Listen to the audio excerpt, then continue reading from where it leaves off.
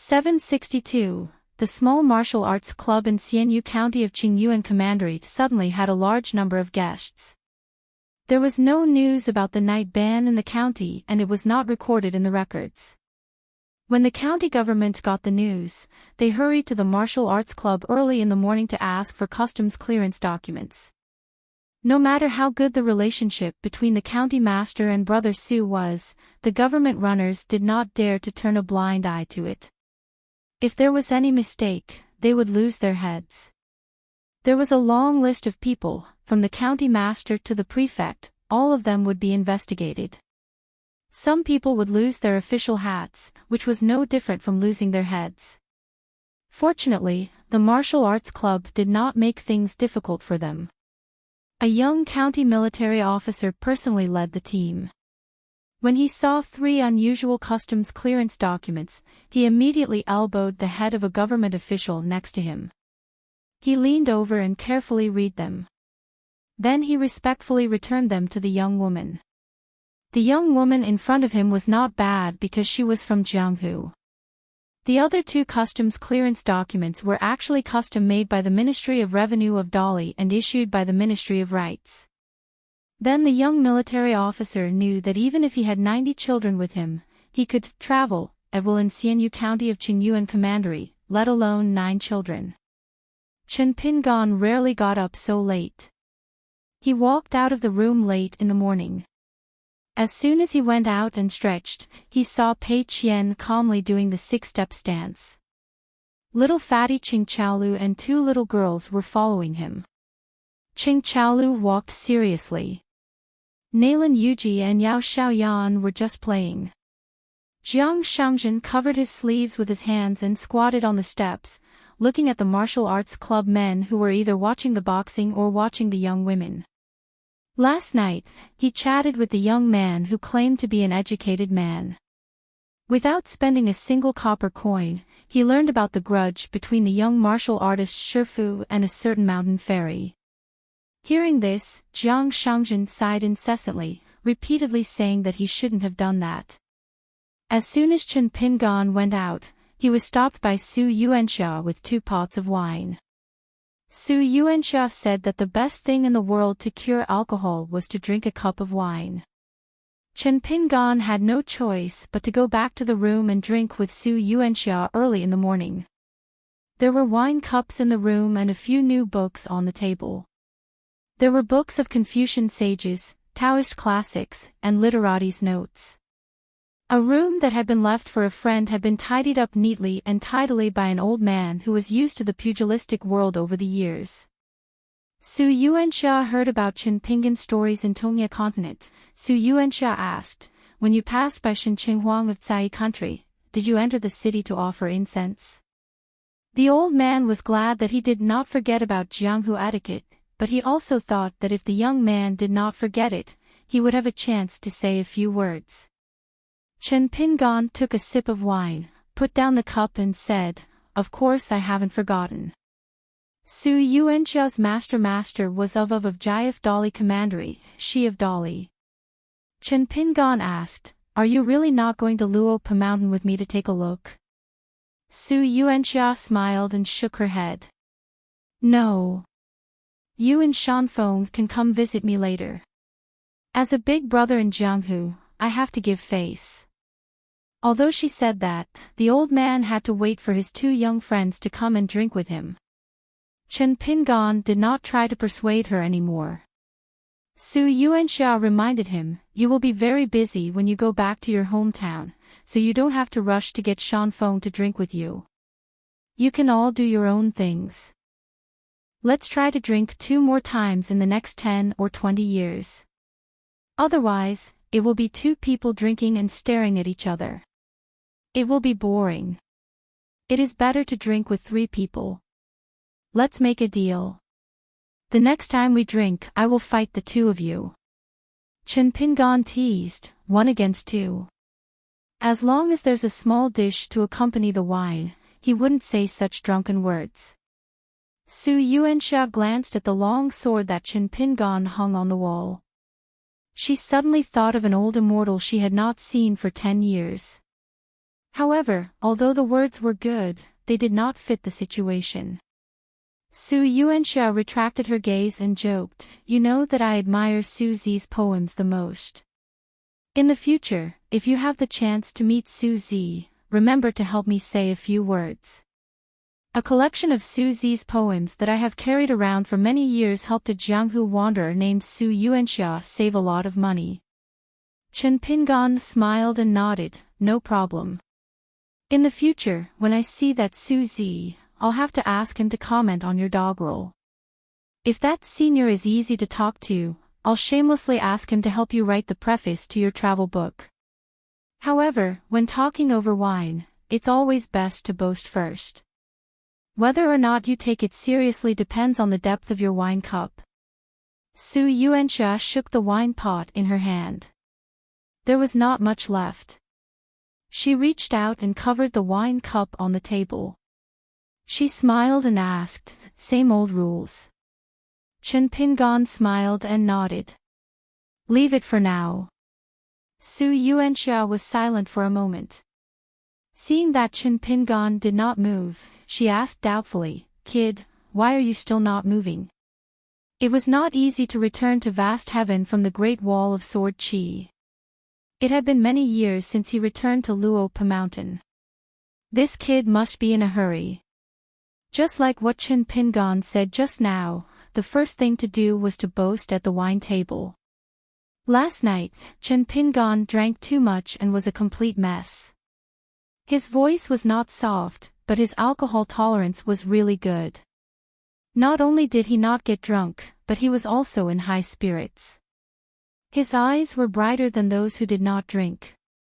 The young man said something that made Su Yuanxia very soul-stirring and very fascinated. At first, Su Yuanxia mistakenly thought that this young man was really someone who could drink 1,000 cups without getting drunk. Then, without warning, with a bang, he knocked his head on the table and passed out, snoring like thunder. Chen Pingan was stunned for a moment. He laughed and scolded, "Can't King stay here for a few more days? Is the dojo so poor that it can't even eat? If there isn't enough good wine, there should at least be tea." When he was young, he always thought that when he drank, he must drink the best wine, the most expensive wine. But in fact, he could drink any kind of wine on the table.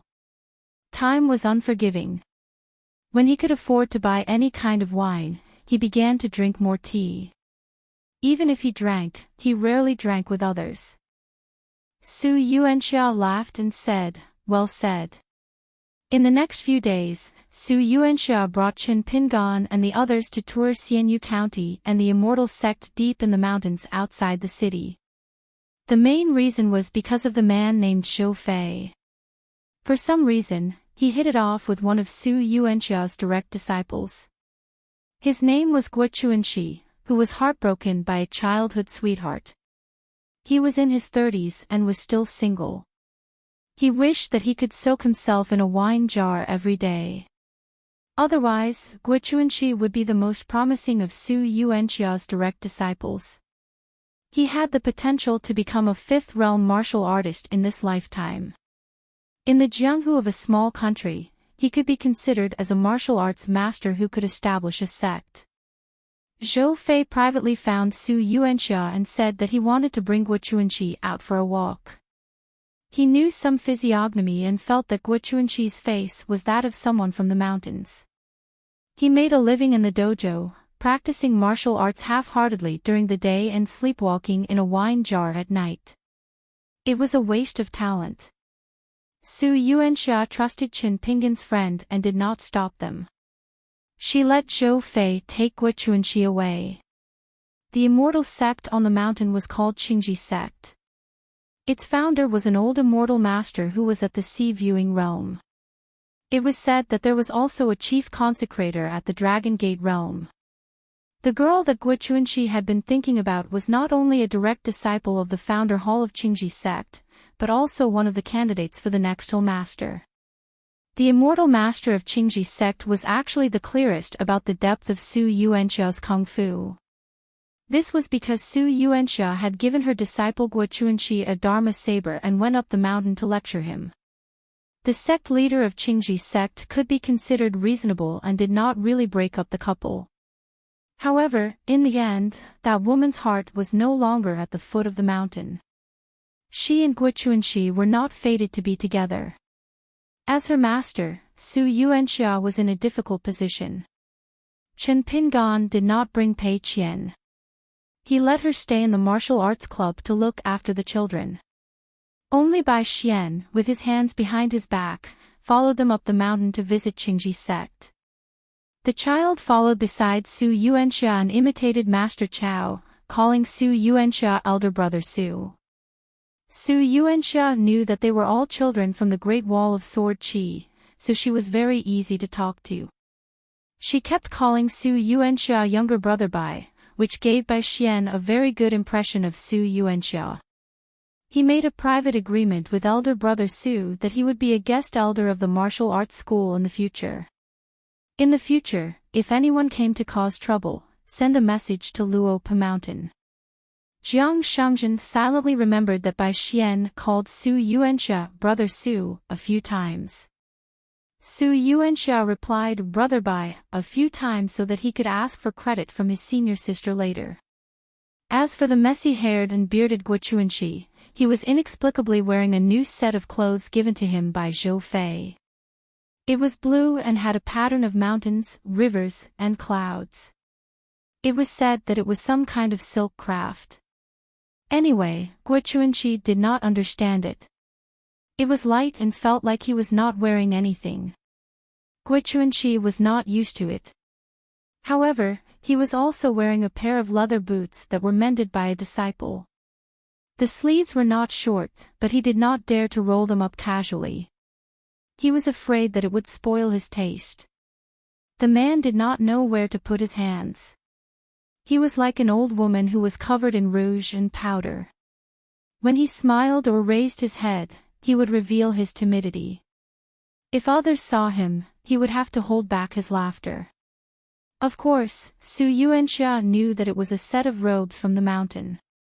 However, she could not tell its rank. She used telepathy to ask Chen Pingan.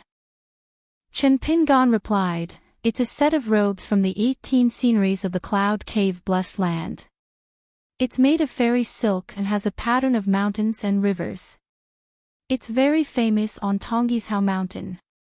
This set of robes was given by Zhou Fei.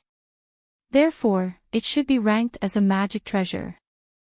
I cast an immortal camouflage spell on Zhou Fei and suppressed the special ability of the robes, thread drawing. Otherwise, Guo Chuanxi would not be able to wear it. Once Zhou Fei removes the spell, the spiritual energy of the mountains and rivers of Qingji sect will be reduced by half if the array formation of the ancestral master hall cannot hold it back. The spiritual energy will be absorbed by the robes and integrated into the meridians." Su Yuanxia was even more curious. "What does your friend want to do? If this set of robes was worn by a Qi refinement warrior, would it be an offensive treasure?" Chen Pingan smiled and told the truth. "Zhou Fei does things as he pleases. He often has nothing better to do. We'll just have to get used to it." Su Yuanxia said, "Chuanxi is a pure martial artist with a low realm. In the eyes of people like you, he's not a martial arts genius. He won't be able to take the opportunity on the mountain, right?" Chen Pingan said, "Don't worry, brother Su. Zhou Fei knows what he's doing. Just like the child they saved in the North Continent." After Jiang Shangzhen brought her to the Calligraphy Lake True Realm sect, she was named Zhou Caizhen on the Jade Gui sect's archives. It was probably Zhou from Zhou Fei, Kai from Li Kai, and Jiang Shangzhen from Zhen. After that, the two sect masters, Sword Immortal Wei Ying, Immortal Lu Laoqing, Jade Pu Lu Jimao, Nascent Soul Li Fuyao, and Golden Core Sword Cultivator Sui Yuyu, all took good care of this child. In the entire Calligraphy Lake Palace Willow Island, where rules were strict and geniuses came forth in large numbers. For so many years, Zhou Caizhen, whose cultivation potential was not worth mentioning, was the well-deserved favorite. However, the little girl was more obedient and had not left the calligraphy lake until now. Instead, she often went to Lord Tianhu and a gatekeeper of the verdant canyon island to have a heart-to-heart talk. This caused a child with no cultivation potential to be in the Immortals' cave realm through the Jiang clan's ancestral hall's Immortals' secret arts, the true realm sect's Immortals' money, and the fortune on the mountain. After Chen Pingan learned about it, he thanked Jiang Shangzhen from the bottom of his heart. Jiang Shangzhen replied, "Don't scold me." This caused Chen Ping's heart to feel guilty, and he brought up the topic of Ji Se Peak's ancestral master hall. In the next meeting, as the mountain chieftain, if there were any problems with the matter of the chief consecrator, he would definitely stand his ground against all opposition. Jiang Shangzhen looked at the mountain master who had an exceptionally sincere gaze. He then thought of Pei Qian's so-called second minister and the mountain master hurriedly returning to the Luope mountain. For no reason, he thought of the phrase, "Good things don't need to wait too long." However, when he thought of the phrase, "A small amount of money can make the devil push the millstone, and a large amount of money can make the millstone push the devil," Jiang Shangzhen immediately calmed down. There was a reason why the family name was Zhou on the mountain. Jiang Shangzhen changed his name to Zhou Fei and used this name to assume the position of honorary minister in the Luope mountain, which was included in the Ji Se Peak's landscape register. This meant that Zhou Fei was no longer an empty alias. The child followed Jiang Shangzhen's surname of Zhou and not Qin. This meant that Jiang Shangzhen had replaced Qin Pingan and accepted all the karma. Thanks to Su Yuanxia, the group of people not only passed through the mountain gate of the Qingji sect unimpeded, but the gatekeeper also sent a message to the Hall of Patriarchs, saying that old Master Su had come to visit. A close neighbor was better than a distant relative. The relationship between the Qingji sect and Su Yuanxia was not bad. After all, she was a sixth realm martial artist who liked to travel when she was young, so she could not be underestimated. However, as Su Yuanxia grew older, some of the original rumors became less and less important. Therefore, after the Hall of Patriarchs received the message, they did not disturb the sect master's meditation. Only a direct disciple showed up. He was a cultivator of the cave realm, the middle five realms, 60 years old. He was also one of the potential candidates for the position of mountain master and the sect master's direct disciple. His name was Kai Xian. Today, he was in charge of receiving the group of people led by Su Yuanxia. On the way up the mountain, Su Yuanxia respectfully accompanied the last seat, so the sect master of the Qingji sect would definitely be willing to end his closed-door meditation. However, since it was old martial artist Su who took the lead, the rest of the people who were accompanying them on the way up the mountain did not receive such treatment. Kai Xian stood on the steps of the mountain top, respectfully welcoming the distinguished guests. Su Yuanxia saluted from afar, "Greetings, Immortal Master Kai." With a smile on his face, Kai Xian saluted back, "Headmaster Su." In fact, Kai Xian had been sizing up the group of people besides Su Yuanxia. As for Guo Chuanqi, who had changed into a bright outfit, he only glanced at him. There was no need to pay more attention to him. Beside Guo Chuanqi, there was a handsome man with long and narrow eyes. He was wearing a purple robe made of silk and satin, which made him look like a descendant of a rich family. There was also a scholarly man in a green robe with a warm smile. When Su Yuanxia saluted, the man also saluted, but he did not speak. There was also a little kid in white who did not have eyes on his forehead but on the sky.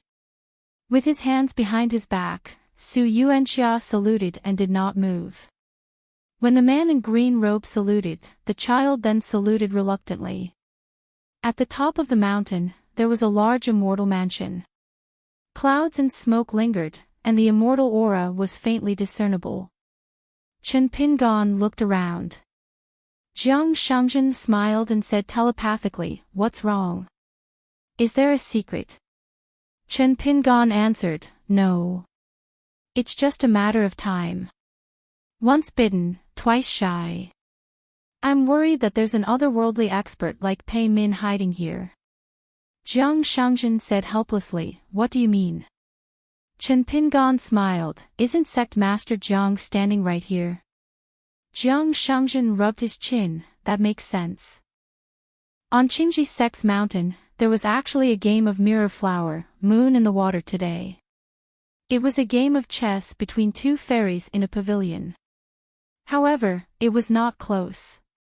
It was near the cliff and a few miles away from the mountain road.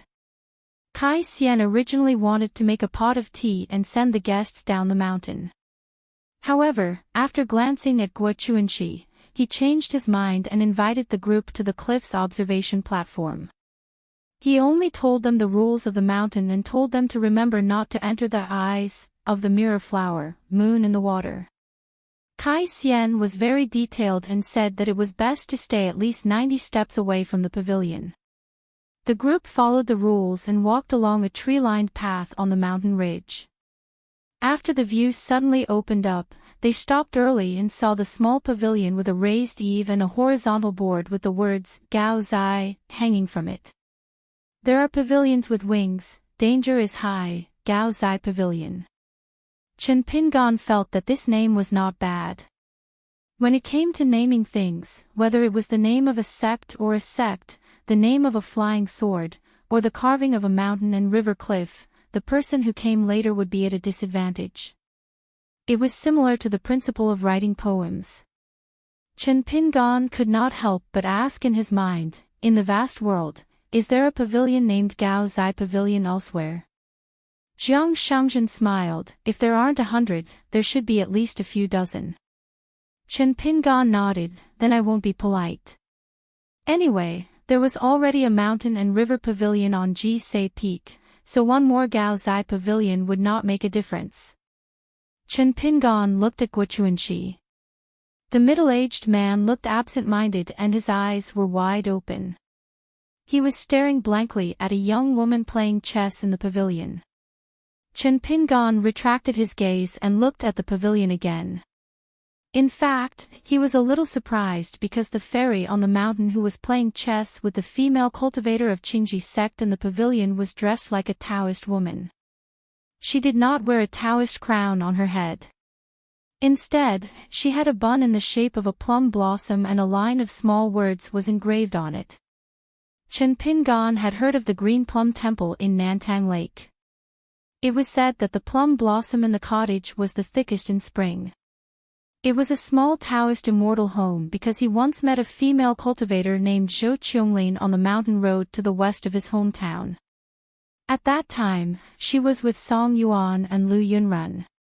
Chen Pingon still remembered clearly that after they separated, Pei Qian had a good impression of her. At that time, Chen Pingon was very surprised. Pei Qian said that in Zhou Qianglin's Heart Lake, there were many poor, skinny children in ragged clothes. She was very sad when she looked at an empty rice bowl. Jiang Shangjin's eyes were sharp. He immediately noticed the clues and asked, does Hill Master know this sister? Should we greet her? Chen Pingon shook his head, I don't know her. I only heard of the Green Plum Temple in Nantang Lake. Jiang Shangjin laughed, the Green Plum Temple is a small sect. The entire Nantang Lake is gone. How can it be a small Taoist temple with no legs? Fortunately, there were not many casualties. Therefore, the fairies and sisters who came from the Taoist temple could no longer cultivate in peace. They had no choice but to wander around and beg for alms, which made people pity them. When I was the suzerain of the Book Sword Lake, I even bought a plum tree in the Green Plum Temple to watch the catoptric mirage. It's a pity that I can no longer see the scene of the plum blossoms reach out and the beauty. Chen Pingon said helplessly, a whole plum tree. Jiang Shangjin nodded, of course. Every time the catoptric mirage opens, other people have to throw a small snow to get the treatment. I only have to throw a snow and spend money to get it. It's such a good deal. Chen Pingon laughed. After throwing snow, you spend money, get called brother a few times, and then throw a small snow. Jiang Shangjin said helplessly, anyway, I don't often watch the catoptric mirage. I have hundreds of them in my heaven and earth in the sleeve. I'm very busy and have to be careful all year round. I strive to be fair and not let any of the sisters be left out. Mountain Chieftain, you think it's very simple. It's more tiring than cultivating in your free time. Cultivating in your free time. Earning money and spending money was your main job. Only Jiang Shangjin could say such thunderstruck words. Most importantly, it was the truth. The young mountain chieftain at the side did not know that Jiang Shangjin had used the catoptric mirage to buy a plum tree in the Green Plum Temple in his early years. Therefore, every time Big Brother Zhou, who used the pseudonym Zhou Qingshan, opened his mouth, the fairy sisters in the Green Plum Temple would smile sweetly and say that they would stop for a moment under a 1,000-year-old plum tree to touch the branches. Otherwise, how could there be the saying of the plum blossoms make up and the beauty? Chen Pingon suddenly turned his head and smiled at the Green Plum Sex Kai Cave, who was very good at reading people's expressions. He asked, Immortal Master Kai, how can I view the catoptric mirage on this mountain? Kai Xian laughed, you can buy a green jade Ganoderma. It's not expensive. 5 snow will cost you money. According to the current market price on the mountain, it's about 6,000 taels of silver at the foot of the mountain.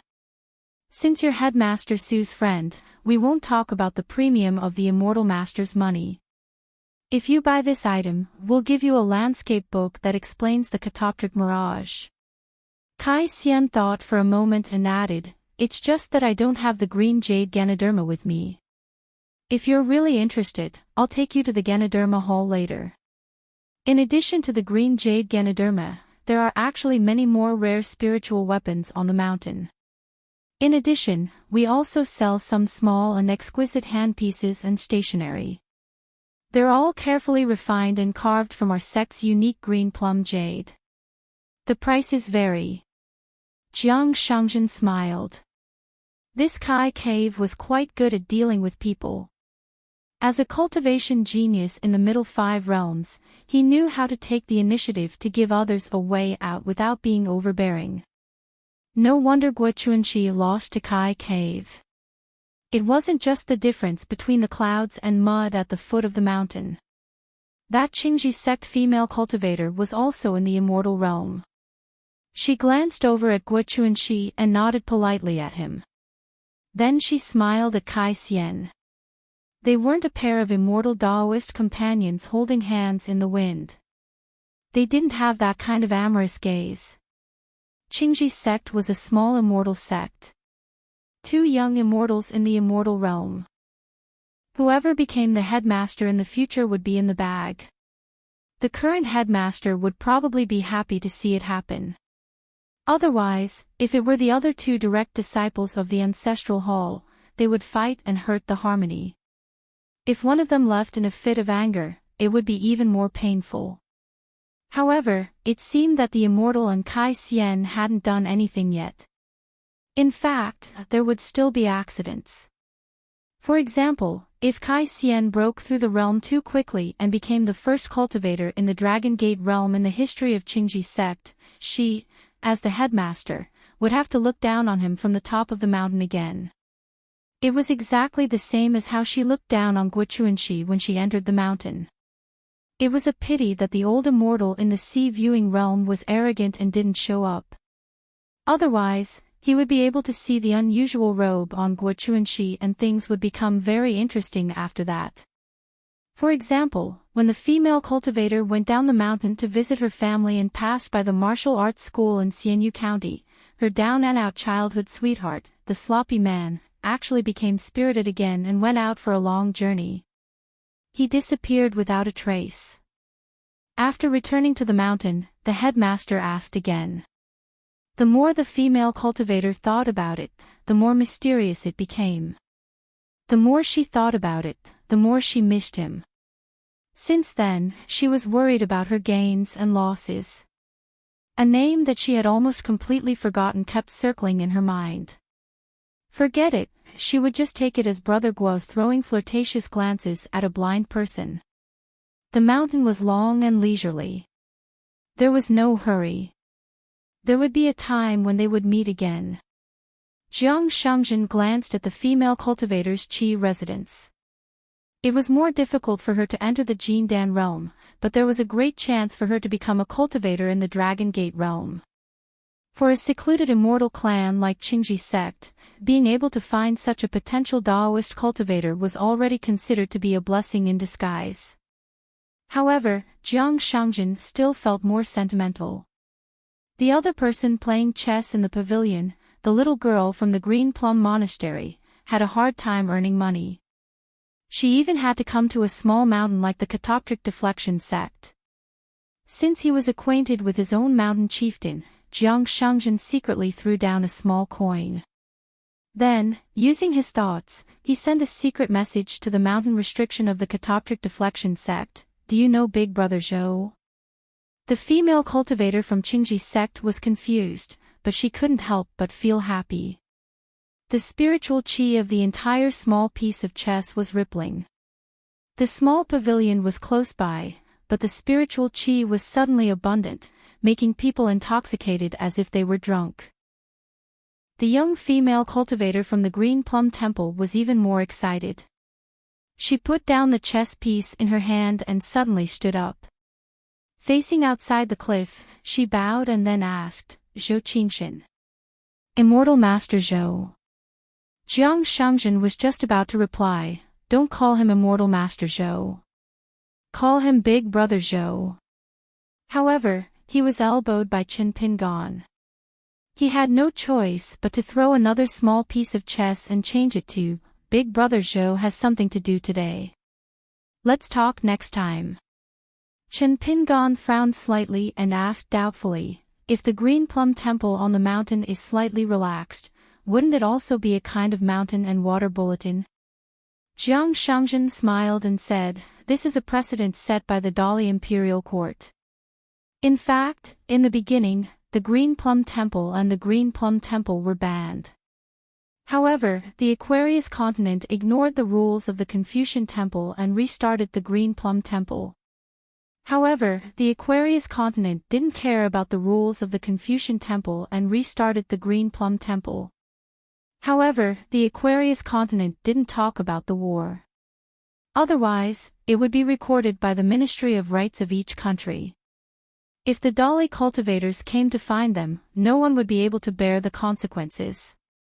Since the war had ended, there was no reason for them to suffer. Of course, there were some stubborn immortals on the mountain who didn't take it seriously. They felt that the Dali dynasty, whose territory had been reduced by half and whose territory would continue to shrink, couldn't take care of itself. As for the end result, it wasn't surprising. The Song clan was really insidious. They secretly dealt with a large group of immortals who didn't abide by the rules. They didn't announce it to the whole continent. They only announced it when they gathered 50 immortals. Not only did the Confucian Temple of Central Plains not punish the Dali dynasty, they even followed suit.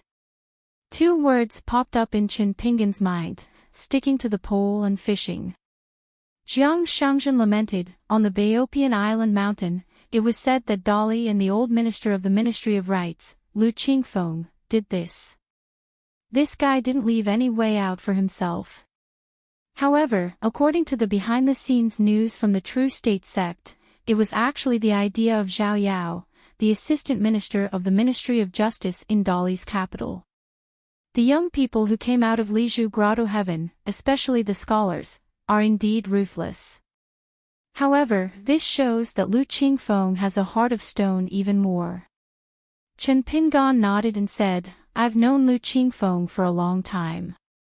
He's very pragmatic and very powerful.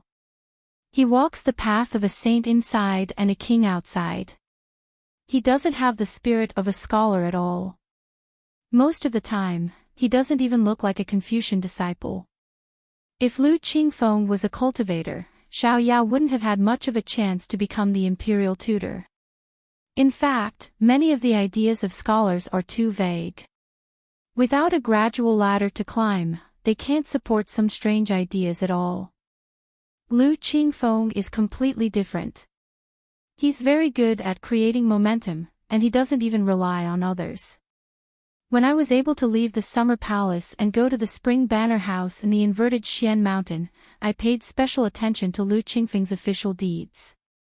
Jiang Shangzhen sighed, a scholar who can be praised by you is of course very powerful. The chess game in the pavilion was still going on.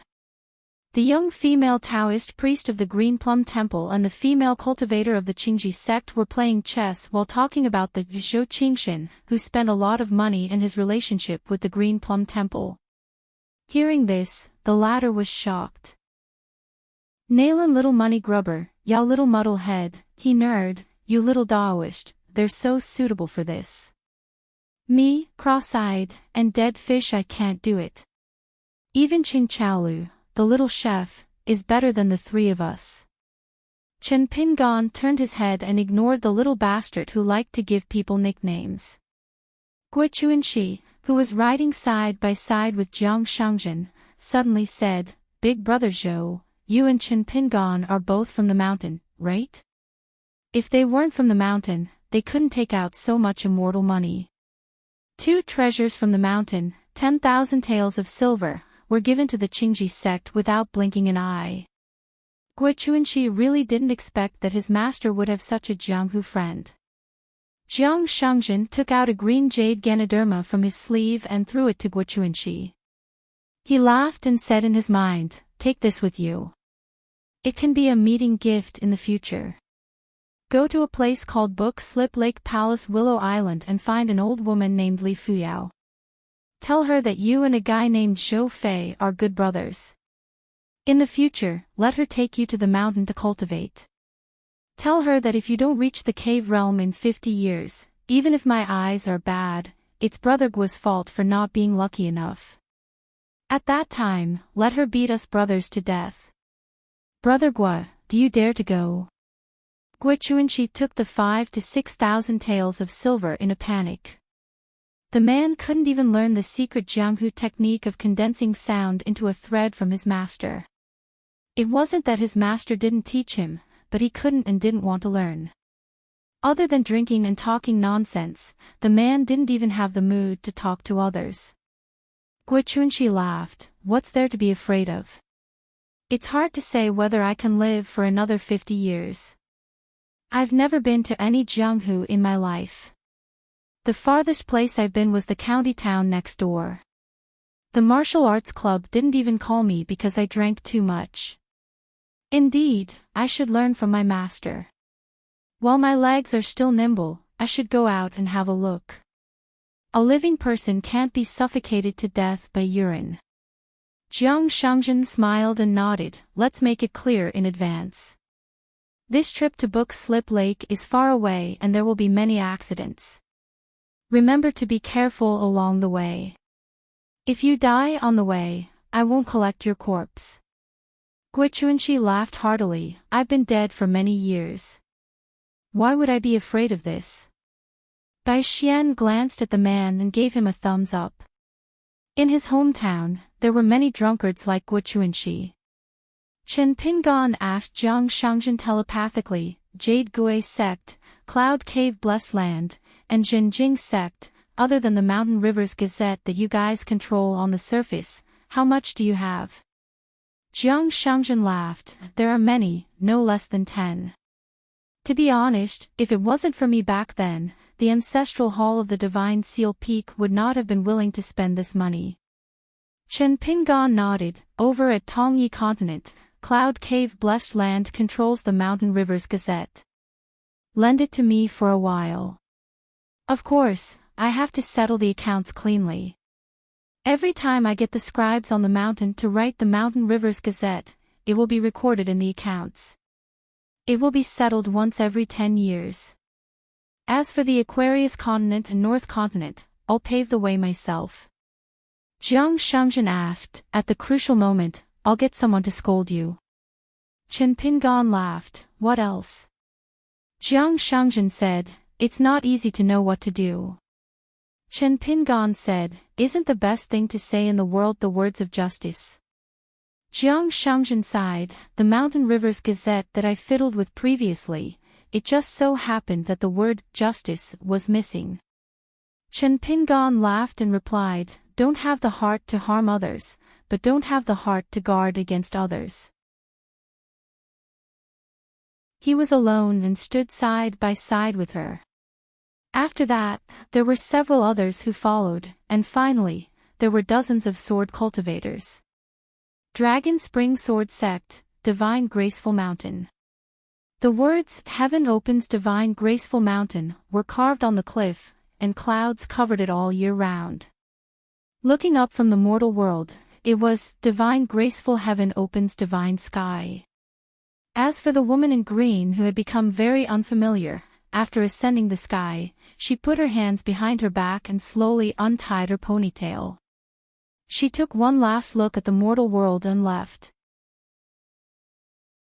During that time, Dali in the north was still recognized as a barbarian land. The local scholars of the Dali dynasty were famous for their modesty at that time. They were proud of being able to sing with the scholars of the Lu dynasty and the Great Sui kingdom. They sent many letters, but few replied. Even if they had the embroidered tiger Cui Dong and the head of the academy Qi Jingchen, they still did not want to deal with the two in terms of writing. At that time, there were many widely praised sayings in the literary circle. For example, the sunset scene of the mountains and rivers of the Lu dynasty was the best in the north of the continent. The half-moon of the Great Sui kingdom was better than the full moon of Dali. Fortunately, the hooves of the Dali cavalry were loud. These sayings were written in a literary style.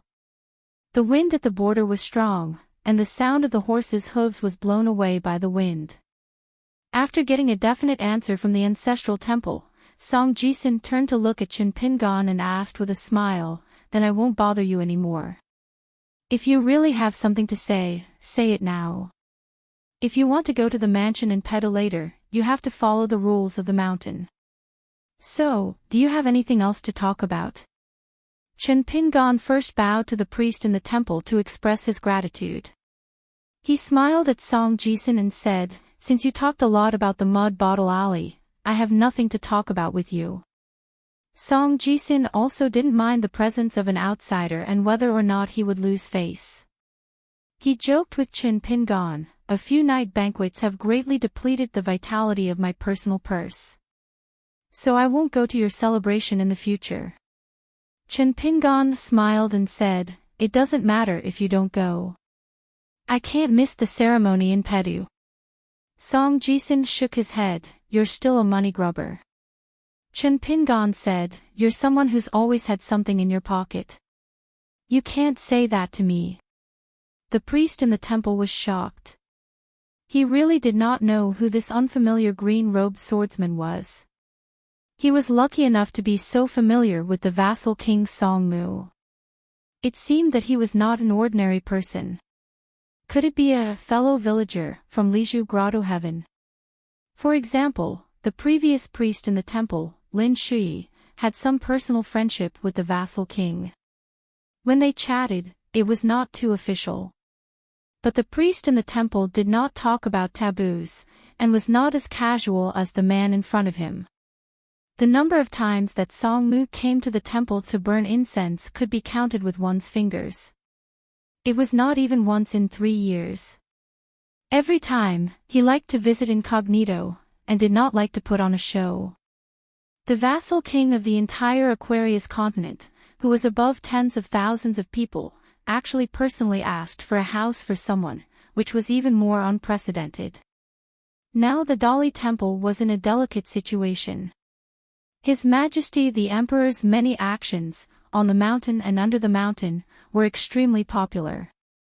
The vassal courts of various countries were busy revising the official history. But in fact, everyone knew that the vassal king Song Mu, who had been on the front line all his life, had more incense offerings with the immortal masters.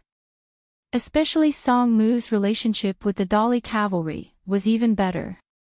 And there was a rumor that the Emperor Song Mu was the disciple of embroidered tiger Cui Dong, and the vassal king Song Mu was the disciple of Qi Jingchen.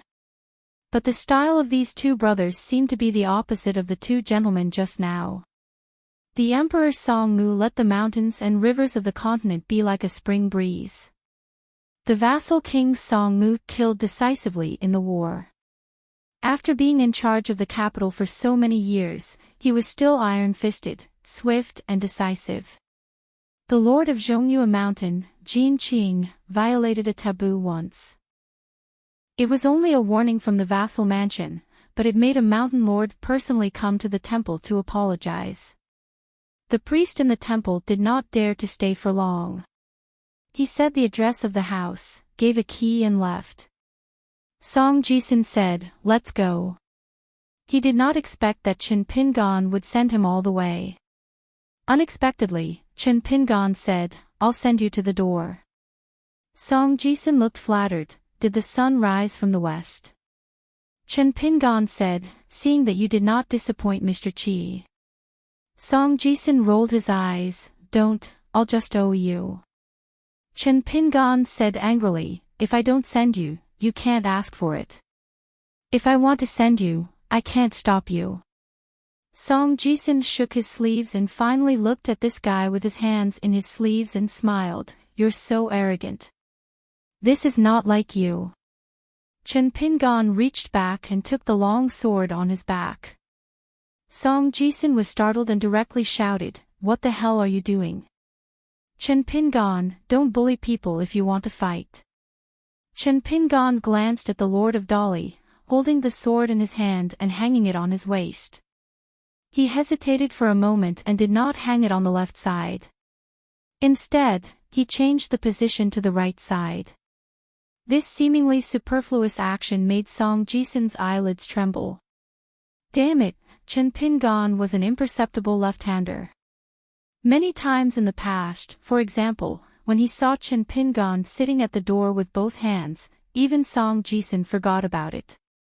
Chen Pingan said, "Ma Kushuan is still by the great blasphemy water. I'll go find him. It's not worth it." Song Jisun immediately took out a golden message talisman from his sleeve and said with a smile, "Then you two have a good chat and catch up. Don't worry, I'm here. I won't interfere with your fight." Chen Pingan said, "Don't be nervous. It's just a greeting. We won't fight. You don't have to deliberately remind the Taoist immortal on the city wall." Song Jisun frowned and said, "He's watching the mountains and rivers. Did he hear our words?" Chen Pingan shook his head and said, "He saw it, but he didn't hear it. The vassal king's face is big." Song Jisun recovered his smile and put away the talisman. The two walked side by side. Chen Pingan said, "You're still the same as before. You like to turn hostile and not recognize people." Song Jisun laughed angrily and said, "Chen Pingan, that's enough. Today you said a lot of strange things, and I'm tolerating them." Chen Pingan said, "I've listened to your strange words for nearly 10 years, and I don't think you're tolerating them. But in the end, to tell you the truth, you're just a bully. You can only show off your power in front of me. You can't compare to those masters." Song Jisun was not angry at all. Instead, he laughed loudly. He was careless and his voice was a little too loud. As a result, he was elbowed by Chen Pingan. Song Jisun grimaced in pain. When chopping firewood and burning charcoal, because they were worried about conflicts with the young men, they had to travel a lot of mountain roads to burn charcoal. Every year, there would be a surplus. They would carry bags of charcoal out of the mountains, carry them home, and then carry them home to give to the neighbors. They would also say that the firewood was not good and the charcoal was not good, so they could not sell it for money. If someone asked him to stay for dinner, or if the elders wanted to give him some eggs or something, he would not agree and just find an excuse to run away. He would go to the bamboo forest to dig bamboo shoots and dry them. He would slowly collect the discarded porcelain from the dragon kiln. When he glanced at the neighbor's house, he would bring the little snotty bug with him to the old porcelain mountain to rummage through it. He would make a wooden frame himself and choose the porcelain pieces that were more complete and similar to the pattern. He would then piece them together to make a hanging screen. Chen Pingan once asked Song Jisin if he wanted to buy it. At that time, Song Jisin was actually quite envious of a hanging screen made of broken porcelain with dragon patterns. However, at that time, the little snotty bug's voice was so loud that it was enough to buy 10 GQ to warm their beds. If he did not buy it, even the coffins of his ancestors would not be able to hold him down. Song Jisin was annoyed when he heard this. The little brat stepped on the bench in the yard next door and shouted while blowing his nose in Song Jisin's yard. Song Jisin said that this thing was too crude and that no one would want it even if he gave it away. It was too unethical to rely on this to make money. After that, Chen Pingan no longer went to the old porcelain mountain to pick up scraps. The hanging screens that he made were all given to Lu Xianyang, Gu Ken in the mud bottle alley, and some neighbors whose children were in school. Before the age of 14, the kiln worker apprentice who grew up eating rice from hundreds of families seemed to have paid off all the favors he owed when he was young. For some reason, the king, who began to close his eyes to rest, only remembered that year when he returned to the mud bottle alley with a maid. He happened to see the boy with straw sandals standing in front of his house. Before he took out the key to open the door, he quickly glanced at the neighbor's door and wall.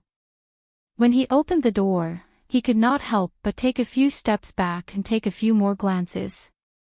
Song Jisin was a little regretful. If he had known earlier, he would have spent a few copper coins to buy that porcelain hanging screen. He vaguely remembered that the craftsmanship was actually very good. The craftsmanship was very good, and the craftsmanship was very good. He remembered that when he was a child, Song Jisin would occasionally leave GQ behind and take a walk alone. It was because they needed to eat their fill in the vast world before they needed to follow the rules and head to the outer world. Therefore, in the past at the Great Wall of Sword Chi, Alliance and his senior apprentice brother were all extremely respectful to the Sage of Rites. Alliance even said that there were 4 people in the world who were popular wherever they went, and everyone sincerely respected them.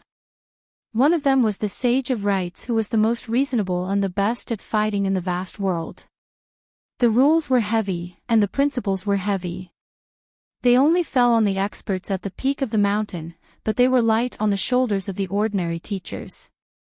Moreover, if anyone was not convinced, the Sage of Rites, who rarely appeared in the Confucian Temple of Middle-earth, would return to the vast world from outer space. He would personally go to the ancestral hall of the 100 schools of thought and reason with them. Alliance said that there was once an ancestor of the 100 schools of thought who was pushed to the brink. He scolded the Sage of Rites for being a domineering inner sage in name. In the end, he was dragged to outer space by the silent Sage of Rites. Then, he had a solid conversation with the Sage of Rites for 30 years. If the Sage of Rites did not help to fill in the gaps in the knowledge of the 100 schools of thought and stopped when it was appropriate, the 100 schools of thought would have transferred to Confucianism and become a sage. Another one was the first disciple of the Taoist ancestor, the headmaster of the Beko Keikyung building. Another one was the Bodhisattva from the Western Buddhist kingdom who swore not to become a Buddha until hell was empty. Chen Pingan said that there was no need to talk about the 4th one.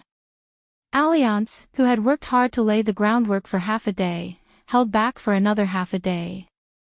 In the end, he said resentfully, "I never thought that our boss, the Sword Immortal, had no place in your heart." At that time, Alliance was walking on Tai Siang Street and teased Chen Pingan. As the old saying goes, even if the sky falls, there are tall people to hold it up. It was really not a lie. At the same time, he gently kicked away a little kid who dared to spit at him and express his admiration for him. He kicked the kid until he fell to the ground and cried loudly. Then, a woman immediately ran out and scolded Alliance for being heartless. How could he be so cruel to his own son? At that time, Alliance glanced at the crying child who was sitting on the ground and asked Chen Pingon, "Do they look alike?" Chen Pingon said that it was okay, that he probably looked more like his mother. The woman immediately gave the hidden official a thumbs up and said with a smile that she planned to let her son recognize a godfather. Looking at the two B****stards who pretended to be deaf and dumb and left quickly, the woman laughed. Later, the child followed the Ascension City to the fifth world. The woman and her husband did not leave because her husband was a nascent soul cultivator, even if she was not an earth immortal. Chen Pingon was now standing outside a heavenly gate with a sword in hand. He asked, "Can't you move freely without a Tao protector by your side?" Ma Kuxuan's laughter resounded between heaven and earth. "Find me first. Let's see who runs out of spiritual qi first." Chen Pingon was not in a hurry to use the second sword. With one hand behind his back and the other holding the sword, he looked up at the magnificent heavenly gate that towered into the clouds. Regarding the ruins of the heavenly court, there were no secret records in the summer palace, which piqued Alliance's interest. Chen Pingon also asked the sword immortal a few questions. The sword immortal gave a vague answer. He only said that the sword cultivators were divided into two groups. The first group was led by him.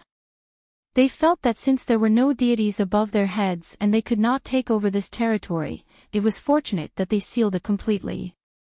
At least it would give the future generations a chance. At least on this matter, Chen Qingdu, the dragon monarch, and Guan Zhao were on the side of the patriarchs of the three sections. However, the other group of sword cultivators and the military patriarchs did not think it should be so. One felt that they had contributed the most, while the other was ambitious. They thought that there was nothing to be afraid of even if the surviving deities attacked crazily. It would be better if they came. At worst, they would completely destroy everything to prevent future troubles. They would not care about the collapse of heaven and earth, the explosion of the river of time, the loss of spiritual qi of heaven and earth, and the inability of the future generations to cultivate. At worst, the small group of people who reached the top would not care about the deaths of the living beings in the embryonic world. They would just move to another place and recuperate for thousands of years. At that time, the human race would still be in a dominant position. As for the future generations of the world, they would cut off the path of cultivation and avoid many accidents in the Great Tao. The Great Tao of heaven and earth would be more orderly and stable. Heaven and earth would be separated, and heaven and man would be separated. Even the Tao ancestors' worries would be dispelled. Ma Kuxuan's voice sounded again, full of mockery. "If you choose to fight here to determine the winner, you and I will have to fight to the death. Also, let me remind you that I am in both the right place and the right time. I am wasting away material things, but you are wasting away real cultivation. You risked your life in a foreign land to obtain the status of a sword immortal. It was not easy to obtain. How can you not know how to cherish it when you are only a few steps away from home?" Ma Kuxuan clicked his tongue. "You were afraid of being poor when you were young. Now that you have money, you want to show off. Then you are no different from those trash on the mountain who only know how to persuade me to use a few more kilograms of strength." Chen Pingon turned a deaf ear. He only used this opportunity to size up the gate of heaven. Because this world was only Ma Kuxuan's visualization object, many details differed greatly from the truth that Chen Pingon knew. As for those stars and the long river of time, they were just decorations to scare people. Chen Pingon sheathed his sword and placed it on his back. He said, "That's enough. The entire visualization site is yours. What are you hiding? Do you really think I can't do anything to you? Today's third match will be a draw. The next match will be how it should be. If you are willing to fight to the death, I will give you a chance. In the next moment, Chen Pingon brought out the moon in the well. Then you will get along well with the arrogant and despotic cultivators of the Aquarius continent and the North continent. And these two continents, one is your hometown, which is inextricably linked to your Luopa mountain. The other is the place with the most sword cultivators that you respect the most in the vast 9 continents. Willing to be reasonable? Willing to be reasonable? Since you have become the last disciple of the sage of literature and returned to your hometown, you have even become the leader of a sect with a lower sect. You are no longer the reclusive official of the Great Wall of Sword Qi. I will let you, Chen Pingon, be the hero in the Tongya continent where everyone can be unreasonable. I will let you, alone, speak to your heart's content. But you can't be unreasonable, because Chen Pingon will be the most eye-catching scholar of the Sage of Literature. The Sage of Literature's branch in the Confucian school, the Confucian temple, and the vast world would be elevated higher and higher. Chen Pingon was not only a hidden official, but also a suzerain. Since he was the last disciple of the Sage of Literature's branch, he was bound to be a virtuous person. Chen Pingon would rise out of nowhere, and his status would rise higher and higher. Countless praises, sincere, malicious, honorable, and sneaky, would be bestowed upon him. Everything was the water that carried the boat. Therefore, Chen Pingon was very clear why Mr. would choose to hide in the forest of merits and virtues and choose not to pay attention to the outside world again.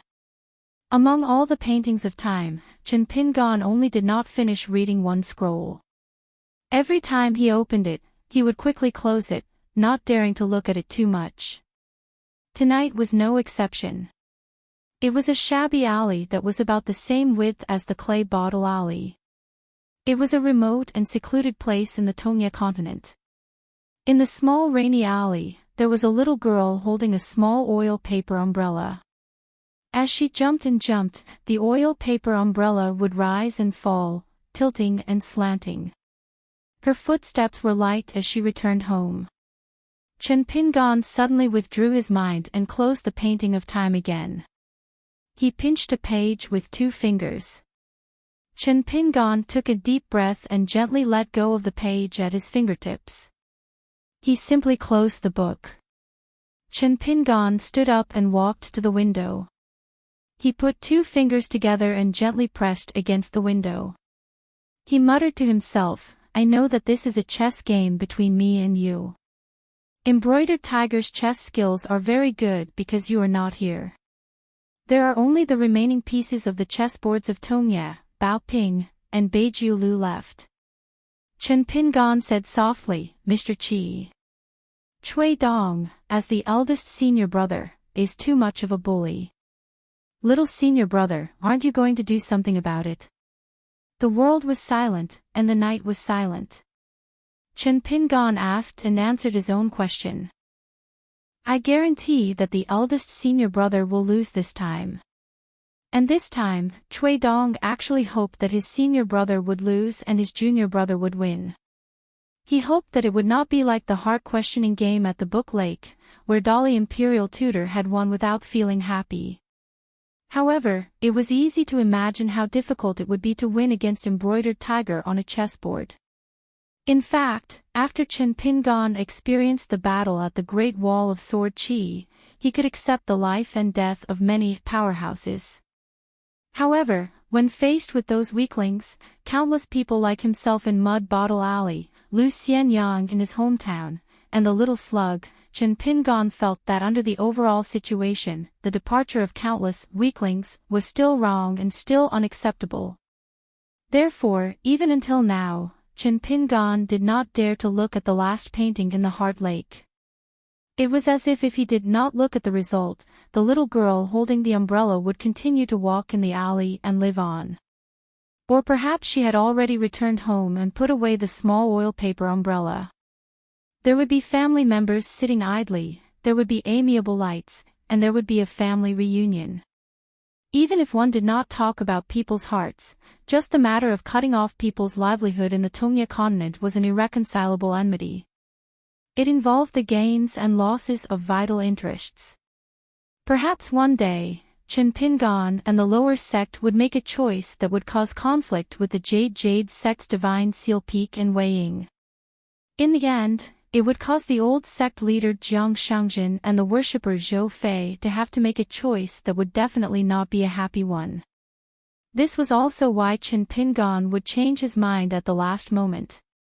From being the sole decision-maker, he had decided that Chao Qinglang would be the sect leader of the lower sect, to the sentence, "If there are any objections, we can discuss it again, on Luopa Mountain." In fact, it was not that Chen Pingan did not trust Chao Qinglang, but Chao Qinglang was still too young. Some of the choices he made would cause his heart to be unable to bear the burden too early.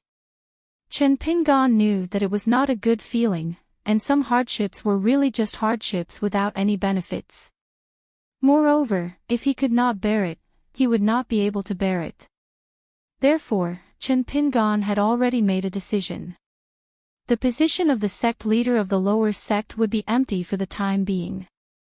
He would let Chao Qinglang continue to cultivate in the Lotus Root blessed land for more than 10 years.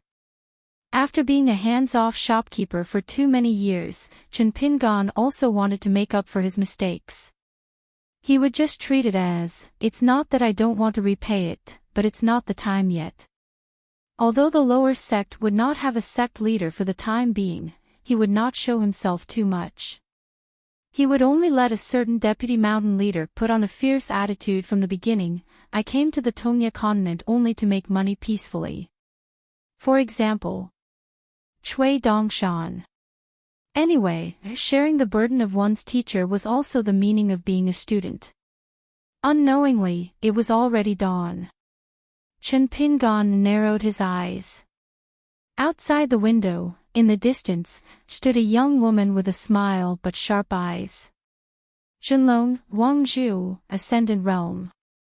Late at night, in the mountain god temple that had already closed the door, a young girl wearing embroidered shoes listened to the tall maid's words with her hands behind her back. She slowly paced back and forth with her hands behind her back. After thinking seriously for a while, she nodded, clapped her fists, and said in a deep voice, "Scholars have a lot of fancy ideas. If I read a few more books, I will definitely come up with such a small idea." "You can talk to the scholar more." The maidservant was a little embarrassed. However, she did not dare to say that. She only dared to say a few words of sincere advice in her heart. Wei Wei suddenly stood up. Then, she smiled like a flower and exclaimed, "Old Sword Immortal Song is here." A white-haired old man walked slowly to the mountain temple with his hands behind his back. "You can talk to yourselves.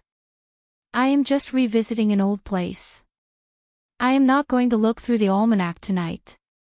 Wei Wei complained. Once Elder Song's manner moved away, it caused the martial fate of the nearby mountains and rivers to disappear. "It's not just my little mountain temple that's suffering. All the city gods who are used to living extravagantly have started to scrimp and scrape, living frugally." Song Yu glanced at the plaque of the ancestral temple. His gaze moved down to the 3 golden statues in the temple. He smiled and said, "You must have spent a lot of silver." Wei Wei covered her mouth and laughed. "I have to make do with the bitter life. Fortunately, it is not some divine money. I still have some money left." Song Yu sat on the bluestone bench and joked, "Have you just realized that it is not easy to be one of the 4 evil spirits of the brushing country? You were almost kidnapped by a lecherous mountain god and became his wife. You never thought that it is even harder to be a mountain god now." Wei Wei shook her head gently. "It is very easy." Song Yu sneered. He was an experienced man. He could roughly see the amount of the martial fate of the mountains and rivers. Just this mountain god temple alone would not be able to last for 100 years. It would starve a mountain god queen to the point that her golden body would not be able to withstand the wind and rain. Wei Wei put her hands behind her back and walked down the stairs with light steps. She said with a smile, "Senior Song, I was deliberately hiding my strength before. I was too lazy to move. Why don't I tell you my plan now? Song Yu nodded and said, I'd like to hear the details. After listening to Wei Wei's plan, the old man didn't take it seriously at first, especially the shortcut of the mountain and river officialdom, which was unconventional and definitely not a long-term way. However, when Wei Wei came out with a clean source, in a genteel manner, especially the sentence, the mountain and river deities, where the soul is, it's in one's heart, the old man was speechless and couldn't refute at all. Looking at the confident mountain deity, Song Yufan was stunned for a long time and asked doubtfully, Wei Wei, why do you seem to have grown a brain all of a sudden? Wei Wei raised her head and laughed. She wiped her mouth and waved her hand. It is not worth mentioning. I only use 30 to 40% of my power. Song Yu stood up and smiled, that is the best. I will not come here in the future.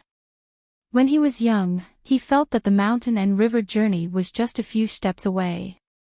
When he was old, it was far away. Wei Wei looked at the stooped white-haired old man and sighed. She stopped smiling and said honestly, to be honest, this method was taught to me by Chen Pingon.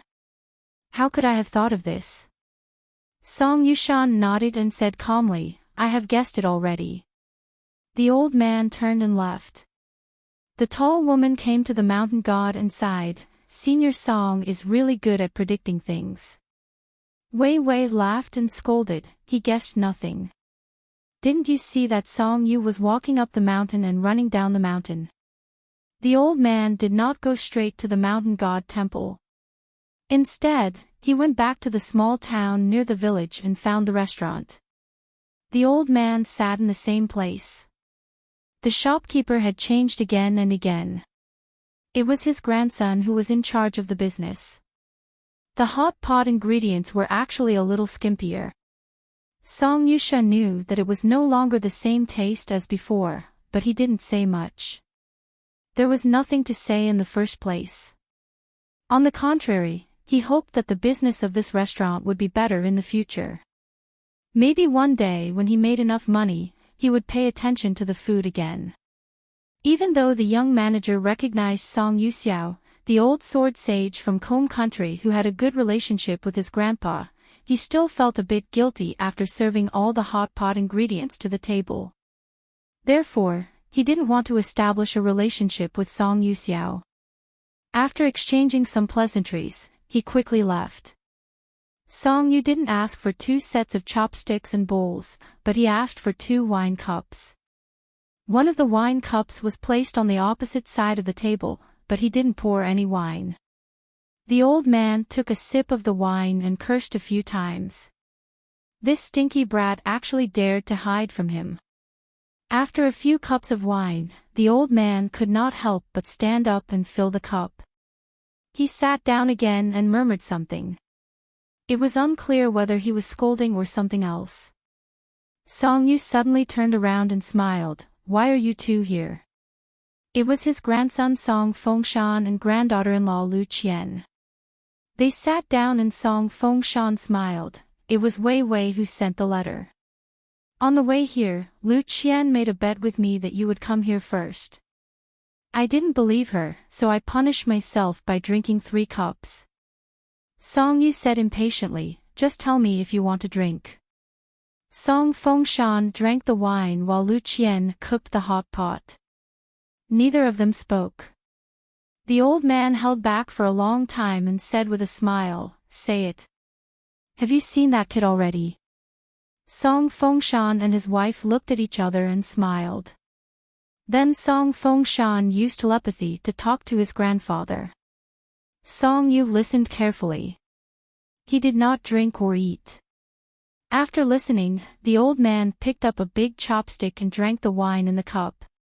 He looked at the empty seat on the opposite side of the table and the full cup. The old man put down the cup and chopsticks and looked left and right. He looked at his grandson and granddaughter-in-law and smiled. He slowly closed his eyes and opened them again. Finally, he looked at the empty seat. His vision was a little blurry. The old man said softly, "It's a pity that I can't go to the Great Wall of Sword Aura." Song Yu picked up the cup and chopsticks again and laughed. "Hot pot and wine, Jianghu is still the same. South Hassa continent, an ordinary mountain by the sea. It was just a veritable place of cultivation. Even the mountain and swamp cultivators of the lower 5 realms would not be so simple. The 3 neighboring cottages were occupied by 3 upper 5 realms. 2 of them were sword immortals. Lu Ji, Xiao Yunyan, the sword immortal of Spring Banner House, and Madame Xianyan of the Upside Down Mountains Plum Blossom Garden. After someone worshipped the sword at Taiping Mountain in Tongya Continent, Lu Ji got up and walked out of the cottage. 764. The 43G Say Peak Ancestral Master Hall Records tablet stood in front, while the 36 spectators followed behind. They followed Mountain Chieftain Qin Pingon and offered incense and hung up statues. They bowed 3 times with their hands clasped in front, and then inserted incense into the incense burner according to the order of their respect. As the host, Qin Pingon still had to return the gesture of gratitude to every spectator. Just this alone took up a full 45 minutes. Under the 3 portraits, there was a table and 2 chairs. One was empty, and the other belonged to Qin Pingon. Qin Pingon never sat down. A man in a green robe stood with his back facing the portraits, facing the ancestral Master Hall entrance. He returned the courtesy to everyone who offered incense. The 30-odd spectators either smiled and nodded at the Mountain Lord in greeting. Even if they spoke, they were extremely concise and comprehensive. At most, they would only offer a light congratulations. At this juncture, no one would exchange too many pleasantries with Qin Pingon. Nuanshu, whose name was Qin Pingon, was the incense messenger official in charge of the Song of Mountains and Rivers. She was allowed to stand beside Qin Pingon. She needed to call out the name of the spectator, sect, and mountain. Finally, she followed the Mountain Lord to return the courtesy to that guest. Qin Pingon was the first to take a seat. The host and the guest followed suit in an orderly manner. Today, there were 3 types of seats in the Ji Say Peak Ancestral Master Hall. The first was, of course, those who were qualified to participate in the Ji Say Peak Ancestral Master Hall's discussion.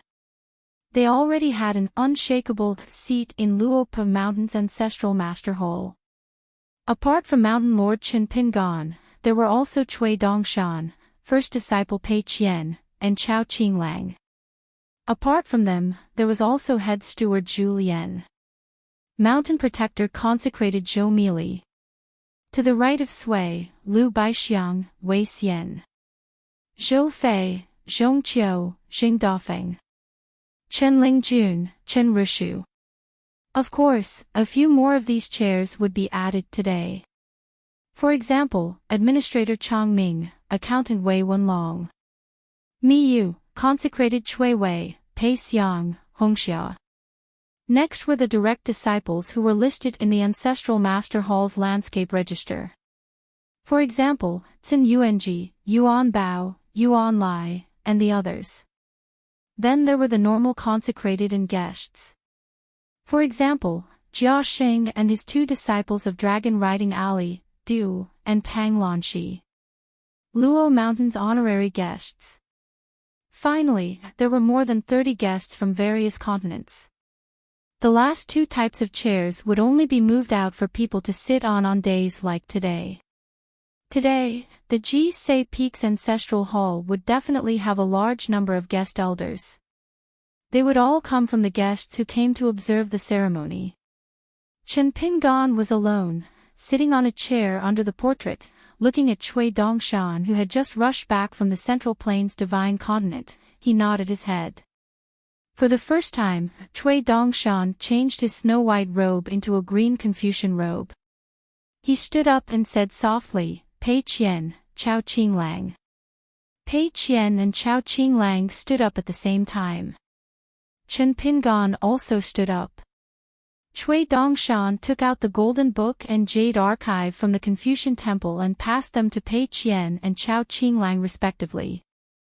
Then, he moved forward to hand over a ceremonial item from the Confucian Temple to his teacher. However, Chen Pingan shook his head lightly and took out a stack of books from his sleeves. Cui Dongshan smiled knowingly. He did not care about the rules and etiquette. Everyone in the Ji Se Peak's ancestral hall was his family. No one would go to the Confucian Temple to gossip. The Golden Book and Jade Archive were thrown into the sky and turned into a gust of clear air. They were buried in the ground and fused with the landscape qi. They were used to inform the heavens and earth, the mountains and rivers of a continent. The Central Plains Confucian Temple would give out a ceremonial item and place it in the ancestral hall of the sect. Chen Pingan did not break this rule. He only added his teacher's writings and placed them together. Chao Qinglang took the Golden Book from Cui Dongshan's hands and read the contents loudly. There were only a few hundred words, and they were all written according to an ancient ritual. After Pei Qian took the Jade Archive, he imitated Chao Qinglang and read the contents of the Jade Archive. Whether it was Luopa Mountain's records or the people who came to watch the ceremony, they all stood up again. These were all unavoidable red tape. Then, Chao Qinglang and Pei Qian walked out of the ancestral hall side by side. One of them rode the wind to the top while the other went to the bottom of the mountain. The two of them met outside the gate and returned to the ancestral hall together. They said, "The ceremony is over." Finally, Chen Pingan and Cui Dongshan placed a stack of books and a ceremonial item from the Confucian Temple on the table. Chen Wanshu said with a clear voice, "The ceremony is over." From then on, Luopa Mountain of the Aquarius continent had entered the ranks of the prestigious sections. Today's gathering at the ancestral hall, the ceremony that all the people who attended the ceremony was of course the most important ceremony for the promotion of Luopa Mountain. Generally speaking, the emperor of the dynasty where the ancestral master's hall was located would recommend to the Confucian Temple in the central region to promote it to a candidate of a sect. After receiving the approval of a sage in the sky screen, the candidate would be sent to the Confucian Temple in the central region for examination and inspection. The head of the Confucian Temple and the vice-head of the Confucian Temple and the chancellor of the three great academies would be responsible for reviewing the matter together. Finally, the Sage of Rites would make the final decision. As long as one of the 7 Confucian sages didn't agree, the candidate would never be promoted to a sect. Of course, there had been cases in history where 6 Confucian sages had agreed but the Sage of Rites didn't. However, such cases had only happened twice in the past 10,000 years. Because the Jade sect of the Tongya continent and Sun Yuan's ingenious plan, the Jade sect of the Calligraphy Lake didn't have much to do with the Song clan's emperor. This was actually a violation of the rules. Therefore, Jiang Shangjin and Wei Ying, the 2 lords of the Calligraphy Lake, were very tolerant regardless of their temperament, state, and methods. They attached great importance to repairing the relationship with the Dali cavalry and tried to do as the Romans did to make up for their mistakes. Back then, sword deity Shao had asked Lu Jinglong and Lu Sui of the Water Classic Mountain to help take away the string of gourd vines from the Spring Banner House. Back then, the 14 small gourds were born. Spring Banner House was extremely lucky. It was much more than the expected 7 blade strengthening gourds. There were as many as 10 blade strengthening gourds. Other than the 7 blade strengthening gourds, Xiao Yunyan still had 3 high-grade blade strengthening gourds in his hands. The congratulatory gift for this ceremony was a pair of blade strengthening gourds. It meant that good things came in pairs. At the same time, it was a great help to the poor Madame Shuyan. Otherwise, Madame Shuyan would have been anxious all the way. Before climbing the mountain, she almost turned around and left. She planned to stay in the small town and not meet the hidden official. Xiao Yunyan gave her a blade-strengthening gourd at the last minute. Only then did Madame Xiuyan have the courage to climb the mountain to congratulate Luopa Mountain. Lin Junbai and Yu Zhuanfu were brought to Luopa Mountain by Cui Dongshan. This time, Luopa Mountain did not invite the cultivators from the Spring Dew Garden. While everyone was drinking tea, Chen Pingan and Cui Dongshan quickly communicated telepathically. Only then did they know that this student was indeed very busy during this trip to the Central Plains Confucian Temple. Cui Dongshan left the Great Spring Dynasty from the Tongya continent and traveled across continents. First, he went to the Forest of Merits and Virtues and met the teacher's teacher, the old Xiuzai. He got along well with old Master Dong, who was known as the world's most Confucian sect, and Zhou, the head of the old Yufu Academy in the North Continent. They often played chess. Then, Cui Dongshan received instructions from the old Master Dong to leave behind the seal of the library. Then, he received a message from the old Master Dong and a letter from old Master Dong to go to the School of Rites to look for the Grand Chancellor. Mao Xiaodong resigned from his position as deputy headmaster of the Cliff Academy of the Great Sui Kingdom and entered the Li Ji Academy, one of the three great academies. He took up the position of secretary, second only to the Grand Chancellor. According to the rule that the busybodies of the mountains and rivers were the officials of the Confucian Temple, the position of minister of the Confucian Temple was lower than that of chancellor, but slightly higher than that of headmaster of the 72 academies.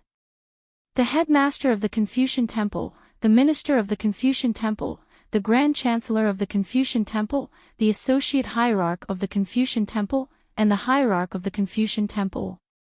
This was the official advancement of the Confucian Temple. Mao Xiaodong took Li Baoping and Li Huai with him. There was also a group of Confucian scholars who traveled south. They traveled to the Swirling Continent, the Rain Dragon sect, and the Great Wall of Sword Qi. Right now, the group of them should be at the Great Wall of Sword Qi. Due to the distance, they had missed this ceremony.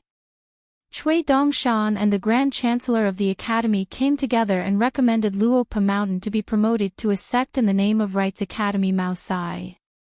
Cui Dongshan also found an old sage of the Confucian Temple, who was of high seniority and had great merit, Fu Xing. Therefore, he had another recommendation letter in his hand.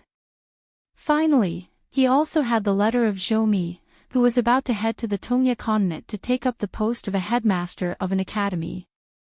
Headmaster, secretary, and associate hierarch. With 3 recommendation letters in hand, he went to the Confucian Temple of Middle-earth and found the deputy hierarch, Teacher Han. Chengming walked over and replaced Chen Pingan as the head of the brush. Then it was the head of Luopa Mountain Spring Manor, Wei Wenlong. Wei Wenlong stood up and bowed to Chen Pingan, and then to everyone else. Finally, he did not let go and looked at his teacher, Spring Banner House Sword Immortal Xiao Yunyan. Xiao Yunyan stood up with a big smile and bowed to his former disciple, Wei Wenlong, as an equal. According to the rules of the mountain, the etiquette in Ji Se Peak's ancestral hall and outside today could be done separately. Sword Immortal Xiao did not expect that a direct disciple with average cultivation talent would become Luopa Mountain's head of accounts and the hidden official's right-hand man. Lady Xianyan glanced at Xiao Yunyan's flushed face and felt a little upset. Spring Banner House was also one of the 4 great residences of Inverted Hanging Mountain, perhaps because it was named well, it was now the proudest. She immediately retracted her gaze and sat up straight. It was the young hidden official who was looking at her with a smile. Out of the 4 madams of the Haoran world, there were 2 in Luopa Mountain's ancestral hall. Lady Xianyan of Plum Blossom Garden and Lady Gui of Osmanthus Island. After head of Law Changming and Spring Manor Wei Wenlong, it was Sword Immortal Mi Yu who had just resigned from his position as guest elder of MD Covering Cloud. Then it was nascent soul sword cultivator Cui Wei, Zhang Jiazhen of the head of accounts, and talisman cultivator Jiang Chu, Zhao Shuxia, Zhao Wan. Pei Qian's first disciple, Zhou Junchen, who was nicknamed A Man Nascent Soul Fox Demon Pei Xiang, who had been cultivating in the lotus root blessed land all these years. Nascent Soul Water Serpent Hong, Yunzi, who had just formed his Aurous core. There were also 9 sword immortal embryos from the Great Wall of Sword Qi. After that, there were 3 more ceremonies. The first was Sword Immortal Guizhuzhou. Her name was recorded on the second page of the Ancestral Hall's direct disciple. She became the Mountain Lord Qin Pingan's direct disciple. The second was the young martial artist Zhao Shuxia. Similarly, he became Qin Pingan's disciple and officially became the Mountain Lord Qin Pingan's direct disciple. From then on, among Qin Pingan's direct disciples, there were Cui Dongshan, Pei Qian, Chao Qinglang, Guizhuzhou, and Zhao Shuxia. There were a total of 5 people. The third was Zhou Junchen. Becoming Pei Qian's disciple was equivalent to becoming Qin Pingan's direct disciple at the same time. The ceremony of becoming a disciple required the disciple to kowtow and the master to drink tea. After Qin Pingan and his disciple Pei Qian accepted their respective disciples, Qin Pingan drank a cup of tea from Zhao Shu and a cup of tea from Zhou Junchen. After putting down the teacup, Qin Pingan smiled and said, "Everyone, why don't we strike while the iron is hot and settle the matter of our Luopa Mountain hiring a guest elder today?" If not for the rules of the mountains and rivers, Qin Pingan would have already asked Cui Dongshan to close the door. Some of them were scholars in the same line of literature. There was no need to add flowers to the brocade, such as Lin Shui, Yu Lu, Xie Xie, and Dong Shuijing. Wei Pai was the mountain lord of the North Peak, Lu Jinglong was the master of a sect, Lu Zhongruan was the master of an island, Sun Qing was the master of Sparrow Manor, and Su Xingzhou was the city lord of Above Cloud City. Due to the lack of etiquette, they could only drop the matter. Some of them were business allies. There was no need to add feet to a snake to prevent confusion. For example, Fan Er of Old Dragon City, Sun Jiashu, and Wei Yusong of the Hemp sect. Therefore, the final candidates to become a guest elder of Luopa Mountain were Xiao Yunyan, Madame Huanyan, Huan Yun, Xia Songhua, Lu Jiqing, and Li Fuyao. After Lu Xianyang finished talking with Wei Jin, he quickly ran to Lin Shui and Dong Shuijing's side. He put one hand on each of their shoulders and called out to Han Qingjiang with a smile. Han Qingjiang's face was stiff and his body was tense. He turned his head and forced a smile at Lu Xianyang, looking straight ahead. Lin Shui, who had been a temple attendant in Qidu, narrowed his eyes. Dong Shuijing's mouth twitched. The scholar Han Qingjiang's forehead immediately broke out in sweat. In fact, the Hualing dynasty was one of the few great dynasties in the North Continent, and the Han family was the retired emperor of the Hualing dynasty. Their status was similar to that of the Yu family of the Central Plains. As the legitimate son of the Han family, Han Qingjiang was actually from a first-class family in the vast world. It was just that he was in a foreign land and was not familiar with the people and the place, so it was inevitable that he felt unsettled. He did not mind eating pickles and drinking inferior wine at all. Every day, he did some chores like carrying water and chopping firewood. However, he was scared away by his only good friend in town, Lu Xianyang. According to Lu Xianyang, Lin Shui and Dong Shuijing had been the devils incarnate in their hometown since they were young. They liked to put sacks on people halfway through their journey and drag them to the farmland to beat them up. Han Qingjiang was not afraid of quarrels, but he was afraid of fighting. If he returned to the house with a bruised nose and a swollen face, even if Han Qingjiang did not feel embarrassed, his mother-in-law was the most prideful. His neighbors were also the best. What could he do? Say that he fell down on the road. When Li Lu turned her head slightly and looked back, Lin Shui and Dong Shuijing immediately looked away calmly. Sun Qing of the Rainbow Sparrow residence brought along the direct disciple, Lu Guibao, and the nascent-souled female cultivator from the True Realm sect, Li Fuyao, and her direct disciple, Zhou Caijin, walked behind Lu Jinglong's group. The white-haired old man knew what was going on. Behind him, Manor Head's son and Lu Sui of the Water Classic Mountain were both among the top 10 fairies of the North Continent. They were also obsessed with Lu Jinglong. Then, the Spring Banner House's sword deity Shao and Lu Sui's master were half Daoist companions. Therefore, at this moment, the two groups of people were so close to each other, but danger lurked everywhere. Fan Er, Sun Jiashu, and Jin Su were discussing matters with the hemp sex god of wealth, Wei Yusong. Shan Jun Wei Pai, the female sword deity Xie Songhua, Xian Peaks Yuan Ling Hall, Yu Jufu, and Lin Junbai. The five of them came from the 4 continents and were chatting happily. The 2 shops that came from the Riding Dragon Alley were Shi Rou, the little mute Ah man, the blind Daoist Jia Qing, Zhao Dengao, and Tianzhou. Then, they went down the mountain together with Zhang Jiajin and Jiang Chu, who used to be the assistant shopkeeper and did odd jobs in the Riding Dragon Alley. The old Daoist stroked his beard and smiled, feeling refreshed. He had no choice. Now that he had been promoted, he couldn't stop him. The consecrators of Luopa Mountain were divided into 3 classes. He was just lying down and enjoying the good fortune of being a second-class consecrator. They reached their residence halfway up the mountain. The immortal mansion of Ji Se Peak and the row upon row of buildings at the back of Luopa Mountain were all built by the consecrator, Zhou Fei, who spent more than 10 pieces of grain rain money. Every mansion was personally designed and built by the head steward, Zhu Lian. He was indeed the old chef who had compiled the construction method in the lotus flower-blessed land. Compared to the mansion near the bamboo building on Spirit Gathering Peak, it could be said that the latecomers had caught up. However, everyone knew that whether or not they could be considered the real elders of Luopa Mountain still depended on whether or not there was a worthless, small dilapidated mansion near the bamboo building.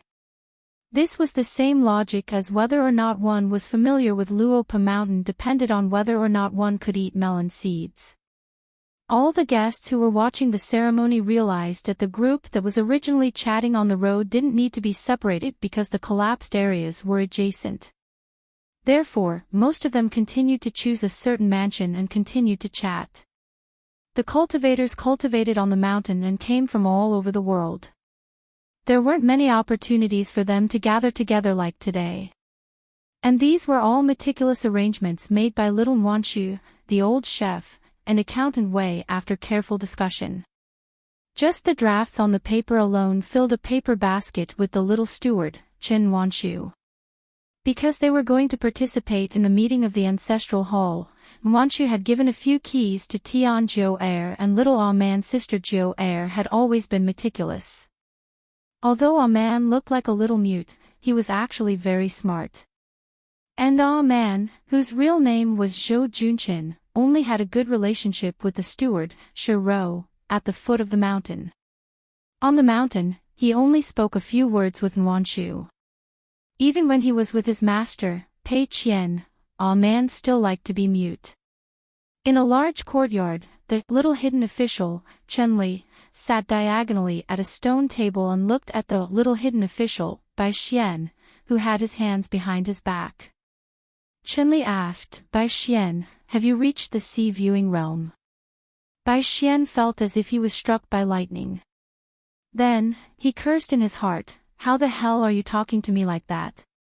So what if you're the little hidden official recognized by the Great Wall of Sword Qi? How many days have you been with Master Chao? Gao Yuqing felt a little indignant for the child and complained, Chen Li, you can't bully people like that. Bai Xian isn't even 10 years old.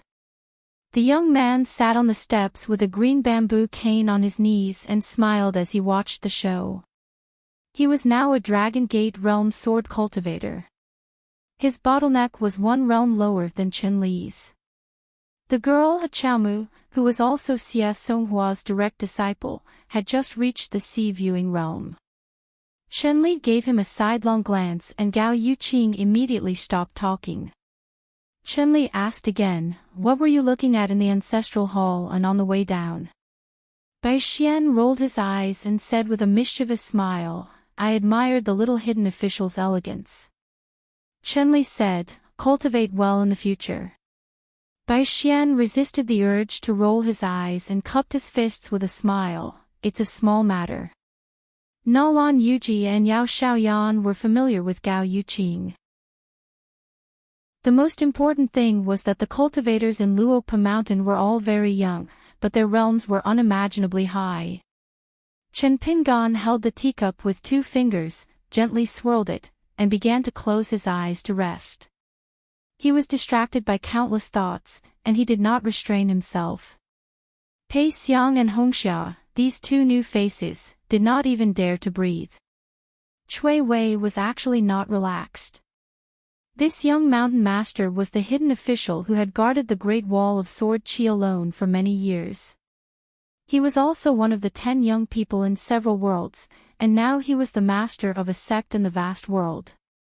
Chen Pingan slowly opened his eyes and said with a smile, "I am very lucky to be able to meet all of you and become a kindred spirit. I am very honored that all of you can appear in this Ji-Se Peak's ancestral hall."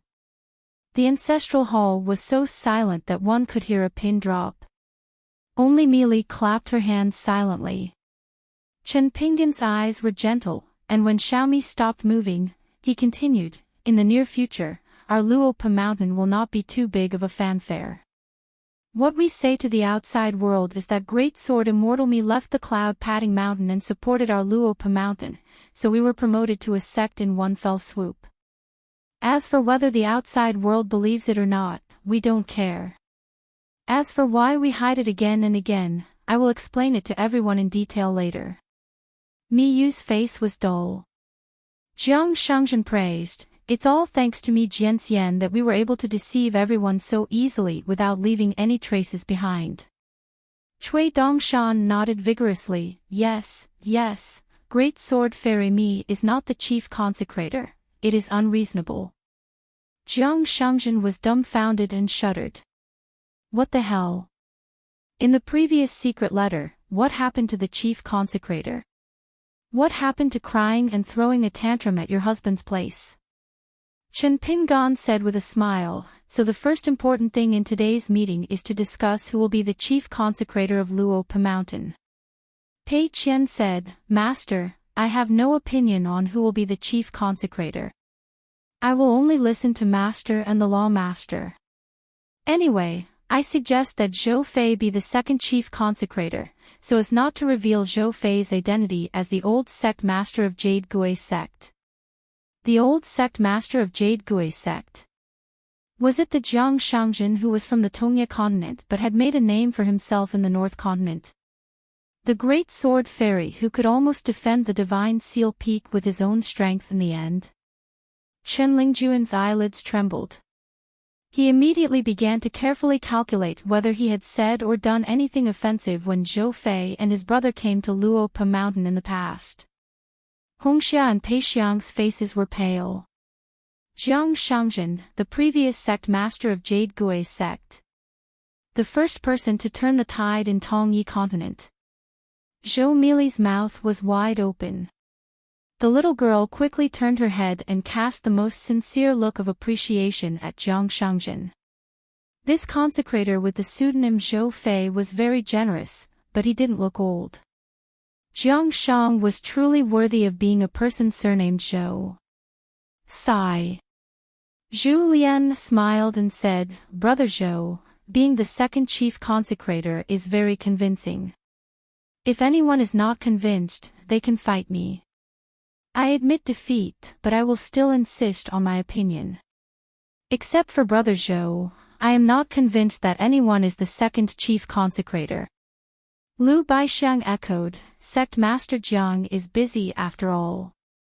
Although it is a great waste of talent to be the second chief consecrator of Luopa Mountain, it can't be helped." Jiang Shangzhen was sad and said helplessly, "I am not busy at all. Jade Gui sect, Xinjing sect, I am not the sect master anymore. Wei Xian, who had been sleeping with his arms around his chest, finally added, I am a rough person, so I speak directly. Zhou Fei, you look like an Ascendant Realm material. You will need to go into seclusion in the future. The first chief consecrator is the face of a mountain, and you will need to sneak down the mountain from time to time to fight. Luopa Mountain is sorry to delay Brother Zhou's cultivation. Mi Yu was scared witless. In the ancestral hall, he was definitely the one who wanted Jiang Shangzhen to be the first chief consecrator. Just give him the title of chief consecrator. Not to mention the first chief consecrator, he didn't even need the second chief consecrator. Chao Qinglang was slightly surprised, but he still gave his opinion. I think it is more reasonable for Sect Master Jiang to be the first chief consecrator. Let me Jianxian be the second chief consecrator, but we can temporarily hide the first and second chief consecrators from the public. Jiang Shangzhen almost burst into tears. Finally, someone spoke up for justice. Sure enough, he still had to rely on Luopa Mountain's reputation to be Chao Qinglang. Chen Pingan held back his laughter and turned to look at Chang Ming. There is a big disagreement. What do you say, Master? Fellow Daoist Chang Ming stood up and said, Mountain Master has the final say. Chang Ming is only responsible for filling in the blanks of the first and second chief consecrators. Chang Ming walked to the desk that had not been removed and took out the Ji Se Peak Ancestral Hall's genealogy. He opened it and turned to the 2 blank pages of the chief consecrators and second chief consecrators. Cui Dongshan's 2 snow-white sleeves drooped on the armrest of the chair. After fanning the flames, he decided to watch the fire from the other side. One was shameless and determined to be the first chief consecrator, while the other was so scared that his sword heart became unstable and he refused to be the first chief consecrator. Sure enough, this kind of situation could only happen in his own ancestral hall. As for whether Jiang Shangzhen would blame him for being unkind, this was the ancestral hall's discussion. What did it have to do with him, Cui Dongshan? Chen Pingan suddenly stood up with a smile and cupped his fists towards Jiang Shangzhen. Congratulations to First Chief Zhou. I will have to trouble you in the future. In the ancestral hall, except for Jiang Shangzhen, almost everyone stood up at the same time and cupped their fists towards Jiang Shangzhen to congratulate him. Mi Yu, who was called a great sword immortal, was especially sincere. Jiang Shangzhen shook his sleeves and straightened his clothes. He cupped his fists in return and laughed loudly. I am indebted to your kindness. I am ashamed to accept your kindness. I am ashamed to accept your kindness. Seeing the mountain chieftain smile, Jiang Shangzhen immediately changed his tone. Since everyone has agreed and there are no objections, I will move my seat. Jiang Shangzhen stood up and picked up the chair. He moved it to the seat behind Chang Ming and Wei Wenlong. At the same time, Cui Dongshan, Pei Qian, Chao Qinglang, and everyone else moved their seats with a smile. As the chief consecrator of an ancestral hall, his seat was naturally very close to the front. Jiang Shangzhen sat down on the chair and turned around with a smile. Brother Cui, we are neighbors now. Cui Dongshan stretched out his hand. Jiang Shangzhen smiled and clapped his hands lightly. Cui Dongshan grabbed Jiang Shangzhen's hand and asked softly, red packets? You don't feel bad if everyone has one, do you? Jiang Shangzhen said, 2 for each person. I have already prepared them. Pei Qian rubbed his forehead. Chen Pingan stood up and said, East Mountain, open a painting of the mountains and rivers to the west of the town. Cui Dongshan snapped his fingers. A map of the undulating mountain range appeared in the ancestral hall. Clouds and mist rose, spiritual energy flowed, and the veins were clear. Cui Dongshan stood up and walked to the edge of the painting. He stretched out a finger and drew a small circle. He drew a mountain and river and said slowly, Mountain Lord, including the cloud mountain where Wei Pai is, there are a total of 62 mountains. The Dragon Spring Sword sect occupies the Divine Grace Mountain, the Lamp Mountain, and the Hengming Peak. In addition, the surrounding Treasure Mountain, Rosy Cloud Peak, and Immortal Grass Mountain are actually vassals of Luopa Mountain. They are only rented to the Dragon Spring Sword sect for 300 years. After that, the Dragon Spring Sword sect bought 4 more mountains, which are generally around the Ancestral Mountain. After Wanting moved the Ancestral Hall to the old mountain range north of the capital, if nothing unexpected happened, with Wanting's temper, he will rent these 4 mountains, and there is a certain possibility that he will choose to sell them directly to our Luopa Mountain, as a return gift for the 3 mountains that Luopa Mountain rented back then. Chui Dongshan began to point out, Mr. bought the Grey Mist Mountain to the north of Luopa Mountain and split the Oxhorn Mountain in half with Wei Shanjun. The Cinnabar Mountain that the Sioux family of the Clear Breeze City had moved out was temporarily rented to the AOU back of the Pearl Hairpin Island in the Book Lake, the Azure Dawn Peak, the Sword Reverence Terrace located in the westernmost part, and the True Pearl Mountain located in the easternmost part. In addition to the Yellow Lake Mountain that Chen Lingjun had pulled strings to buy, during Mr.'s travels, under Zhu Lian's operation, our Luopa Mountain had successively purchased the Fragrant Volcano, Distant Screen Peak, and Zhaoshan Mound at a low price. Every time Chui Dongshan pointed out, the mountain roots and water luck would appear one by one. Chui Dongshan said in a deep voice, in addition to the Dragon Spring Sword sect, the Dragon Spine Mountain has the Dragon Beheading Cliff, the Wind Snow Temple, and the True Martial Mountain will definitely not give up, so we will not think too much about it. As for the group of immortal masters who cultivate on the Clothes Belt Peak, the Ancestral Hall is actually located in the Dreamliang country, which is a neighbor of the Red Cloud Mountain. The former is a second-rate immortal force in the Aquarius continent, and is relatively at the bottom. It's just that their relationship with our Luopa Mountain is good, so we don't have to think too much about it. But the other 10 or so immortal forces don't have any relationship, so we won't bully them. At this point, Chui Dongshan looked at Jiang Shangzhen. Jiang Shangzhen smiled and said, Bye, sell, both sides are willing, isn't there a relationship? Wei Wenlong said, in the Spring Mansion's account book, there is actually a slight surplus. Chen Pingon finally interrupted and asked with a smile, what kind of surplus? Wei Wenlong immediately stood up and reported the account book.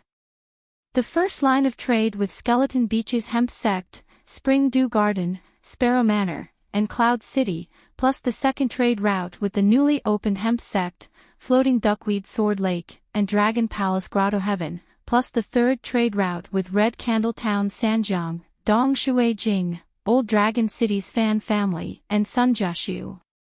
In addition, there was also the income from the Oxhorn Mountains Ferry, the Bundle House, as well as the high-grade Lotus Root Blessed Land. Therefore, the so-called slight surplus in the account house was not only the Luopa Mountain had paid off a large amount of debt, but also the 3,600 grain rain money in the account book. The key point was that in the Spring Mansion's account house, there were still 600 gold essence copper coins. And the income from the Lotus Root Blessed Land and the 3 trade routes was endless.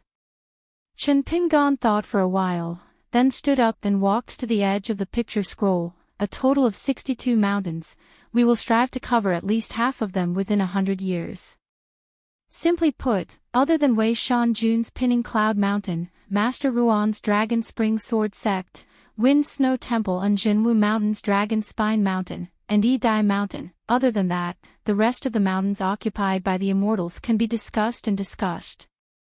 But remember, since it is a discussion, then discuss it properly, don't force them to buy or sell. After all, a close neighbor is better than a distant relative. It would be best if it is continuous, if not, we will look for a few enclaves in the Aquarius continent. Chen Pingon stared at the picture scroll, and said slowly, Aquarius Mountain, Rosy Clouds Peak and Immortal Grass Mountain, let's not talk about them. Luopa Mountain is where the Ancestral Mountain is, Aou's back has been rented to Island Master Lu. Zhenju Mountain is too small. Oxhorn Mountain is the Immortal's Ferry. Hongsha has already opened up a water residence at the bottom of Yellow Lake Mountain. Ling Jun and Wanshu's Dragon King Basket is also at Yellow Lake Mountain. Ling Jun's and Wanshu's Dragon King Basket is also at Yellow Lake Mountain, refined into a mountain and river array. So now, the empty mountains are Grey Mist Mountain, Cinnabar Mountain, Weixia Peak, Reverend Sword Platform, Fragrant Volcano, Yuanmu Peak and Illumination Mound. Within 10 years, there is no need to hold the opening ceremony. 7 mountains, you can choose now. Hongsha stood up and said with a trembling voice, Mountain Master, I have already moved to the Lotus Root Blessed Land, and occupied a river there. I should give up Yellow Lake Mountain, and give the water residence to Yunzi. Chen Pingon raised his head and smiled at the bottom of the pond. He shook his head and said, There's no need. Your immortal opportunity is at Yellow Lake Mountain. Pei Xiang, you can stay in the Lotus Root Blessed Land and deal with the affairs of the Fox Nation properly. The sky will not fall. Since you have become the ancestral master of Luopa Mountain, we are family. I will help you cut off the karma with the Su family of Clearwind City and not leave any hidden dangers. But let me say this first, there is no need to deliberately do anything that will harm the interests of the Fox Nation in order to curry favor with this ancestral master. There is no need at all. Our Luopa Mountain is still different from ordinary mountains. We are more reasonable. After so many years of interaction, I believe Ancestral Master Pei Xiang should know. Pei Xiang immediately curtsied. Chen Pingon nodded and then continued, Next, we will discuss the location of the Tongyi continent for the lower sect of Luopa Mountain. Chen Lingjuan's eyes widened. What? There's a lower sect. Then he would be the first sect master of the lower sect. He coughed a few times and was about to stand up when Chen Pingon said with a smile, Why, Master Lingjun, do you plan to personally make a trip to the Tongyi continent? Wouldn't it be a waste of talent? Chen Lingjun immediately put his butt back on the chair and said with a laugh, No, Master must be joking. I have small arms and legs, the burden on Luopa Mountain is very heavy. Chen Pingon hesitated for a moment, but still decided to be straightforward. I originally planned to let Chao Qinglang be the first sect master of the lower sect, but I'm worried that the matter of choosing the lower sect won't just be complicated in the 3 continents. Once my 2 identities are exposed, there will be many accidents that will target the lower sect. Cui Dongshan said with a smile, I will be the vice mountain elder of the lower sect. Transition. Pretending to be surprised, Cui Dongshan leaned forward and stretched his neck to look at Miyu. He said, Great, now there is an empty position of ancestral master of the lower sect. Great Sword Immortal Mi. Don't you think this is a coincidence? Miyu's body had just been relaxed for a short while, but now it was as if he was facing a great enemy. He looked pitifully at Chen Pingon and said with a bitter face, Hidden official, I really can't be an official. Even if I don't want to be the ancestral master, I still have to be the ancestral master. I will accept it. Over at Sparrow Manor, there was Lu Guibao and many other ancestral masters with burning eyes. This made Miyu very worried. Chen Pingon said with a smile, The ancestral master of the lower sect can be decided temporarily. We will discuss it later. Anyway, as long as you become an immortal, everything will be fine. Miyu heaved a sigh of relief. He would drag it out for as long as he could. Chen Pingon turned his head to look at the right side of Sui and said telepathically, In the Cloud Cave Blessed Land, I saw your teacher. He is now using the name Ni Zan and is an old Hao master who is ferrying boats at Yellow Heji. He left Lotus Flower Blessed Land a long time ago and is now a pure Jade Realm sword cultivator. There is also the story of killing mosquitoes on the river. When you were cultivating in Jade Gui sect, you should have heard of it. The riding crane city that we visited before was a place of immortals left behind by your teacher when he descended and left his hometown. Sui Yuyu's expression was complicated. He nodded slightly and clenched the chair's handle. Chen Pingon waved his sleeve and a picture of the blessed land Mount Laojun appeared. Chen Pingon explained the current situation in Tongyi Continent to everyone. Taiping Mountain, Yao Family of Great Spring, Alliance of Peach Leaves, Mountain Drive Crossing, Heavenly Fault Peak. Zhongqiu said with emotion, choosing a lower sect in Tongyi Continent is actually more difficult than choosing a lower sect in Aquarius Continent.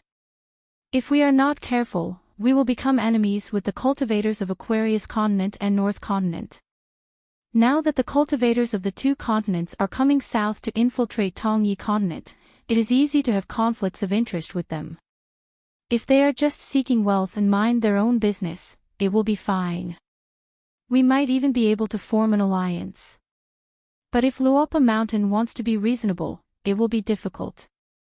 Wei Xian narrowed his eyes and looked at the picture of mountains and rivers.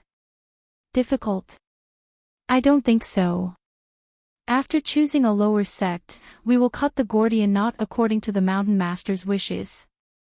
For example, in North Continent, we will cut the Jade Forest sect. In Aquarius Continent, we will cut the big surnames other than Old Dragon City's Fan and Sun family. As long as the knife is fast enough, others will feel the pain even if they don't get cut. Cui Dongshan smiled and nodded. But his gaze, intentionally or otherwise, looked at Chao Qinglang, who was deep in thought. Chao Qinglang was silent for a moment. Instead of stirring up a mess where each side has its own reasons, why don't we listen to Wei Xian and find two forces in the two continents who are completely unreasonable? Then we can reason with them. When others see the sharpness of the knife, they will indeed be more reasonable. At least when they meet us, they will take the initiative to take a detour. However, it is still not enough for us to act so domineeringly. We also need to form alliances. Alliance of Peach Leaves. We will too. Mr. has already picked out the Cattail Fan Cloud Cottage, Heavenly Fault Peak, and the Yao family of the Great Spring. Actually, in addition to the North Continent and the Aquarius Continent, he has chosen an ally from each of them. It would be best if he could build a good relationship with the Lu family of the White Mountain Continent. For example, Sword Deity Xia is the Lu family's consecrator and also our guest. Can we trouble her to pass on a message for us? But we must not make things difficult for Sword Deity Xia. Otherwise, the gains will not make up for the losses. We will waste Mr.'s precious relationship. Cui Dongshan clapped and smiled. Xiaomi didn't really understand what he was saying, but she just clapped her hands. Sui Yu suddenly said, I can be the head consecrator of a lower sect. Wait until I reach the nascent soul realm. Zhongqiu smiled. I can accompany Chao Qinglang to Tongyi Continent. She can train for a few years first. She is not in a hurry to become a sect leader. Mi Yu saw that the situation was set and immediately changed his mind. He smiled and said, I can give Mr. Zhong a hand. Chao Qinglang, Cui Dongshan, Zhongqiu, Mi Yu, and Sui Yu. Jiang Shangjin, who was secretly supporting them. It could be considered a foolproof plan. Chen Pingon asked, Lotus Root Blessed Land. Zhongqiu smiled and asked, Mountain Master. Chen Pingon could not help but laugh.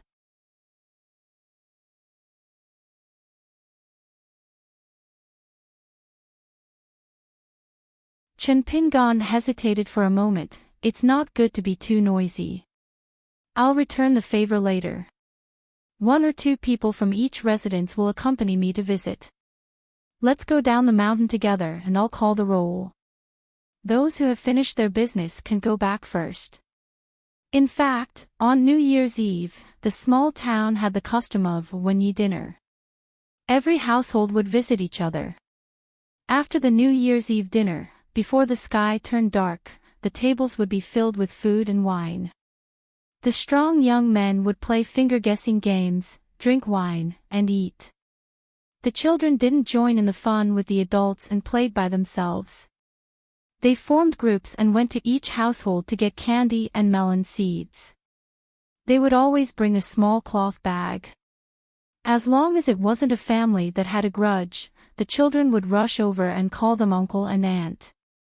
The elderly would all sit by the stove that night.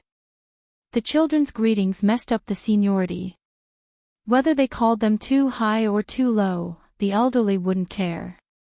If it was a neighbor with whom they didn't have a good relationship, some of the children would wait in the alley outside the door. According to the small town's dialect, the words one and meng had the same pronunciation. Therefore, when Chen Pingon went out for his first trip, he specially discussed this question with Little Treasure Bottle. Was it a wen yi dinner or a meng yi dinner? In the dozens of residences where guests stayed, two sword immortals were admiring a couplet in the study room. There were 30 plum trees around the house, and there were 2,000 books on the bookshelves. Xiao Yunyan praised, full of smoke and mist, this is a celestial residence. There was a little money grubber squatting in the hall, circling around a pair of armchairs with cloud patterns. The little girl only then noticed the seal characters on the back of the chairs. They were gentle wind and bright sun, and clear clouds and bright moon. The chairs were new, but the words were very ancient. Two madams were walking along a green bamboo corridor. Madame Ruoyan raised her head and looked over. There was a string of iron horses under the eaves. Dozens of jade birds were hanging outside the eaves on thin green threads. When the wind blew, the birds flew away, making tinkling sounds. Madame Gouet looked at a feng shui stone outside the corridor. It was inscribed with 8 words, isolated cliffs, like climbing nature. Perhaps it was not enough, someone carved 4 small words in clerical script at the bottom right corner, the stone is me. In a pavilion of a residence, Lu Guibao of the Sparrow residence was brewing tea. There was a purple sand teapot with a base of cold rain, which was specially used to drink iced tea. The flower seal was silent. A giant mountain landscape was suspended in the middle of the hall. It was 20 feet long and looked very imposing. It seemed to be a celestial scene on the horizon. It flew into this gentleman's colorful screen. At first glance, it was the work of the Central Plains master of painting, the Fan family. Upon closer inspection, it was still the same. There was nothing wrong with it. The signature, seal, and flower seal were all excellent evidence. But in fact, it was the old chef who took off his apron. He went back to his study room and held a brush with both hands. With another brush in his mouth, he casually drew. It was nothing more than a few famous paintings bought from the bookstore in Red Candle Town. Of the 36 guest residences on Jisa Peak, from the French drawings to the layout of the mountains and rivers, down to all the details, every couplet, calligraphy, and painting, every document, every bamboo chair, every teapot, every bamboo bookmark, they were all the work of Zhu Lian, who took a break from his busy schedule. At the first residence of Jisa Peak, Chen Pingon only crossed the threshold with Changming. This group of guests was the first disciple of the Dragon Spring Sword sect, Dong Gu and Lu Xianyang. Wei Jin of the Wind Snow Temple. The relationship between the Dragon Spring Sword sect and the Wind Snow Temple was well known in the continent. Dong Gu, who was born as a demon, naturally had a good impression of Luopa Mountain. Moreover, Luopa Mountain bought the most expensive sword talismans. One worshipped Zhou Fei, and the other was Changming, as if they were addicted. Chen Pingon and Dong Gu greeted each other courteously. As for Lu Xianyang, there was no need to say anything courteous. Therefore, after sitting down, Chen Pingon chatted more with Wei Jin. Wei Jin said that he would not stay in Luopa Mountain for long and would soon go overseas. There were still many fish that escaped into the sea from the demon race. It was a good opportunity to practice swordsmanship. Wei Jin also said that in today's vast world, many immortal opportunities were born. He only said that a suspended lake appeared out of thin air in the Aquarius continent. On the island in the center of the lake, there was an ancient building like an ancestral temple. There were 3 words on the plaque, autumn wind, and 2 words were clearly visible. However, the last word was only half left, which was the word sea. The complete story was most likely the Autumn Wind Temple. However, the Qi cultivators who searched for the immortal opportunities went in and came out without knowing anything. No one gained anything. They only knew that there was a flock of illusory spiritual drum crows living inside, with fallen leaves in their mouths. Besides that, there was also an immortal fairy that was at least a quasi-immortal weapon on the South Sea. It was large enough to travel across continents, and it was like a magnificent city. On the ferry, there was only a strange monk that seemed to be born from the Great Tao. However, the ferry's whereabouts were uncertain. Whether one could board the ferry depended on their luck. However, those who boarded the ferry all disappeared. No one could leave. After that, a female immortal cultivator from the Liuxia continent and a sword immortal from the central continent boarded the ferry to investigate. They did not expect that they could not stop the ferry. They were almost invited to stay for 100 years by the young monk. Both parties could only forcefully break open the small world and return to the vast world. The Autumn Wind Temple in the Aquarius continent, the nameless ferry drifting in the South Sea, the Sea View Tower in the Golden Armor continent, after the vast world and the desolate world connected, immortal opportunities appeared like bamboo shoots after the rain. Chen Pingan was naturally not interested in the Autumn Wind Temple. However, if someone from the Luopa mountain went down the mountain to train, he could try his luck. After all, it was not as dangerous as the ferry. Lu Xianyang personally sent Chen Pingan to the door and suddenly swung his arm. Chen Pingan lowered his head, bent his waist, and rushed forward smoothly. The second house, Old Dragon City's Madame Gui, Upside Down Mountain's Madame Yen. Chen Pingan brought Pei Qian and Chen Wanchu to express their gratitude. On the long bench in the bamboo corridor, both parties sat opposite each other. Madame Gui was still gentle. She called Pei Qian to sit beside her. Nuanshu was also pulled to her side by Madame Gui. Hence, Chen Pingan could only sit alone at the side.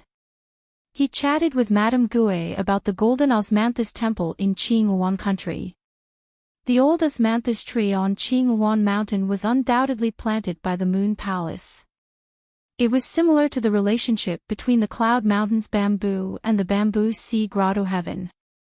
Now that both parties' identities had been revealed, it was no longer a taboo topic. Madame Gui smiled and said, "The 6 osmanthus trees on Qinghuan Mountain indeed came from my Osmanthus Island. The founder of the Golden Osmanthus Temple can be considered Xian Cha's unofficial disciple. The current temple master Zhonggua, according to seniority, can be considered Xian Cha's 3rd-generation disciple. Little Bucket should be Zhonggua's martial uncle." Xian Cha had a secret agreement with the ancestor of the Fan clan. She also helped to refine bamboo wormwood, allowing the ferry to safely pass through Jiaolong Ravine. Osmanthus Island gifted her a few osmanthus flowers. The Fan clan's old boat master who concealed his name was Xian Cha. He had long abandoned his surname and called himself Daoist Xingzhou. Old boat master could be considered the unofficial eldest disciple of the Beko Keikyung building's 3rd chief. Lu Qin did not recognize this disciple with poor aptitude. However, Chao Rong, He Xiaoyang and the other direct disciples all recognized this eldest apprentice brother. And this Xian Cha was still infatuated with Madame Gui. When Chen Pingan rode Osmanthus Island to inverted Hanging Mountain in the past, he had experienced this person's infatuation with Madame Gui. The two of them had even exchanged Dao techniques. Chen Pingan actually had a better impression of Xian Cha's unofficial disciple. However, in terms of fame, Xian Cha, who was only in the Jade Primitive Realm, was more famous than the Ascendant Realm in the vast world. She was a cultivator of the same path as Lu Qiqing of White Emperor City. Of course, Chen Lingjun of Luopa Mountain was not bad either. In Gold Osmanthus Temple, under the oldest Moon Palace type Old Osmanthus tree, a certain sword immortal carved a chessboard on the stone table with sword aura. At that time, the two parties who joined forces in Wandering Daoist Temple were the Daoist Xian Cha and the owner of Wind and Thunder Garden, Li Tuanjing. Madame Gui could be considered to have solved a long-standing mystery of the immortals for Chen Pingan today. It seemed to be similar to riding Crane City. Chen Pingan looked at Pei Qian and suddenly laughed. There was once a hospitable little Daoist child in Gold Osmanthus Temple. He tried to find a way to give a dark girl who was visiting a mountain a valuable immortal osmanthus umbrella. Pei Qian asked suspiciously, "Master?" Chen Pingan smiled, "Do you still remember that little Daoist child?" Pei Qian thought for a while and nodded, "I remember." He followed the young Daoist called Su Borui. He was a troublemaker.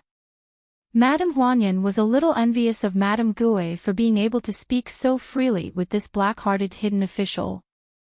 However, when she thought of the blade-strengthening gourd that Xiao Yunyan temporarily lent her, Madame Huanyan felt a little more at ease. One would not hit a smiling person, right? Why did Chen Pingan place her beside Lu Ji? Whether it was the original intention of the Summer Palace or the hidden official's intention, Madame Huanyan was well aware of it. He hoped that the straightforward Lu Ji would be able to help her come up with ideas when she arrived in the vast world. Madame Gui asked telepathically, "Mr. Qin, do you know anything about Yu Lao's red string?" Chen Pingan smiled, "I only heard that Lu Qi has a book of marriage. Yu Lao once flipped through it and chose two people. After tying the red string, they would be a beautiful couple. Whether they can grow old together depends on the length of the red string." Lu Qi. There were once two groups of the most underrated and overrated cultivators on the mountain peak. Among them, Lu Qi of the Ascendant Realm was widely spread because of his well-written lyrics. However, the origin of the Willow Tendon Realm, and the reason why one could reach the heavens in one step was not known in the vast world. Therefore, Lu Qi was known as one of the most underrated cultivators on the mountain, especially on the mountain peak. After Lu Qi returned from the Qingming Tian to the hometown of Haoran, it proved that he was indeed the most underrated cultivator of the Ascendant Realm. Lu Qi stopped the sovereign stage Great Demon Yang Ji on the sea. It was rumored that he used 365 spells to completely crush Yang Ji's natural water spells. In the end, he joined forces with the Confucian Temple's deputy hierarch and successfully detained Yang Ji, who tried to escape to a secret realm in the central divine continent. Among the overrated cultivators, there was the Mahist Master who could attack and defend a city alone. There was also the left and right who had never really fought with Pei Min Wenjian. However, after the Mahist Master defended the South Sa continent and fought with the 14th-level sword cultivator Xiao Ruo Wenjian, he was no longer in the overrated category. Instead, it was the mellow scholar Chen Chunan who risked his life and destroyed the sun and moon on his shoulders. Because even so, not to mention exchanging lives with Lu Cha, it seemed that Lu Cha did not even drop in his realm. He only stopped Lu Cha at the ruins of the end in the South Sea that led to the wilderness. Madame Gui said seriously, "Be careful." Chen Pingan nodded, "I'm already very careful." Madame Gui glanced at Chen Pingan's wrist. Chen Pingan smiled, "It's not the same." He stood up and bid farewell. Chen Pingan suddenly smiled, "Madame Huyan, I'll ask you about the battle in the South Sa continent in detail later." Madame Huyan's face stiffened, and she nodded in agreement. The third place was filled with people from the North continent. Chen Pingan brought along Chao Qinglang, Zhou Mili, and Chen Lingjun. Xiao Mili came from Mute Lake, and Chen Lingjun came from the North Continent. Bai Shou personally welcomed his good brother Chen Haoran at the door. As long as Pei Qian was not here, Chen Haoran was his good brother. When they arrived at a courtyard, Chen Pingan stepped over the threshold and was about to withdraw his foot and slip away. I can't run away on my own mountain. Lu Jiqing smiled and said, the higher the realm, the more cowardly the drinking table. Chen Pingan said, House Master Xiao, perfected Huan, apricot wine, Chen Lingjun, and Xiaomi will drink with the two of you. Won't it be like playing around? Su Xingjiu was confused. Chen Pingan reminded her, perfected Huan is now a guest elder of our Luopa mountain. The two of us can be considered your and Miss Xiao's half-moon elders. Apricot wine, think about it yourself. Su Xingjiu sighed. Lu Jiqing thought for a moment. Then count me in.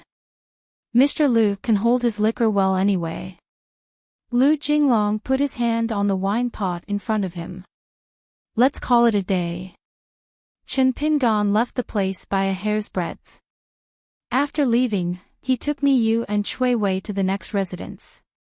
In fact, Su Xingjiu wanted to tell Chen Pingan something that was on her mind. The new city lord of Cloud City looked guilty. Chen Pingan smiled and replied in his mind, don't worry, it's a small matter. Drink your wine and accompany Sword Immortal Lu. At the courtyard. Xiao Yunyan asked curiously, Jinglong, why did you let him go? Lu Jinglong started drinking wine and chuckled, there is never a lack of wine in the world. I just need to reunite with an old friend. Su Xingjiu asked suspiciously, Mr. Lu's answer seems to be irrelevant. Lu Jinglong sipped his wine and said helplessly, apricot wine, Jiqing, each of you is more loyal than the other. What can I do? Seeing Su Xingjiu's worry, Lu Jinglong laughed, since Chen Pingan has returned to Luopa Mountain, he will definitely take care of it. What are you worried about? Su Xingjiu nodded and grabbed a wine pot, Mr. Lu, I will go first. Lu Jinglong rubbed his forehead. At the fourth residence. Mi Yu felt that he had barely escaped with half his life from Ji Se Peak's ancestral hole. But the remaining half of his life seemed to be hanging by a thread. And Cui Wei, who had fought fiercely in Aquarius Continent, seemed to have a heavier heart than Mi Yu. Before stepping over the door, he actually took a deep breath. Female Sword Immortal Hu Kai's two direct disciples, Chen Li and Gao Yuqing. Similarly, female Sword Immortal Xia Songhua's two beloved disciples, Zhu Xing and Zhao Mu. The four of them were the first to leave the Great Wall of Sword Qi. Their temperament, flying swords, cultivation, family background, Chen Pingan was extremely clear of them. There were also 9 younger children. Hidden Official Chen Pingan, Little Hidden Official Chen Li, Little Hidden Official Bai Xian. Bai Xian had his hands behind his back. Oh, isn't this the great sword immortal me of the vast 9 continents? I have heard of you for a long time. Your face is truly like a flying sword. It is the bane of all women. Mi Yu waved his hand, you flatter me. Chen Li laughed, it is a pity that Luopa Mountain did not set up the mirror flower water moon. Chen Pingan laughed.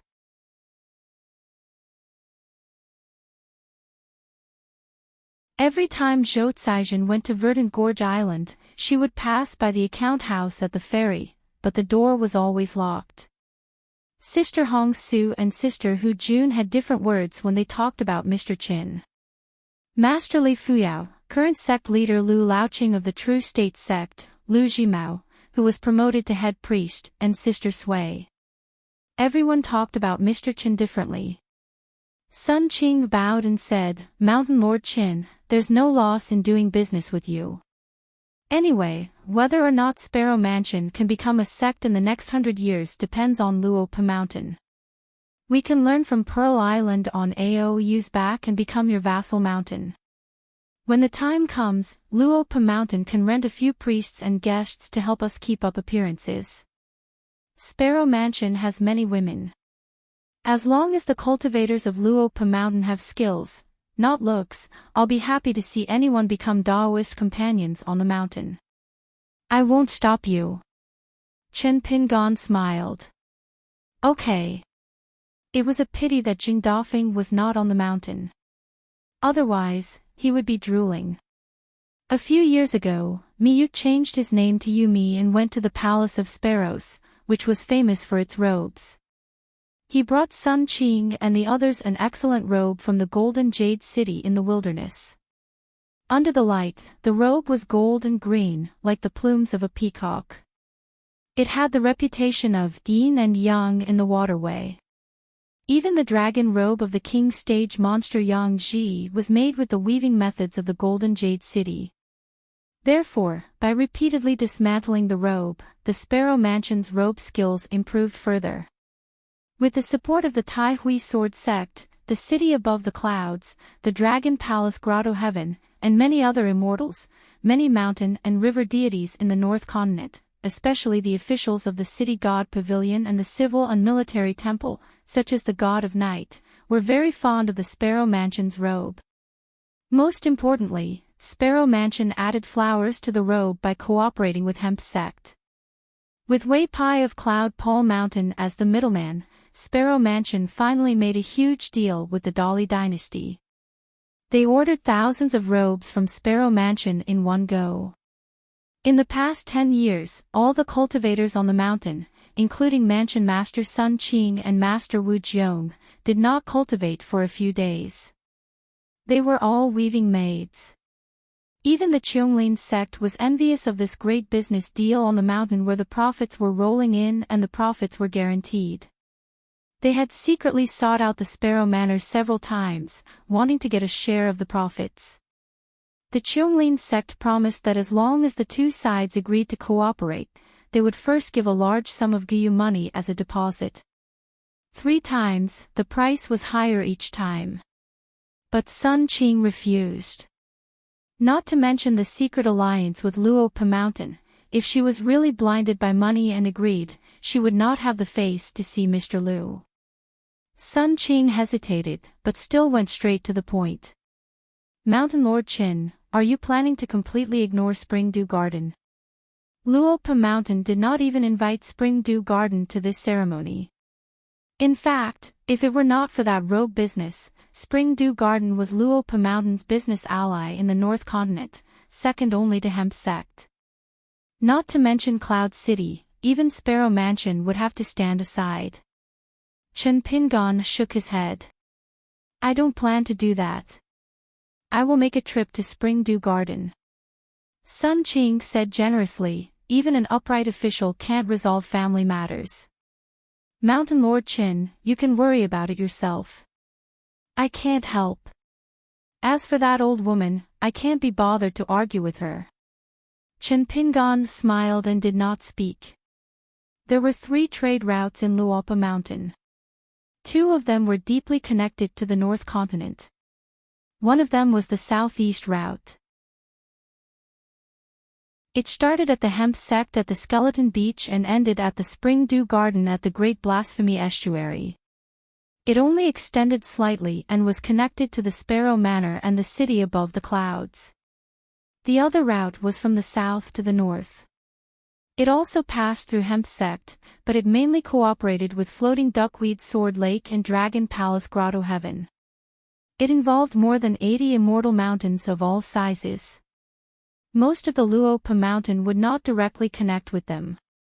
There were even many small mountains that mistakenly thought that the cross-continent ferries were joining forces with the Northern Peak Cloud Covering Mountain and the Oxhorn Mountain Ferry, and then relying on this to sell to the south of the Aquarius continent. During this period, there were 2 big disagreements at Spring Dew Garden. One was when Luopa Mountain decided to lower the price and reduce the profits. Spring Dew Garden would still not lose money, but the profits would be very small. This caused the Spring Duke Garden's ancestral hall to quarrel endlessly. The nascent souled stage mountain lord of Spring Dew Garden still hoped that Luopa Mountain could change the price to a more reasonable price. They could not just ferry back and forth and only earn a small profit. On the other hand, Tang Shi, the old Jin Dan Song Lanqiao, and his teacher, the old woman from the illuminating Night Herb Hall, also had internal conflicts. Tang Shi had the same opinion as the mountain master. Only the pair of master and disciple threatened the Spring Dew Garden with removing their seats at the Hall of Patriarchs. In the end, the Spring Dew Garden weighed the pros and cons and still did not want to lose the Luopa Mountain, their future source of wealth, and chose to retreat. After that, Luopa Mountain had been intentionally or unintentionally increasing the commercial status of Cloud Above City. In addition, Sparrow Manor had inexplicably gained a treasure trove. It seemed that they were only one upper 5 realms cultivator away from becoming a sect. This made Spring Dew Garden, who was rich but never a sect, feel jealous. Sparrow Manor distributed robes to Spring Dew Garden according to the quota. Spring Dew Garden should have been the first to sell out, but for some reason, there was a large backlog. In fact, this originated from a discussion in the ancestral hall. The god of fortune of Spring Dew Garden, who did not see eye to eye with Tang Shi, said a lot of strange things about Cloud Above City and Sparrow Manor. The old woman was also very annoyed. She said that the bunch of pretty girls in Sparrow Manor were chasing away beggars. At that time, Song Lanqiao, who was ranked at the back of the ancestral hall, felt very helpless. His master was good at everything, but she could not stand the words of those with ulterior motives. A few words of praise that shouldn't have been taken seriously were enough to make master disregard everything. Furthermore, Spring Dew Garden really hoped that through his master, he could say a few words to the young sword immortal from Luopa Mountain. That way, he could help Spring Dew Garden earn more immortal money. On this matter, Tang Shi had the same thoughts as Song Lanqiao. He felt that the old woman should not be like this. Friendship was friendship, business was business. However, Song Lanqiao's words in private were useless. Tang Shi tried to persuade her, but he was scolded badly. As for Luopa Mountain, they also took into account the relationship between the old woman and their mountain lord and made 2 concessions. However, Spring Dew Garden still felt that it was not enough. There were also many rumors. For example, Luopa Mountain had helped Cloud Above City build a private immortal ferry, but Spring Dew Garden did not even like this. They were unhappy and sent a flying sword message to Luopa Mountain, requesting to move the ferry to one of Spring Dew Garden's vassal mountains. The writer was the old woman, and the recipient was naturally Qin Pingan. After receiving the letter, Zhu Lian and Wei Pai looked at each other speechlessly. They did not know whether to laugh or cry. Chen Pingan already knew about all these, which was why he personally went to Spring Dew Garden. It was just on the way. Sui Yuyu sat beside Li Fuyao. At Book Slip Lake, Sui Yuyu and the second sect leader, Wei Ying, were like fire and water. This was something that everyone knew. She did not have much interaction with Lu Laoqing and Lu Jimao. Only Li Fuyao could chat with her. Li Fuyao was filled with emotions. The young accountant of Verdant Canyon Island seemed to have become a completely different person in a few blinks of an eye. He was calm and composed, handling a cleaver with ease. Moreover, it was like a spring breeze when interacting with him. When Qin Pingan left, Sun Qing suddenly said, "Mountain Lord Qin, you won't cause a ruckus in Spring Dew Garden, right? Amiability breeds wealth." Qin Pingan held back his laughter. "I know." After Qin Pingan left, Sun Qing asked, "Fuyao, Guibao, don't you think this matter is troublesome?" Li Fuyao said, "It's a mix of emotions and reason. It also involves the mountains and money transactions. It's actually very troublesome." Sun Qing said, "Then why is he acting like nothing happened?" Lu Guibao said, Master, have you forgotten what happened at the immortal abode? People like Mountain Lord Qin are born to be good at solving problems. Sun Qing thought for a while. I only remember the way he hugged the bamboo and said, I'm sorry, I'm sorry. Zhou Caijin asked curiously, is there a story? Sister Lu, can you tell me? Lu Guibao picked out some that could be said and told the girl about the dangerous battle for the immortal's destiny. Zhou Caijin listened with an awkward expression. She could not reconcile the image of the gentle Mr. Qin with the image of the black-robed elder. Lu Guibao could not help but tease, your Mr. Qin is very good at making money. Zhou Caijin shook her head. You must have misunderstood Mr. Qin. Chen Pingon brought Cui Dongshan, Wei Xian, and Lu Baixiang to a mansion with a strange atmosphere. There was a stream flowing by. Two groups of people stood by the railing. Li Er, Li Lu, Han Qingjiang. Lin Shui, Yu Lu, Xie Xie, and Dong Shuijing. Yu Lu was looking at the fish in the stream. He wanted to make a fishing rod with his own hands. After seeing Cui Dongshan, she no longer had the slightest bit of a relaxed demeanor. As expected, after Chen Pingon saluted Li Er and greeted him as Uncle Li, Li Er smiled and nodded. Cui Dongshan immediately ran to Xie Xie's side. He stood on his tiptoes, stretched his neck, and shouted in her ear, Great Golden Core Xie, Great Goddess Xie. Xie Xie's body stiffened. Her heartstrings were taut. She did not move. Yu Lu waved at Chen Pingon. I'll go find some bamboo. Chen Pingon hesitated for a long time and only said, breaking through at lightning speed. Here, they talked about business. It wasn't that they didn't have any ties, but that friendship was actually part of business. A true friend, in fact, was nothing more than the relationship between the two parties. It was more important than the word money. On Xie Songhua and Yuan Ling Hall's side, Wei Shanjun, as a guest of Luopa Mountain, actually did half the duty of a host. Chen Pingon brought Zhu Lian and Zhong Qiu to return the greeting. Yu Bifu cupped his fists. Lin Junbai cupped his fists first and then bowed again. Two forms of address, two forms of speech. Greetings, Master Hidden Official. Greetings, Mr. Qin. Chen Pingon nodded first and could only return the greeting. He smiled and asked, how are Chao Gun, Xianxian, and the others? Lin Junbai stood up. I've seen them all once. They miss Master Hidden Official more than I do. Lin Junbai of the Xiao Yuan dynasty was no longer just a youth whose name had risen to fame in the central divine continent. He was an outstanding figure of the younger generation. Every time the name Lin Junbai was mentioned, it would always amaze others. Sword Cultivation Realm, Great Wall of Sword Qi, Great Wall of Sword Qi, his own talent, a Confucian disciple's literary heritage, the Xiao Yuan dynasty's prime minister, an outstanding appearance, an immortal's temperament on the mountain, superb chess skills, a clear talker, and a pragmatic official. These were all good points. He was simply a flawless person. Chen Pingon reminded him, Junbai, you still have to pass 3 stages. The heart demon of the nascent soul bottleneck and enter the upper 5 realms. As the imperial tutor of the Xiao Yuan dynasty, wait for your name to be called. Lin Junbai's expression was solemn as he waited quietly.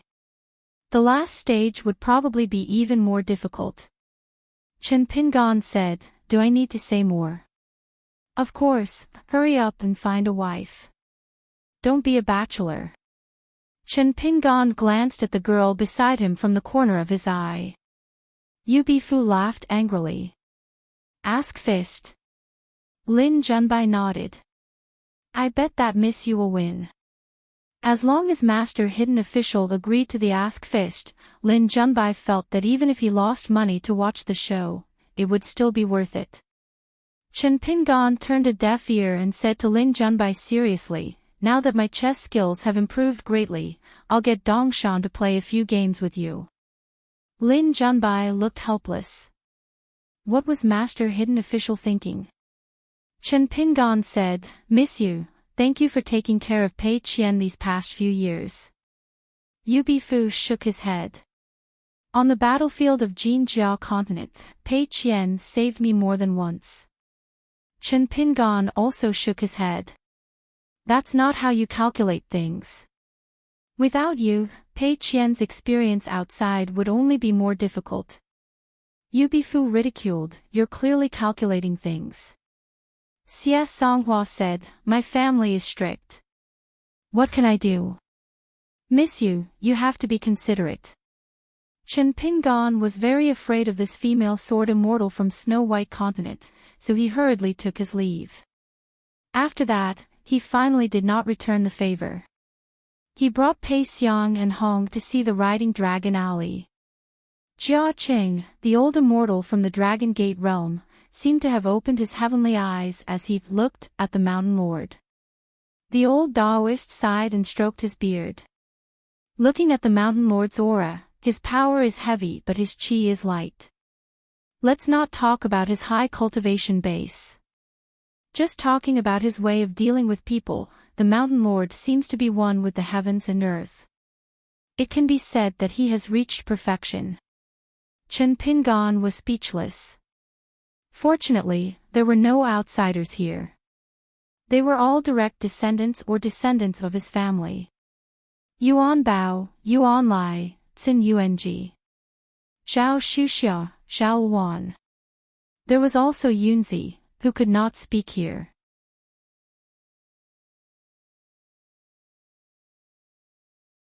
He put two fingers together, as if he was twirling a pocket moon.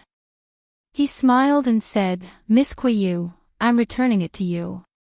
It was a misunderstanding before. Over at the Great Wall of Sword Qi, no discord, no concord." Chen Pingan accepted Kuiyu's gift, a half-moon soul. Moreover, it was not a half-moon soul from the desolate world, so there was nothing to feel sorry about. Kuiyu immediately turned her head and stared at the hidden official. "Chen Pingan, what are you doing?" Chen Pingan said helplessly, "I indeed mistook you for Lu Kai." Kuiyu waved her hand, "Take it away, take it away. If you agree to a bet, you must accept your loss." Chen Pingan raised his hand, still determined to return the item to her. The round-faced girl had an idea and said, "Just take it as a congratulatory gift for Luopa Mountain becoming a sect." Chen Pingan smiled bitterly, "That's too much." Kuiyu's face was full of anger. Chen Pingan suddenly put away Kuiyu at lightning speed. Just as he sat up straight, someone squatted behind him and reached out to strangle him. Kuiyu was stunned. Lu Xianyang was not bad. His realm was not high, but he was bold. Lu Xianyang smiled and said, "You dare to come to my door?" Chen Pingan coughed and said, "I'm here to see sister-in-law." Lu Xianyang was stunned. He suddenly loosened his grip so that Chen Pingan could talk more. Kuiyu's face flushed red. She stood up abruptly. She could not beat him in a fight, nor could she scold him. She angrily went to the house. Lu Xianyang moved a chair to the side and sat down. He whispered, "At least you know your place." Chen Pingan asked, "What happened?" Lu Xianyang curled his lips. "I took a second look. It's actually a good thing. I'm just a casual Yupu. Inner demons should be afraid of me. They can't wait to hide." Lu Xianyang tossed a jug of wine to Chen Pingan. The two of them ate melon seeds and drank together. Lu Xianyang said, "Little slug, you're doing pretty well now." Chen Pingan nodded. White Emperor City's City Lord Jing Juzhong was the last disciple of the world's #1 demonic path powerhouse. Not just anyone could become his disciple. Lu Xianyang smiled and asked, was it your arrangement? Chen Pingan leaned back. How could it be? It was most likely Xiao Hu's doing. City Lord Bai and I have no relationship at all. Lu Xianyang was silent for a moment, then asked, what do you mean? Should we each have one, or should we all go together? Chen Pingan smiled and said, then I'll choose Xingyang Mountain. There are many sword immortals there.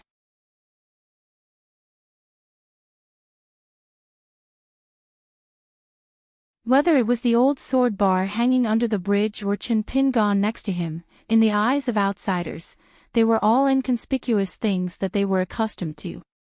Chen Pingan said, it should be that Xiao Hu used some unknown method to cut off the connection between us. When I returned to my hometown and truly confirmed this matter, it started to feel like a dream again. My heart felt empty. Although I encountered many difficulties in the past, I still had that unseen connection. Even when I was alone on that half of the Great Wall of Sword Qi, I still used a flying sword message to this side through a scheme. That feeling, how should I put it? It was like the first time I traveled to the inverted mountains.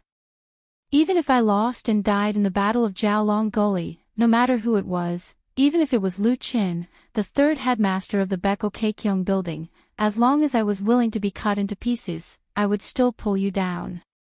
Now that I think about it, this kind of thinking is actually my biggest backing. It wasn't because of what she helped me on the path of cultivation, but because her existence made me feel at ease. Now, it's gone. On the path of life, whether it was a cultivator or an ordinary person, there would be a certain thought that would be their backer. For example, a kind-hearted person would be certain that a good person would be rewarded and use this as an excuse to oppose all the suffering in the world. She completely cut off the connection between Chen Pingan and her. This was one of the key points of Cui Dong's fourth dream after the 3 dreams in the Cave of Fortune. Chen Pingan finally managed to verify that the dream was real at Taiping Mountain by relying on Jiang Shangzhen's words about Taiping Mountain's cultivation. In the end, when he arrived at his hometown's Aquarius continent, he began to feel confused again. This was because along the way, the Great Wall of Sword Qi, the Cave of Fortune, Zishan Ferry, Taiping Mountain, Cloud Cave Blessed Land, Mirage City, Heavenly Fault Peak.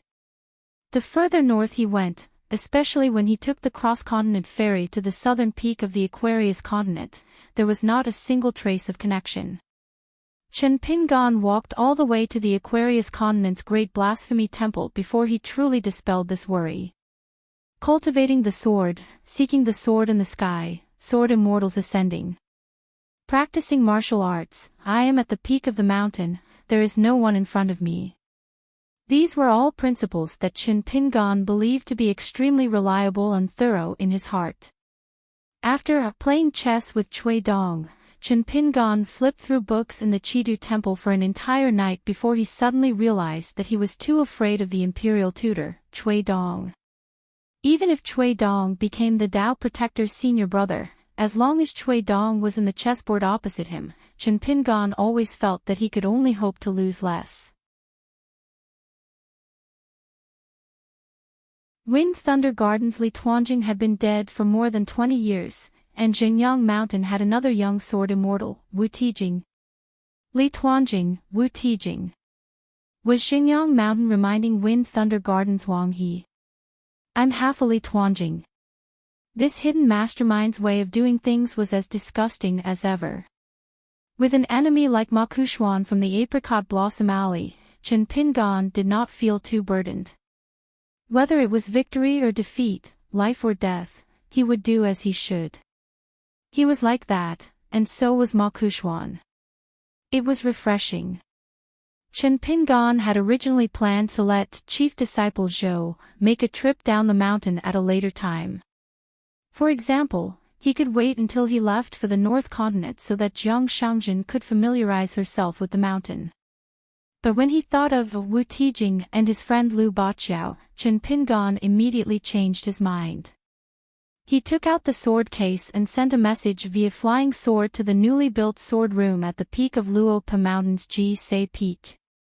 He told Jiang Xiangjin and Cui Dongshan to pay attention to this person's movements and not let the woman at the back of the ancestral hall sneak away. However, Luopa Mountain only needed to keep an eye on her for now. They were not in a hurry to make a move. Chen Pingan had already flipped through the pedigrees of the Ancestral Hall and the Ancestral Hall of Jingyang Mountain and Clear Wind City several times, especially the one on Jingyang Mountain. There was the ox hair, one of the 7 ancestral sword-strengthening calabashes, the change of Fairy Su Jia's pedigree, and the young sword immortal Wu Tijing's mountain-climbing cultivation. There were actually many clues. Chen Pingan had already circled the woman named Tian Wan in the Ancestral Hall's pedigree. In addition to the information Gu can obtain from Chai Bofu in the early years, the marriage between the Su clan of Clear Wind City and the Yuan clan of the Pillar Nation, and the plot of the Fox Nation's literary fortune, it was very likely that Tian Wan, who was at the back of the Ancestral Hall of Mount Jingyang and had always been submissive, was the secret disciple of the Su clan of Clear Wind City. A female cultivator at the bottom of the Ancestral Hall of Jingyang Mountain did not need to fight anyone. She only needed to use a few red threads to mess up the situation of a continent, causing the Aquarius continent to have no sword immortals for hundreds of years. Should I cultivate my heart on the mountain? If Chen Pingan and Lu Baqiao had only asked for the sword in the Ancestral Hall of Mount Jingyang Mountain and the couple in Clear Wind City, Tian Wan, who was stirring up trouble, would probably laugh uncontrollably. Even if Chen Pingan and Lu Baqiao came back to their senses and asked for the sword again, Tian Wan would have disappeared long ago. If that was the case, it would be truly disgusting.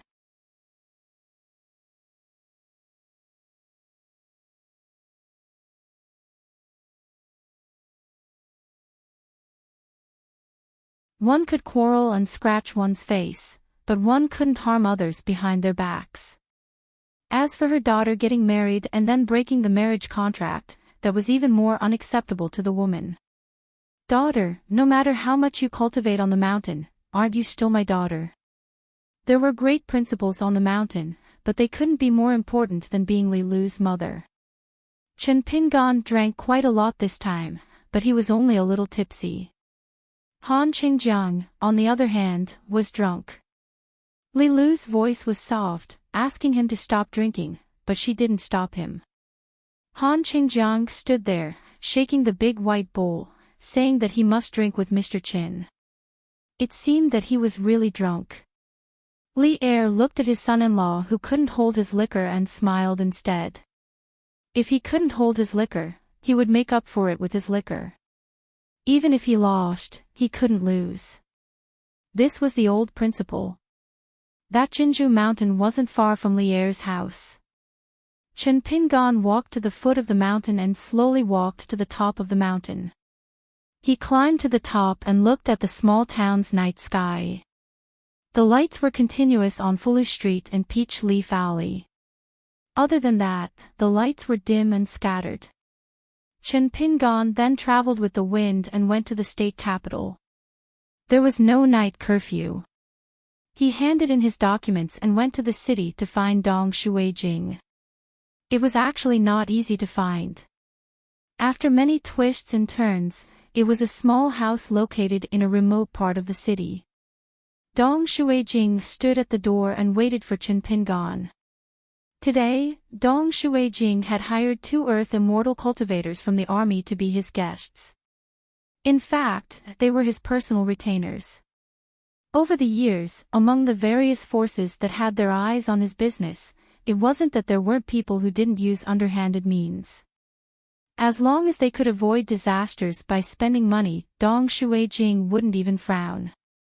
It was just that it wasn't easy to find a pure Jade Realm cultivator. Otherwise, with Dong Shuijing's current financial resources, he could completely afford to raise such a retainer. If someone came to visit and found Dong Shuijing, the 2 Earth Immortal retainers who were cultivators from Dali's army would inform the family head, Dong Shuijing. An Ichi cultivator, if he was a cultivator from Dali's army, then he would be the biggest protective talisman. Dong Shuijing was able to hire them as his retainers with a lot of money. It was impossible to rely on money alone. It was still thanks to Chao Gingxin and Guan Iran's matchmaking, plus a few small deals between Dong Shuijing and Dolly's army. The former supervisor Chao Gingxin and County Governor Yuan Jingding had long been Dong Shuijing's friends.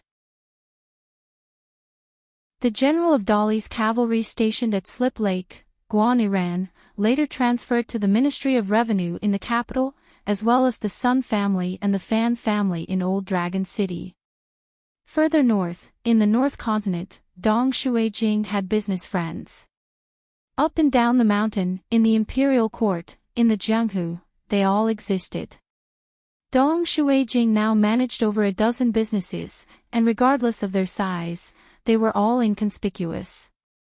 Apart from the few streets in the provincial capital, there were almost 200 mansions and shops. The 3 immortal inns in the Dragon Province all belonged to Dong Banqing. There were also 2 immortal ferries, one on the edge of the Dragon Path, and the other in the territory of the southern mountains. They were both his, except Dong Shuijing's name was nowhere to be seen.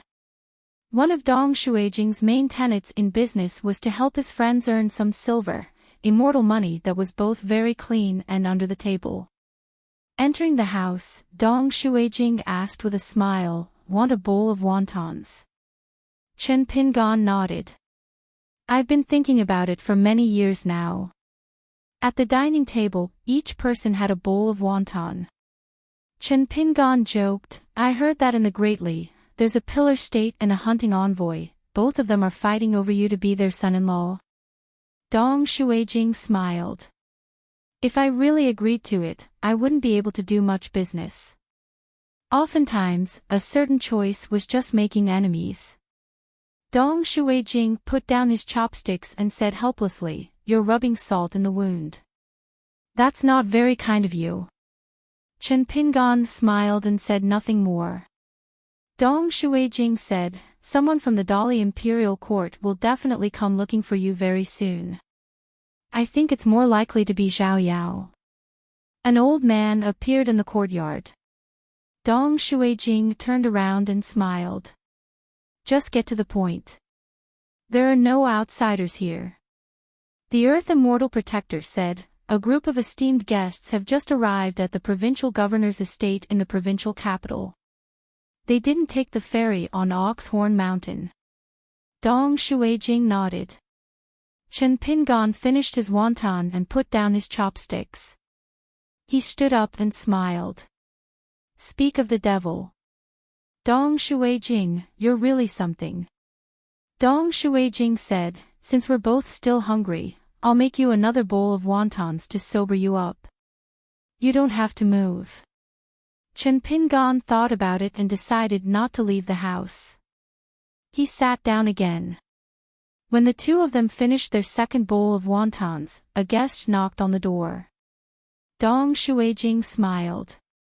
"You guys can chat. I'm not going to see any guests to avoid arousing suspicion." Chen Pingan said, "Is there anyone who avoids arousing suspicion like you?" Dong Shuijing said, "Actually, I'm just basking in your limelight. Let some people know their place and stop eyeing the few taels of silver in my pocket. It's not much, but it won't kill me." Chen Pingan took over the conversation and teased, "But it's definitely hotter than a bowl of wontons. Don't worry. Let's not talk about personal relations or even business. Just based on the 2 bowls of wontons tonight, I'll pass on a message for you." Dong Shuijing smiled and made a fist salute. Chen Pingan said with a smile, "By the way, I forgot to tell you that I just came from Uncle Li's place." Dong Shuijing sighed and left. If Chen Pingan had said this earlier, there would be no need for a bowl of wontons on the table. The house was not big, and there were no servants. As the owner, Dong Shuijing went to the study to avoid arousing suspicion and gave the house to 2 groups of guests. Chen Pingan had to open the door himself. Dolly was accompanied by the old minister of the Ministry of Rights, Lu Qingfeng. This old man was recognized as the biggest helper of His Majesty the Emperor to impede the vassal Song Mu.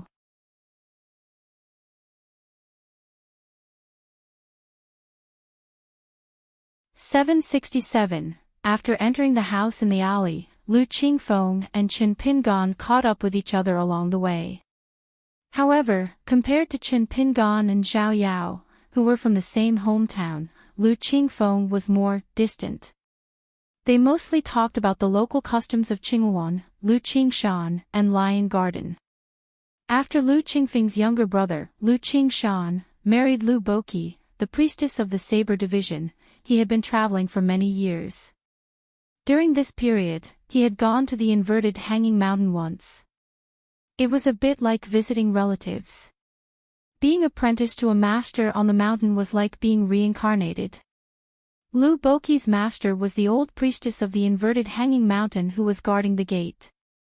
Compared to the little Taoist boy, Jiang Yunxing of the green city of white jade capital and the sword was Zhang Lu of the great wall of sword Qi, one gate was like two worlds apart. When Lu Boqi returned to the saber room, Lu Qingfeng traveled to inverted hanging mountain for the first time. The summer palace received the news, but Qin Pingan did not show up at that time. After sitting down, Qin Pingan smiled and said, "When I first saw a travel book in a foreign land, my first thought was that Mr. Lu had no interest in his official career and wanted to sell literature to earn money." The old doctor who had an old relationship with the water god of Chongden River, Li Jin, was the head of the Department for Purging Officials. The Department for Purging Officials, Zhao Yao's Department for Meritorious Service, and the Department for Martial Selection of the Ministry of War had always been the most powerful, small, offices in the Dali dynasty. The old man had once participated in a mountain hunt set up by Dali to encircle a man wearing a bamboo hat and carrying a saber in Red Candle Town. However, there was not much suspense and that man fought a group of people alone. After that, the old doctor had brought Huan Xiu and Su Shaoqiao of the Dragon Spring Sword sect to the south to Book Lake. In the end, they settled down at Furong Mountain to catch butterflies and flies. They chased after a martial artist born in Dali. As the saying goes, the old man has many old stories. He was not unfamiliar with this mountain lord of Luopa Mountain. Moreover, for more than 20 years, no matter how Wei Pai's cloud-covering mountain helped Luopa Mountain hide from the clouds and mist, it could not escape the scrutiny of Dali's Ministry of Rights, the inspection office, and the mountain god of Luopa Mountain, Song Yuzhang. However, as time went by, Song Yuzhang's golden body and ancestral temple were moved to Chiduan Mountain. Chao Gingxin, the supervisor, was also promoted to the capital of Dali. Coupled with the collapse of the Ascension platform, this earth-shattering change caused the Dali Ministry of Rights to secretly monitor Luopa Mountain to come to an end. Regardless of whether it was the two Emperor Dali's support and high regard for Wei Pai of Beiyue, the choice of the sloppy Chao Gingxin to be the supervisor of the brothel, who could send secret reports directly to the imperial study, or the move of Song Yuzhang out of Luopa Mountain, all of these could be considered as a sign of goodwill. Therefore, the young sect master's direct ridicule after he sat down made the old doctor detect a trace of murderous intent. Could it be that he was planning to settle accounts with Dali? To be honest, if it were not for his duty, the old doctor was very unwilling to deal with this young man. His background was too complicated. His style of doing things was too cautious. For so many years, the old doctor often flipped through the secret files of the Ministry of Rights from time to time, as a side dish with wine. He wanted to find a matter of course from the rise of the young mountain lord of Luopa Mountain. However, whether it was Qin Pingan's bleak years as a kiln worker's apprentice in his hometown, or later as an accountant at Book Slip Lake, the old man could only see that he was in a daze. However, it was as if every time the pages of the book turned, Qin Pingan would quietly climb to a higher place. If it were an ordinary young man, many of the old grudges at the bottom of the mountain would have been resolved in high spirits. However, this young mountain lord had been staying like this, year after year, and he did not do anything. According to the immortals on the mountain, a mountain in the territory of the northern mountains was actually only a few steps away from the Song clan's place of prosperity. However, it was quietly promoted to a sect under the nose of His Majesty the Emperor. Moreover, it had bypassed the Dali dynasty. It was in line with the etiquette of the Confucian temple, but it was not reasonable. It was like a simple and honest man who had swallowed his anger for most of his life suddenly bought a pot of good wine one day. He silently drank to his heart's content, and with the smell of wine all over his body, he took out his saber at night. In the village of the despicable and tyrannical gentry and hedonistic sons, others could still be on guard. However, if an honest man suddenly killed someone, who could predict? There was no tea or wine on the table.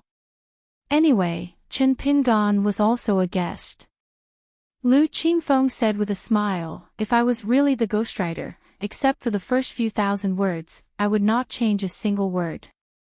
The rest would be greatly changed. In Jianghu, I would say that it was beautiful. I would imitate the painting of the city of murals on the skeleton beach, and then imitate the blessed land of the cloud cave, the mountain of flower god, with 12 colorful paintings of beauties. In the strange land of the mountain, I would write many twists and turns, with thick ink and heavy colors, emphasizing the word immortal. When fighting with others, I would write that it was decisive and never sloppy, emphasizing on the word ruthless. In the officialdom, I would praise that it was shrewd and meticulous, highlighting the word steady. In my spare time, I would meet the reclusive masters and talk with the famous people of the three religions. They talked about sincerity, Taoism, and Zen. It was nothing more than the word ease. It made people feel that they were walking on the high ground, with the mountains as the ground, the white clouds under their feet, and the birds on their shoulders. It seemed ethereal, but in fact, it was nothing. The words were simple and straightforward, taking advantage of everything. The words were complex, otherworldly and secluded, but it was like an embroidered pillow. The purpose of writing, in the end, was nothing more than a human's fear of poverty, and the word business written throughout the whole book. When I got money, it was for profit, for pragmatism, for reaching a higher realm, for one day I would be the reason. When I lost money, it was for reputation, for raising hopes, for accumulating good karma, for winning the hearts of beauties. When I found the Cheonglin sect in the North Continent, I would split the money 91. I would not even ask for a single copper coin. I only asked that, outside of all the immortal fairies, every bookstore at the foot of the mountain should have a few books of the travel notes of mountains and rivers. The first volume. The author of the first volume was a scheming and unfathomable person. There were dozens of details in the book that were worthy of consideration and could be chewed by busybodies. The gentleman and hypocrite were ambiguous. The second volume wrote that he did things openly and had an open mind. In the chaos, he sneaked into the military tents of the wasteland world and made friends with many sovereign stage great demons. With his own strength, he played with people's hearts like a fish in water. He was wholeheartedly devoted to the righteousness and achieved immortal merit. When he heard this, Chen Pingan smiled and said, "The key to whether or not there is a second volume of the travel notes is whether or not this person can escape safely and return home to establish a sect." Fortunately, these were all replays of the chess game. Fortunately, Lu Qingfeng was not the author. A scholar who only knew how to talk about his character with his hands folded would not be able to make waves at all. Even if he wrote a wonderful book, he might not be able to compete with a nursery rhyme and turn the world upside down. However, any scholar who could stand firmly in the officialdom, especially this person who could achieve a meteoric rise, should not be provoked easily. Lu Qingfeng smiled and said, "Young Master Qin, have you ever thought that I am actually very afraid of you?" Chen Pingan did not comment and asked, "I am very clear about Mr. Lu's character." You are not the kind of person who worries about whether or not he can win the reputation of the emperor. Then, are you worried about not being able to settle the matters of the emperor? Lu Qingfeng patted the armrest of the chair and shook his head. I also believe in young Master Chen's character, so I am not worried that young Master Chen is the second Hao Ran Jiaxing and will become the treasured vase continent's Wen Hai. I am only worried that the treasured vase continent's chair is still loose and is not truly firm. After young Master Chen returns home, with the momentum and luck, if you sit down and sway, it will collapse. Chen Pingan smiled. So the emperor's intention is. Lu Qingfeng said, so the emperor hopes that Mountain Lord Qin can be the mountain elder of the Cloud Apex Mountain Forest and Deer Academy. From then on, the Dali imperial court will support the location of the next sept, whether it is the old Zhuang dynasty in the middle of the treasured vase continent, Tongyi continent or North Lu continent, to help the Sage of Literature's branch to spread its branches and leaves. In the mountains and rivers of the three continents, only the Sage of Literature's branch will be respected, but will not exclude the 100 schools of thought from competing. Within 100 years, including the Cliff Academy, Linlu Academy, Lakeview Academy, Yufu Academy, and at least 10 academies in the three continents, there will be inscriptions on their mountain gates. With the Great Sui Kingdom's Cliff Academy as an example, inscribing, encouraging learning, and Linlu Academy inscribing cultivation. Who knows, maybe one day, there will be a 32nd academy that will inscribe a monument. In the vast 9 continents, the Confucian school set up 72 academies, which was the norm. As for the inscriptions on the mountain gates of the academies, there were no restrictions. Whether there was a monument at the mountain gates, and the content of the inscriptions, all depended on the preference of the mountain elders. But generally, there was a rule that only increased and did not decrease. There was only one exception, which was after the battle of the 3rd and 4th ranks, because the Sage of Literature's statue was moved out of the Central Plains Confucian Temple and lost its status as a sacrificial object. Many of the inscriptions were removed. Chen Pingan leaned against the back of the chair and asked with a smile, "What do you need me to do?" Lu Qingfeng shook his head. "Young Master Qin, you only need to be a mountain lord and a mountain elder. If you can be stable, it will be the blessing of Dali and the treasured vase continent." Chen Pingan smiled. "This is a serious matter. Let me think about it. The sage taught me to think thrice before acting. Anyway, one thing I can guarantee is that I will not make things difficult for Mr. Lu, and Luopa Mountain will not make it difficult for Minister Lu to be an official. I wish Luopa Mountain to become a great sect. I wish you all the best. I wish you all the best." Lu Qingfeng stood up and made a fist salute with a smile. "I believe that day will come. However, according to Master Guan's words, I am too old to walk, eat meat, and comb my hair. I guess I won't be able to see such a grand occasion. What a pity. No matter what, young Master Qin, you have such a proud disciple, Chao Lianxiu, and I have such a good student. I need to thank you in person and congratulate young Master Qin. I wish you all the best." Chen Pingan made a fist salute back. "Chao Qinglang is the new second in the Imperial College, and he is Mr. Lu's student. It is a good thing. I also need to congratulate the Dali Imperial Court. You are a great scholar." In the examination in the capital of Dali, there were thousands of candidates. According to the new rules, Dali divided the candidates into 5 Jinshi scholars. In the end, there were 3 Jinshi scholars in the first place. There were 15 Jinshi scholars in the second place and 3 Jinshi scholars in the second place. There were over 300 Jinshi scholars in the third and fourth place, and dozens of Jinshi scholars in the fifth place. The chief examiner was Lu Qingfeng. The 2 junior examiners were the vice headmasters of Cliff Academy and Lakeview Academy. According to the rules of the imperial examination, Lu Qingfeng was the imperial tutor of this year's imperial examination. All the Jinshi were Lu Qingfeng's students. Because in the last court examination, Cui Shi the embroidered tiger had been the imperial tutor for more than 100 years, the emperor of the Great Li had always followed the selected candidates and went through the motions. Xiao Yao was relatively unknown. He was one of the many examiners, and he was one of the dozens of examiners. Xiao Yao was a student of Chinese. Compared to the other examiners, he had the least number of Jinshi scholars. There were only 2 second Jinshi scholars. The fierceness of the scholars will be dipped in ink and hide very well. The better they write, the longer they will live. You have to be very careful. If you are not the last disciple of the sage of literature, these are all external matters. You don't have to care about them. You can achieve immortality and cut off the mortal world. You can stomp your feet and shake your shoulders. Things will happen at the foot of the mountain, but nothing will happen on the mountain.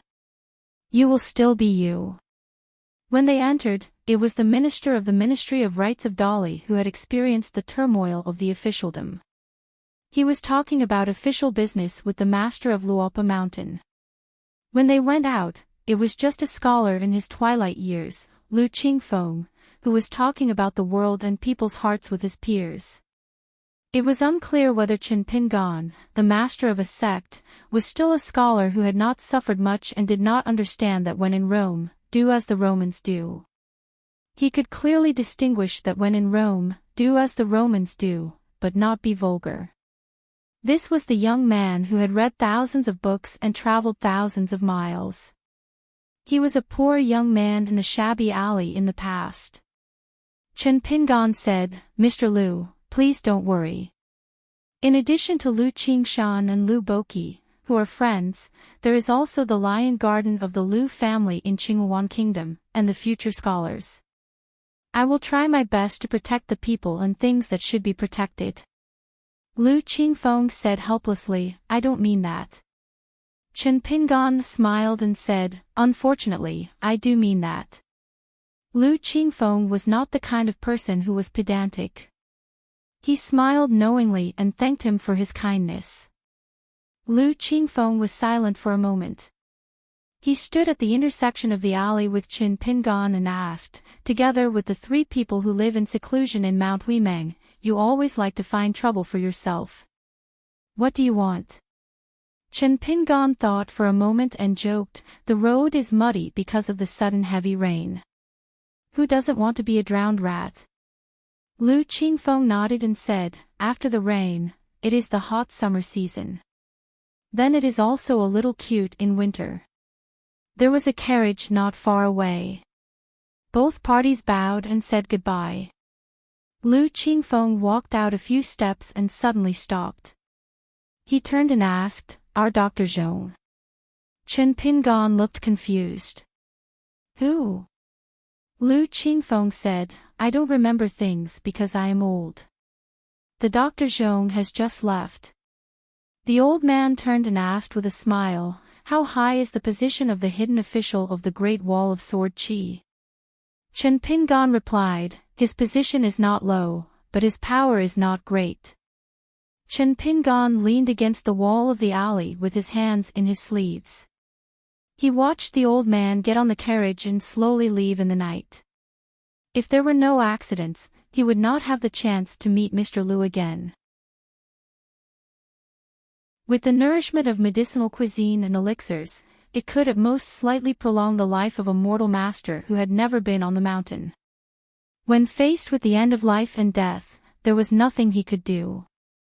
Moreover, the more he was nourished, the more he would be exhausted mentally and physically, like an unstoppable flood.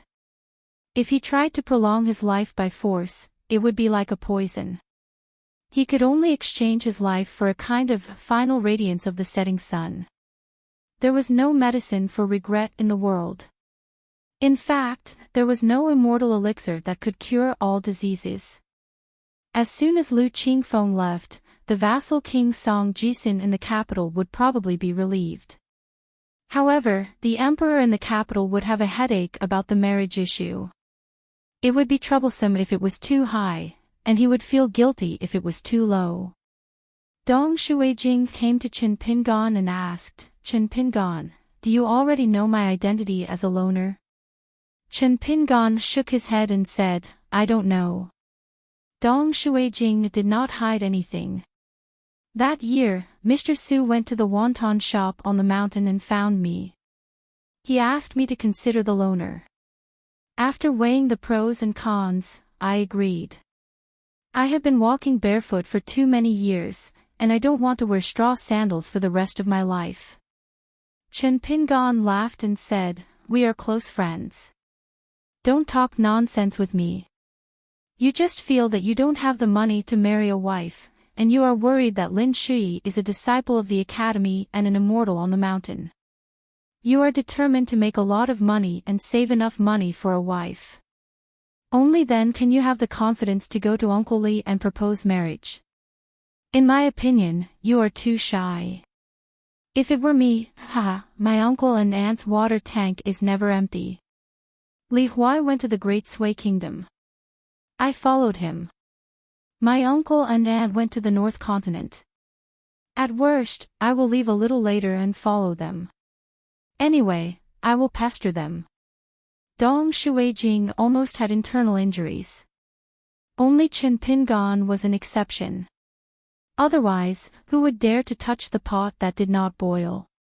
Dong Shuijing suddenly looked at this guy and said, that's not right. According to what you said, and the news I heard from Li Huai, it seems that you did this. You protected Li Huai when he went to study, and you built a good relationship with your future brother-in-law. You worked hard all the way, and Li Huai had the best relationship with you. You crossed continents to be a guest, helped to attract business in the shop at the foot of Lion Peak, and made the neighbors praise you.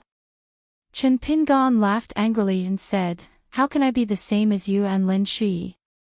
Since you like a girl, you are still so timid. You are so silly. Dong Shuijing sighed and said, that's right.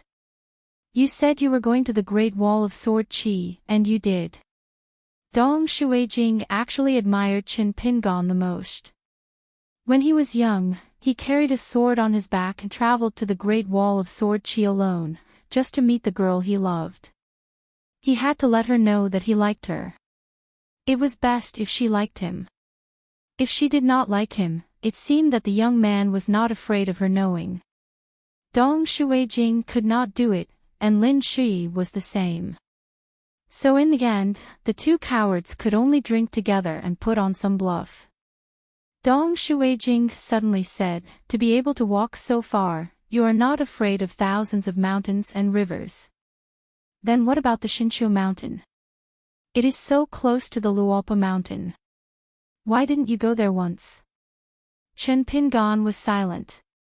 It was unknown if he had nothing to say, or if the answer in his heart was not suitable to say. There were some things in life, not only love between a man and a woman, but also many regrets. It was like a person who had never been to the Great Wall of Sword Qi. He might never want to go there, or he might not be able to go there. Who knew?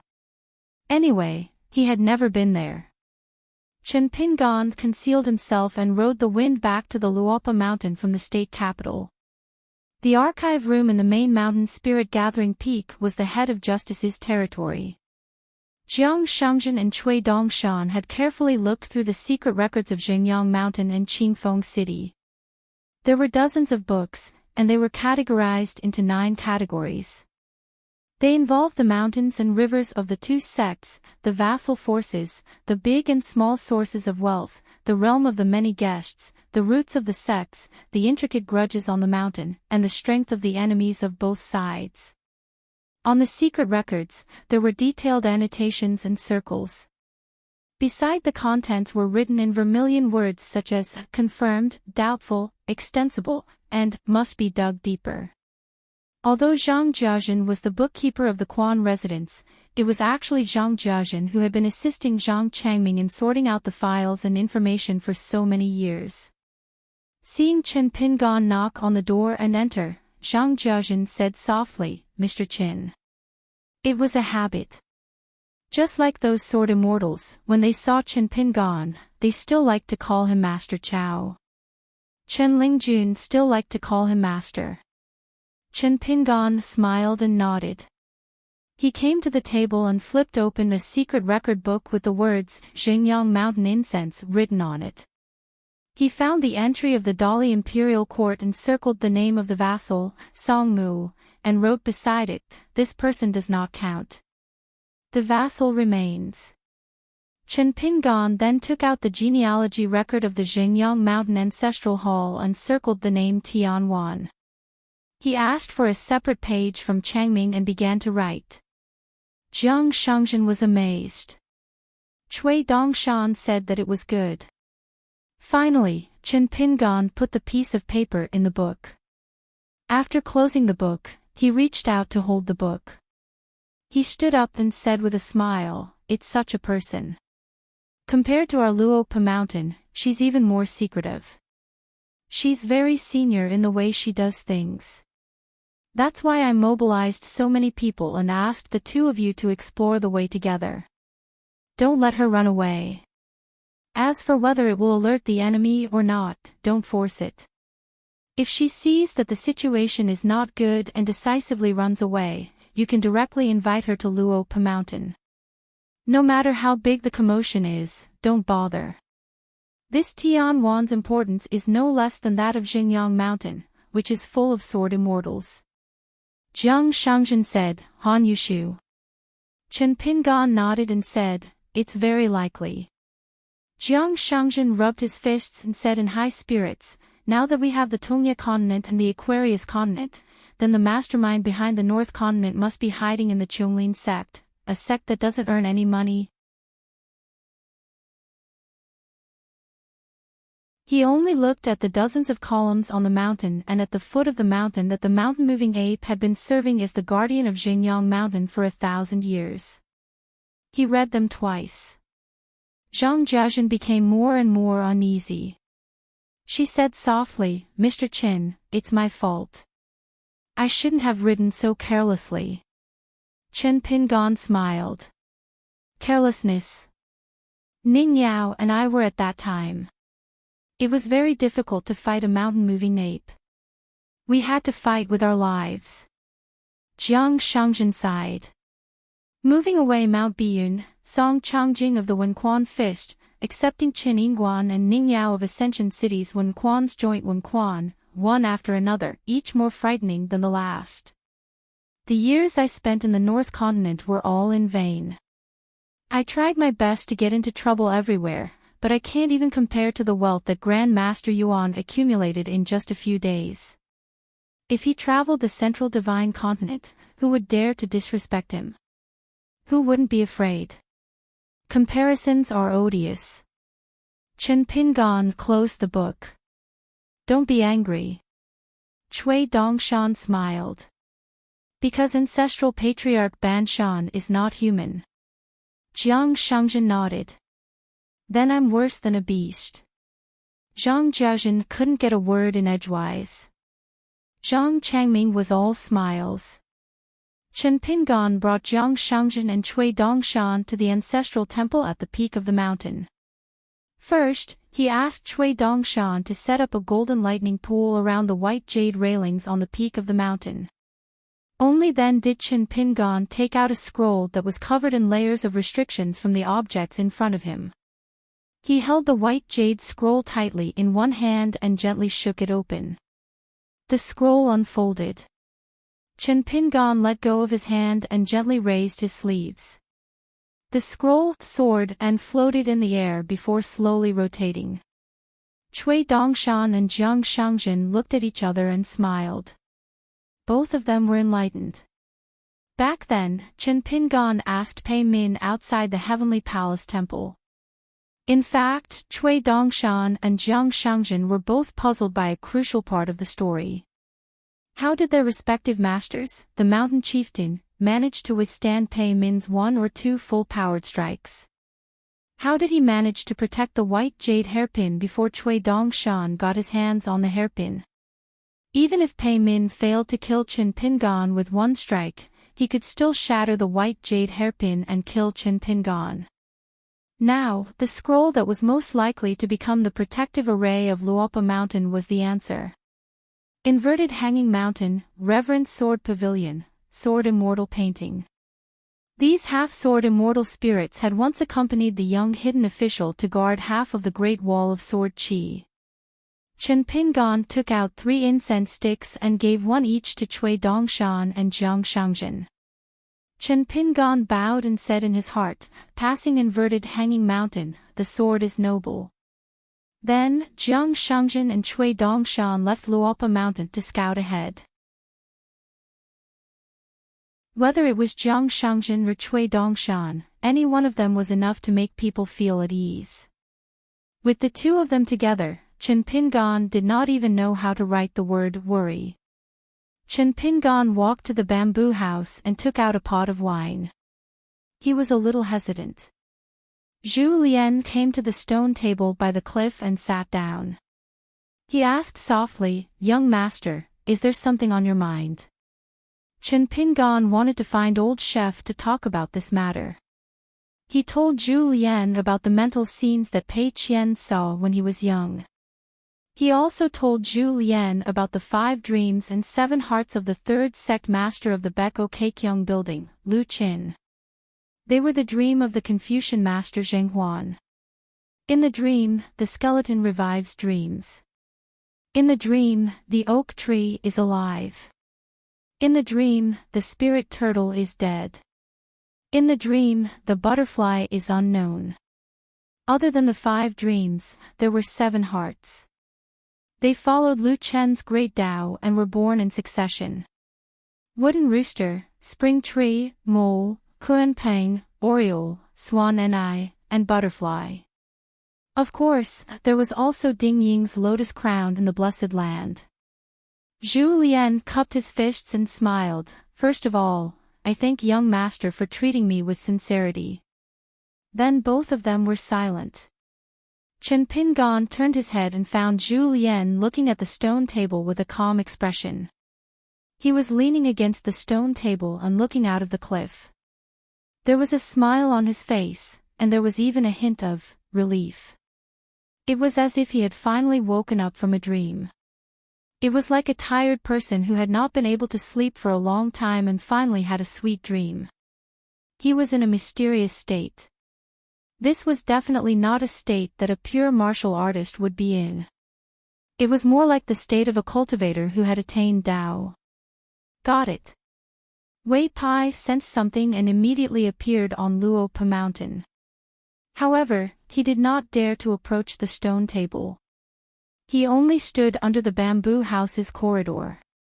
Chen Lingjun and Zhou Mili, who had just returned from patrolling the mountain, swaggered over on the small path. Wei Pai raised a finger to his lips, indicating that they should not speak. Zhu Lian turned his head and looked at Chinpingan.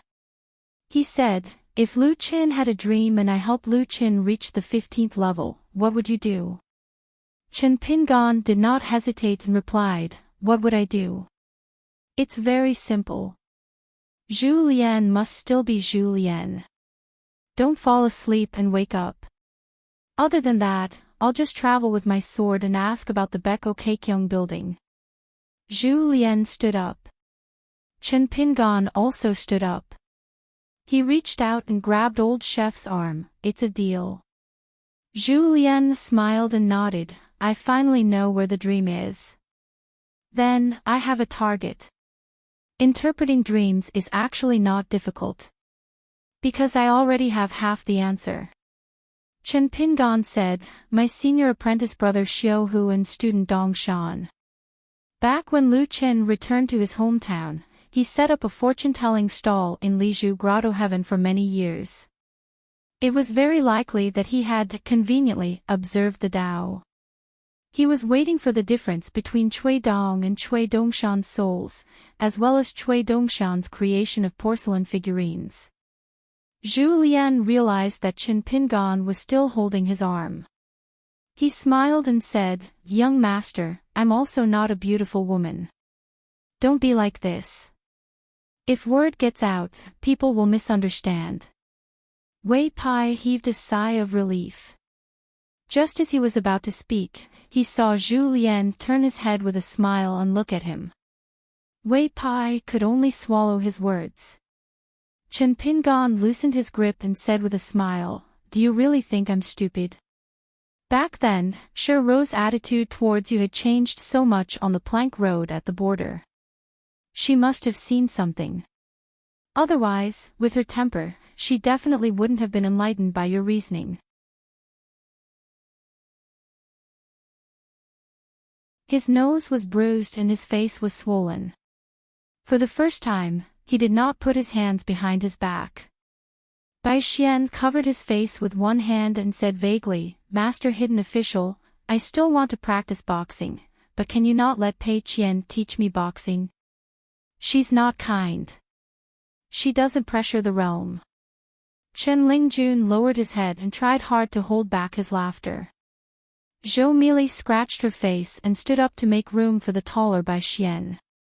She asked in a low voice, "What realm did you let Pei Qian suppress?" Bai Xian said angrily, "I thought highly of her. Let's say she's in the golden body realm. We agreed to suppress the fourth realm, but she pretended to be polite and said to suppress the fifth realm." Bai Xian hurriedly turned his head to look at the small path near the bamboo building. He didn't see Pei Qian's figure, so he continued, "In the end, her punches were unreasonably fierce. I couldn't even see how she punched. My whole body floated in the air like a flying sword. I took a few punches before I landed. Just as I landed, Pei Qian's foot was right in front of my eyes. When I woke up, Pei Qian was squatting by the side and said that she had pulled back her foot at the last moment. Otherwise, if the tip of her foot had pierced my heart, I would have been eating and vomiting blood, or sleeping and walking." Bai Xian's face was sad. He rubbed his red and swollen cheeks and complained, "Master Hidden Official, how did you take in such a disciple? Pei Qian is a liar. How can there be such a way of punching in the world? She doesn't care about the camaraderie at all. It's as if I'm her enemy." Chen Pingan was a little heartbroken. Then he said softly, "Are you stupid? Next time, ask her if she can suppress her level 6. As long as she agrees, I will not be biased in whatever happens next." Bai Xian's eyes turned. He asked tentatively, "Can I suppress the 7th realm?" Chen Pingan frowned slightly. He seemed to dislike it. "Ask her yourself." "I don't care." Bai Xian stood up shakily and staggered to the side of the path. When he reached a place where there was no one, he immediately ran to find Pei Qian. He said her master, Chen Pingan, said she wanted you to suppress the 7th realm. I don't have overnight grudges." After about 15 minutes, Bai Xian staggered back to the stone table. His cheeks were so red and swollen that he did not look human. This time, he was not faking it at all. He said weakly, "I don't want to practice anymore. Master Chow, I'm going back to the sword prayer platform.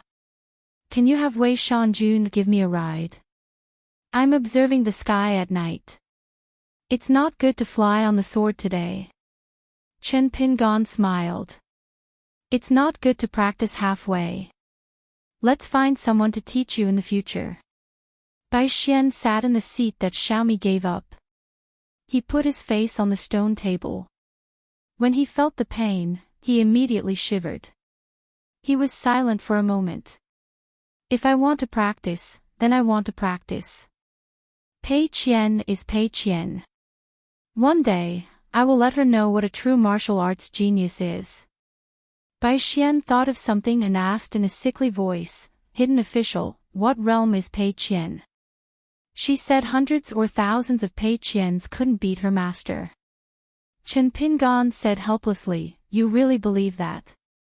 Bai Xian stood up. "Let's go." Chen Lingjuan's eyes widened. There was a hero on Luopa Mountain that did not lose to him. Bai Xian limped away. On the path, he met that Pei Qian. Sister Pei, Sister Pei.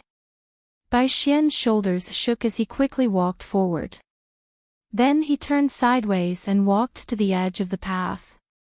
He started to move little by little. It's getting late. Your master told me to go and rest. See you later. When he passed by that Bai Xian ran with all his might. When he came back to his senses, he was already at the stairs. Bai Xian did not dare to turn around and go back to his residence. Bai Qian said softly, Master, it seems to be a place called Entry City. Entry City. I've never heard of it. Chen Pingan smiled and said to Bai Qian and Xiaomi telepathically. Remember one thing. After entering the city, don't talk. Especially don't answer anyone's questions. There was no city restriction. When Chen Pingan and the others entered the city, it suddenly opened up. As far as their eyes could see, there were people and carriages everywhere. It was bustling as if it was a bustling capital.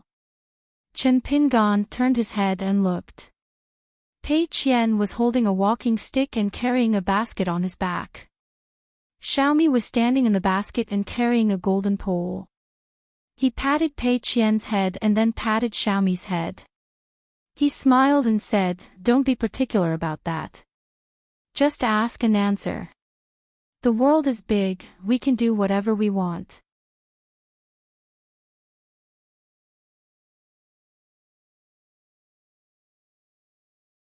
He said in a deep voice, Is there a need to go to this extent for a child to play?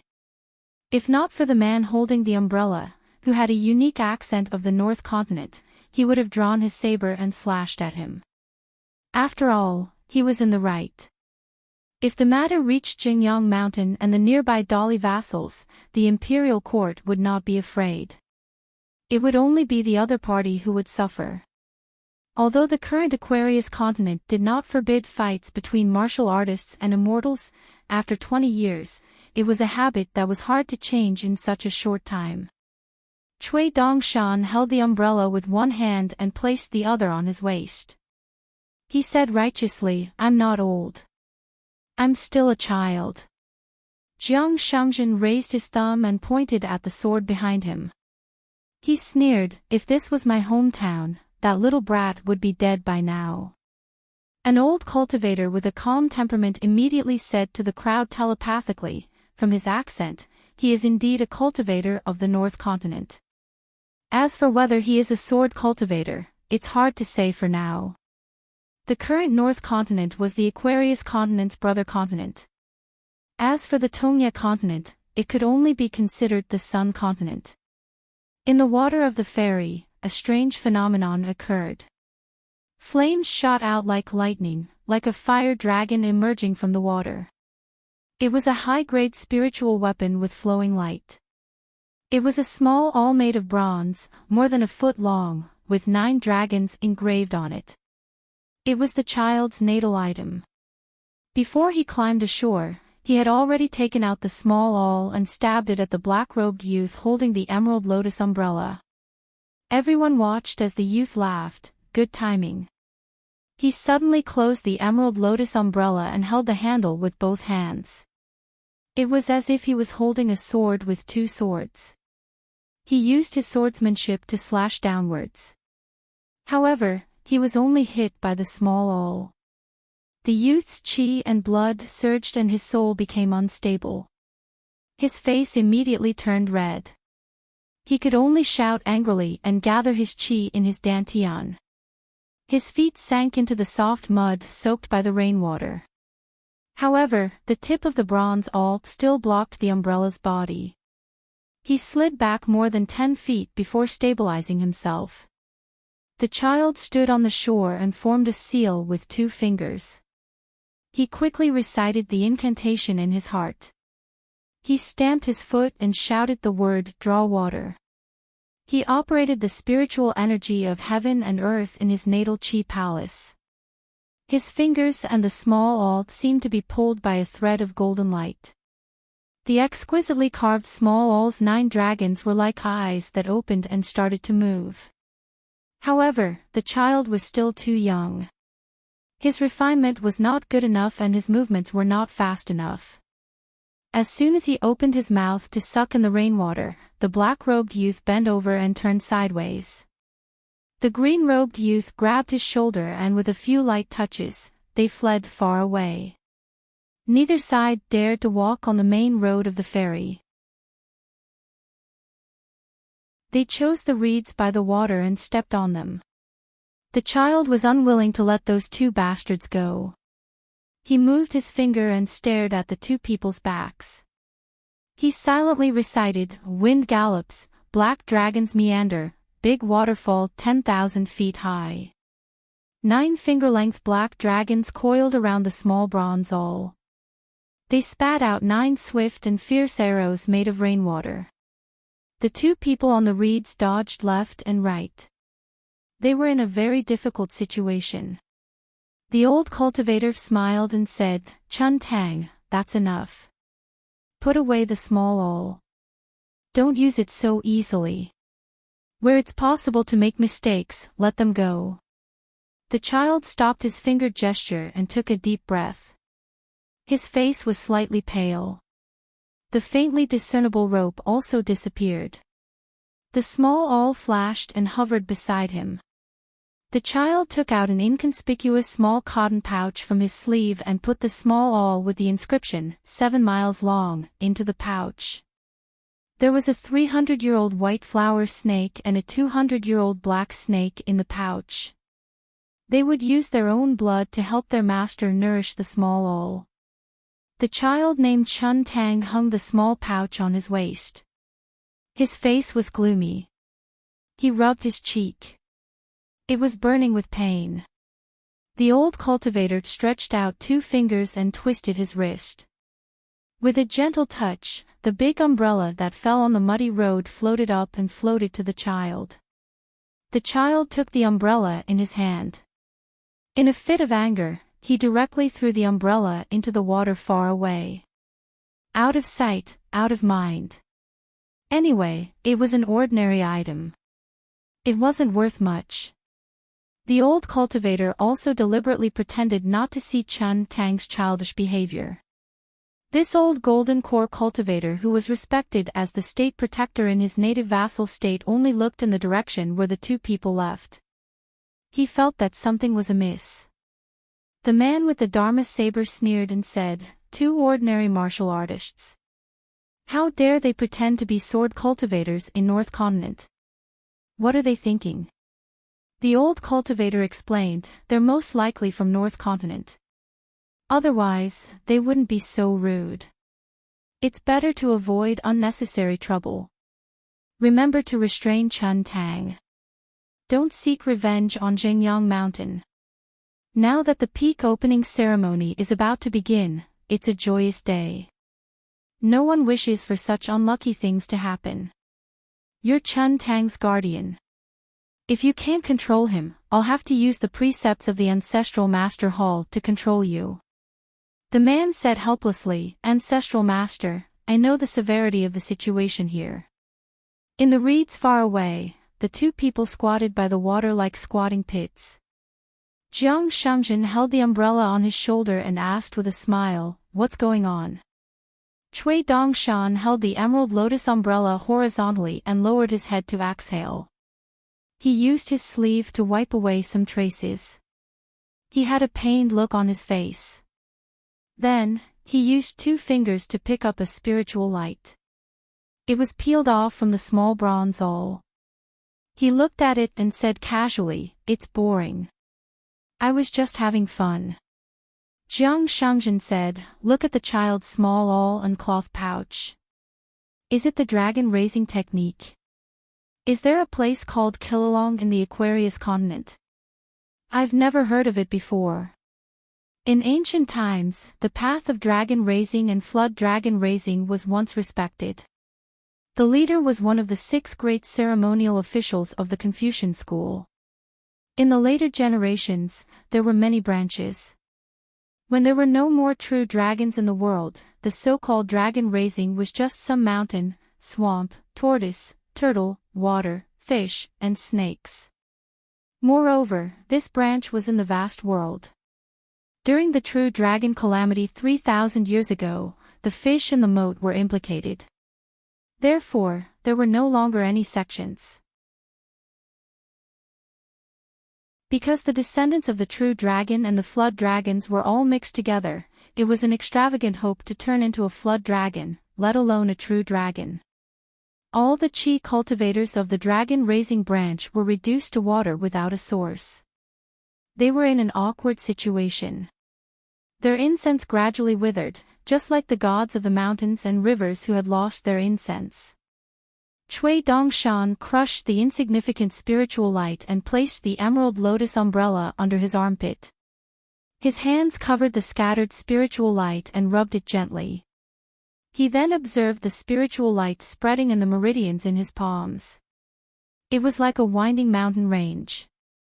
The scene that the Jindan and Yuanying realm could not see clearly was naturally seen by the immortals. However, when Jiang Shangjin glanced at it, he saw it clearly but did not know what it was. The path of divination was one of the few spells that Jiang Shangjin did not know. This was because Jiang Shangjin was never willing to learn these methods to seek good fortune and avoid misfortune. Cui Dongshan clapped his palms and completely crushed all the traces of the meridians in his palms. He smiled and said, "Near Killalong, there is an old flood dragon in a big river. He opened up a water residence and was once conferred the title of White Dragon King by the imperial court. After that small and remote country was destroyed, the old flood dragon almost never showed up. However, his seniority was much lower than the one in Huangting country who had lived for 10,000 years. The old flood dragon relied on more than 1,000 literati and poets from different dynasties to help him bring in some incense with their poems and literary skills. Killalong's immortal residence had the opportunity of great Tao. It could be considered as the incense envoy that the old flood dragon secretly supported. The small calm disturbance was one of the tokens. However, the hydrology of this river was very good.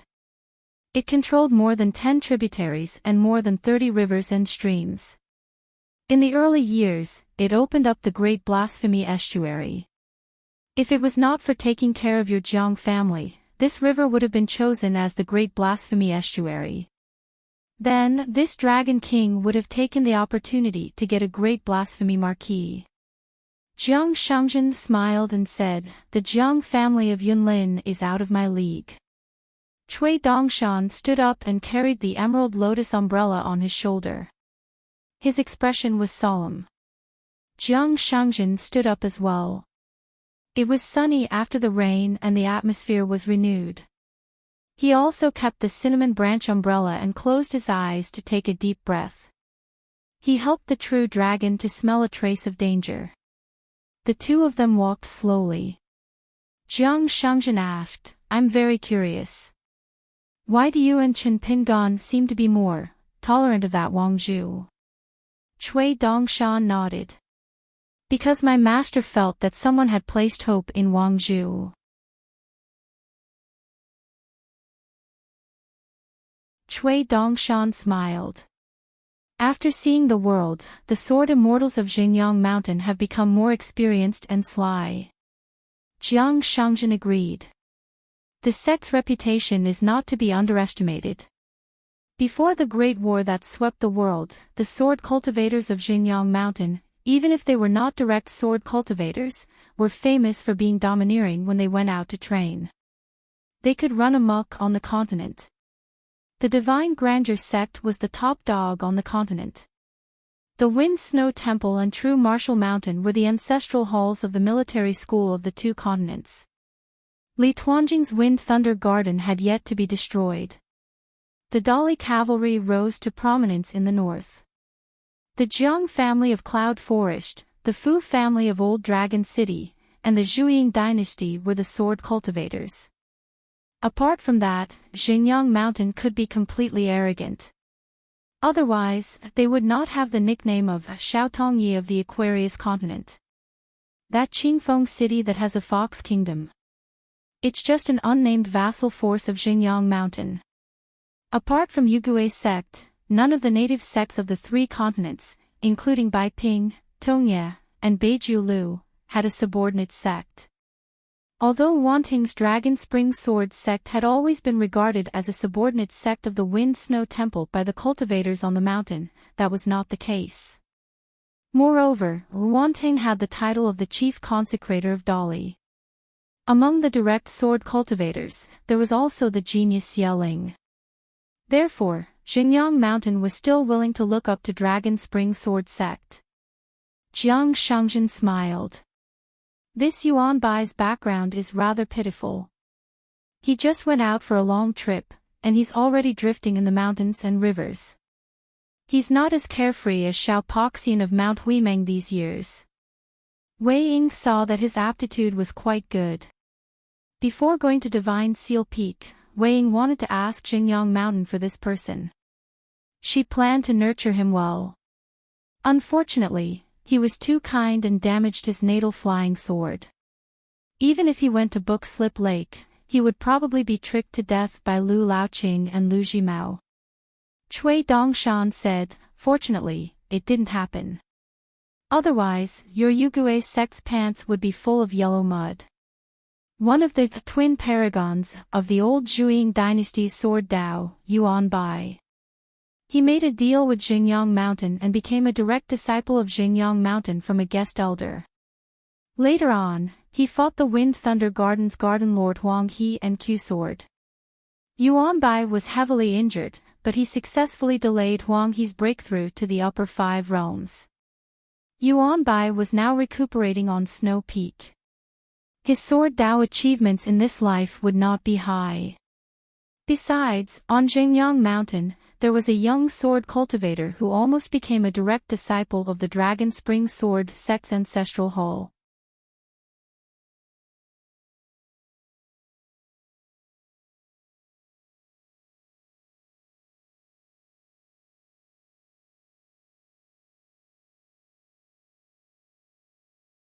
Alliance and Yao Chongdao joined forces to kill the Great Wall of Sword Qi. They could not carve any words on the top of the wall. The battle was tragic. It was too late. However, on the other side of the wall, there were also many large words carved on the half of the Great Wall of Sword Qi. They were the handwriting used by the Jiazi to show off their might. However, for some reason, the Confucian temple in Middle-earth did not erase those words. There was an endless stream of righteous cultivators traveling the Great Wall of Sword Qi. In addition, Righteous World had set up 3 large-scale immortal crossings between the wilderness and the Great Wall of Sword Qi. Although they were called crossings, they were not inferior to the capital of a great dynasty. The Confucian temple took the lead in building the Great Wall of Sword Qi. The Middle-earth Divine Continent, Drifting Dawn Continent, and Snow White Continent all contributed money, manpower, and manpower. They were like 3 nails that were hammered into the landscape of the wilderness. Above one of the crossings, there were close to 200 sword boats that were as large as mountains. They covered the sky and covered the sun. They were the Mahish sect's treasures that were not used in the battle. After the battle, they slowly migrated to the wilderness. As for the other crossings, there was only one person who built the city. At the same time, he was also the city guard. The Mahish sect's magnate. The 3 crossings were similar to the Green Lu town that the Hemp sect had set up in the Ghost Valley. Apart from that, the ruins of the end in the sea between the Gold Armor continent and the Fuyao continent was also controlled by the Confucian temple. At the gate of the wilderness, the Grand Heavenly Master of Mount Longhu, Qi Tingji, Pei Bei, Venerable Fiery Dragon, and Huai Yin were responsible for guarding it for 2 to 3 years. A red-robed young man with a scholarly robe left the city wall. They stood on the southern battlefield ruins and looked at the words on the northern city wall. Dao, Righteous World, Western Paradise. Lightning Pool, Sword Qi Everlasting. Chen, Dong, Qi, Meng. Li Huai raised his head and looked at one of the big characters. He sighed and said, that F** King Liang only knows how to talk nonsense all day long. Back then, when he was close to my brother, he bragged so much that I thought that there was no truth in his words. It turns out that he's quite fierce. Li Huai pursed his lips and said, it's written in this calligraphy. It's like an earthworm crawling. Even if Alian stood in front of me and patted his chest and said he didn't write them, I wouldn't believe him. Li Baoping was a little sad. The two sections of the Great Wall of Sword Qi no longer have the protection of the formation. If there's another war, they won't be able to recover. Li Huai comforted her. There won't be another war. Even if there wasn't a war, the city wall would gradually be eroded by the wind, rain, and sun. One day, all the words on the city wall would be blurred. A travel-worn yellow-clothed old man with eagle-like eyes and a bony body flew down from the top of the city wall. He suddenly made a turn and floated to the ground, landing 100 feet away from the two of them. He seemed to have also come to admire the words carved on the top of the city wall. Now, the city wall and the sky screen were guarded by the Confucian Temple sages and 2 mountain peak cultivators. Moreover, they were inspecting the customs and were extremely strict. Moreover, all the demons in the wilderness were blocked south of the 100,000 mountains and the 3 crossings. Therefore, all the cultivators in the world could travel the Great Wall of Sword Qi without any worries compared to when the sword cultivators were around. Li Baoping and Li Huai were about to leave. The old man's expression was normal, but he was a little anxious.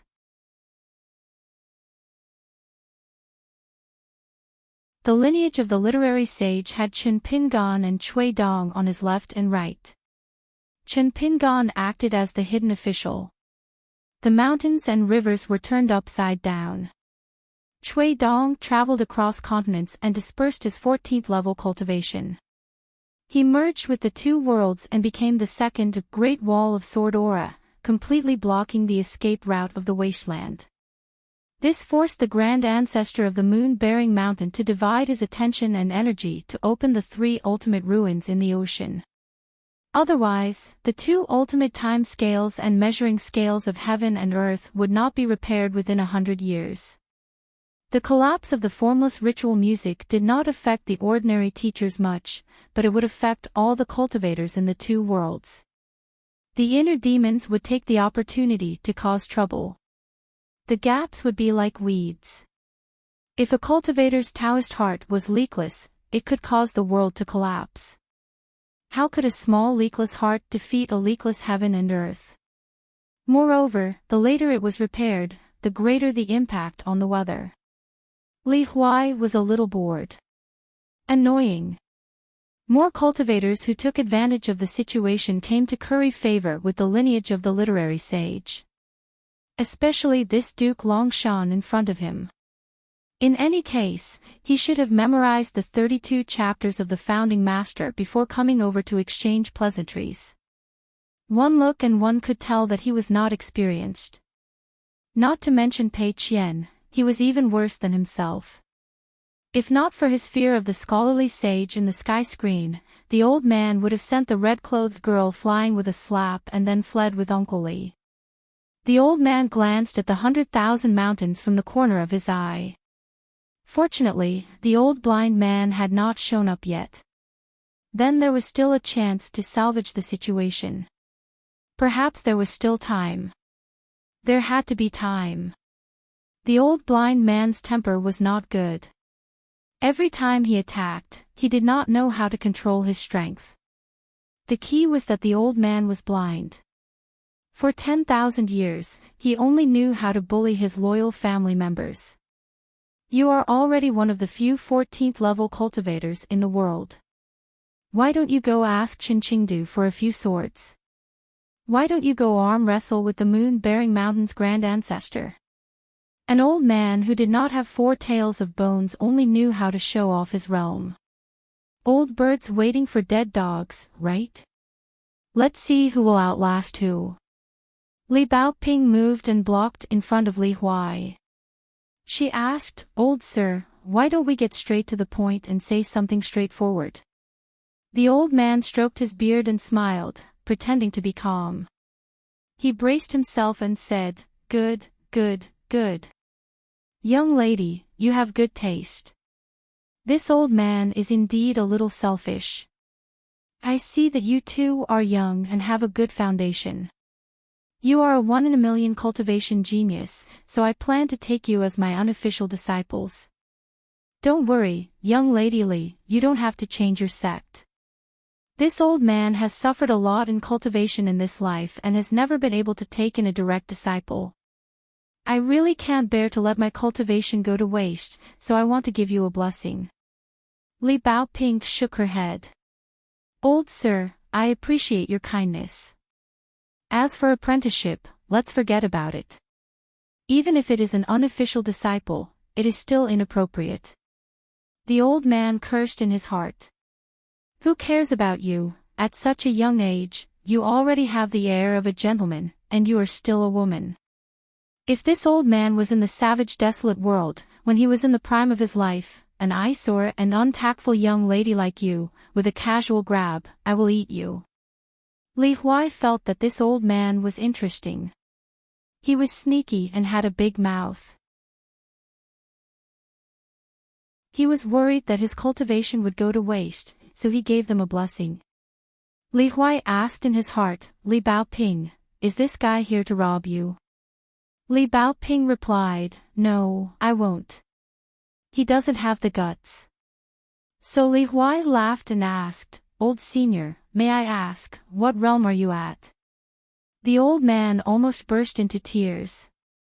Finally, he could talk to Uncle Li and chat with him. He did not dare to go to that far Aquarius continent even if he was beaten to death.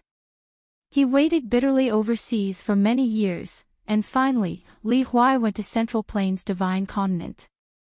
For 10 whole years, he had been running around in the vast world, hiding here and there. As a dignified ascendant realm, an existence of the same generation as Imperial concubine Fei and Old Deaf, he had been a stray dog for 10 whole years. The old man collected his emotions and coughed. "Your realm is not bad, you have some cultivation." Li Huai laughed. "Then it's not too high." The old man immediately said, "High, how can it not be high? I am just being humble." Li Huai stuck out his thumb and pointed to the big words on the wall. "Alliance and I are sworn brothers." It was only when Alliance knocked on the bowl with his chopsticks and cried that I agreed. The old man even had the heart to die. Old Blind had committed a sin by taking in such a disciple to harm him. The old man's heartstrings tightened. He could feel that suffocating majestic aura, as though it was approaching the great wall of sword chi. He could not be on tenterhooks for 10 years in exchange for a miserable ending where he was beaten half to death. The old man fell to his knees and prostrated himself on the ground. "Li Huai, I beg you, just agree to follow me to cultivate. As for becoming my disciple, as long as you are happy." Even Li Baoping was dumbstruck. What was this Duke Longshan who came out of nowhere trying to do? Li Huai was even more shocked. As expected, all the good fortune in the world could not be accepted. This old man's brain was not clear. Follow him to cultivate, what was there to cultivate? A short old blind man appeared beside Duke Longshan out of thin air. With a kick, there was a crack and an ouch. The old man's spine was broken and he immediately fell to the ground. The old blind man sneered and said, "Useless thing, you can't even handle such a small matter. You wandered aimlessly in the vast world. Have you eaten shit for 10 years? The old blind man turned to look at Li Huai and asked with a straight face, "You are Li Huai?" Li Huai asked back, "Can I not be?" The old blind man smiled and asked, "What do you think?" Li Huai looked sincere and nodded. "I think it's okay." Li Baoping frowned slightly. On the city wall, a sage of the Confucian temple, an ascendant realm, and an immortal realm sword cultivator did not move. She immediately heaved a sigh of relief. At least these two old men were not criminals who would suddenly attack. The old blind man sneered and said, "Kid, you are sworn brothers with that son of AB*TCH. That's great."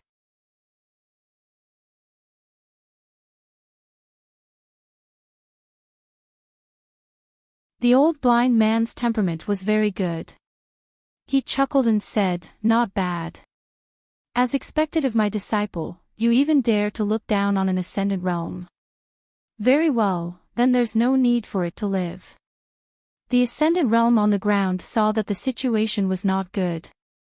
He stood up at lightning speed and begged bitterly, "Li Huai, I will definitely repay the kindness of saving my life today with my life in the future." It knew very well what kind of person the old blind man was.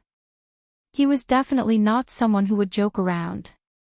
Li Huai asked, "Can I not be a direct disciple first, but an unofficial disciple?" The old blind man nodded and said, "Of course you can." Li Huai sighed and looked at the old blind man behind his hands. Then, he looked at the old senior Duke Long Shan who was smiling flatteringly. What the hell was going on? Li Huai quietly said to Li Baoping, "When I learn the skills, I'll help you beat up this unofficial master. Anyway, it's not an unofficial disciple, so it's not considered cheating the master and destroying the ancestors." Li Baoping smiled and said, "Senior, you heard it." Li Huai laughed and walked quickly to the old blind man's side. He skillfully rubbed his shoulders.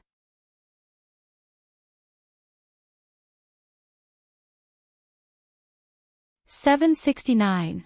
After entering the city, Chen Pingan was not in a hurry to take Pei Qian and Zhou Mili to travel together. First, he took out a piece of yellow paper made of Yang Qi lighting talisman from his sleeve, and then he made a sword gesture with 2 fingers, gently drawing around the talisman. Chen Pingan had been observing the burning speed of the talisman with rapt attention, silently counting in his heart. When a lighting talisman slowly burned out, he said to Pei Qian, "The degree of spiritual qi is no different from the sea outside the ferry, but the speed of the river of time seems to be slightly slower than the outside world. Let's try not to stay here for too long and leave this place within a month." Pei Qian nodded, understanding tacitly. The giant fairy city under his feet was most likely a small cave like the secret realm of broken mountains and rivers, but it was refined by an expert, just like Madame Qing Zhong's Lushui pit, which was already a small world. Chen Pingan. The spiritual qi of heaven and earth in the city was thin, so it was not a suitable place for cultivating qi. Of course, he did not rule out the possibility that it was the Wanyao sect and the blessed land of the 3 mountains. After swallowing half of one, or even occupying more spiritual qi and fate, it finally made a small world, like the sea returning to the ruins. Pei Qian looked at the people on the street, his line of sight raised a little and looked further. The pavilions, terraces, and pavilions, the farther they were, the clearer they became.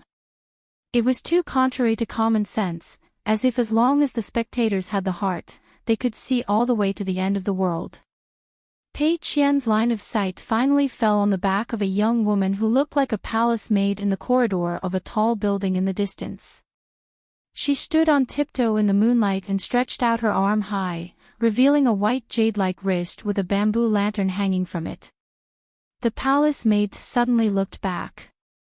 She was beautiful, and she smiled sweetly at Pei Qian. Pei Qian was not surprised, but he slightly shifted his line of sight. In the distance, between 2 towering colorful buildings, there was a corridor bridge, like a 7-colored rainbow hanging in the corner of the sky. In the middle of the corridor, stood a silver-eyed young man with antlers. His fingers were intertwined in front of his chest, and his big sleeves were dragging on the ground. He was like the so-called prince of the pavilion in the immortal books, and he was looking at Pei Qian. Pei Qian's line of sight shifted again. In a luxurious mansion built on a small mountain, there was a woman in a silk dress that shone like moonlight and flowing water. She wore a golden crown on her head, and she was leaning against a beauty, applying rouge, and gently licking her lips. After discovering Pei Qian's line of sight, the beauty seemed to be frightened. She immediately picked up a silk fan, but she was curious, so she only covered half of her face with a delicate fan painted with hundreds of flowers, facing Pei Qian. Half of the woman's lips were bright red, and half of her face was snow white. She seemed to recognize that Pei Qian's appearance was not outstanding, so she slightly raised her eyebrows. Her eyebrows were raised, but they were not frivolous, just a little provocative. Pei Qian immediately retracted his line of sight and rubbed his forehead. He had only taken a few more glances into the distance, but he actually felt a little dizzy. Pei Qian refocused his gaze and chose the scenery and pedestrians that were closer to him. At the end of the street in front of him, there was a troop of cavalry patrolling the city. The leader was riding on horseback, holding a long halberd. Both the rider and his mount were clad in armor. The road was congested and overcrowded.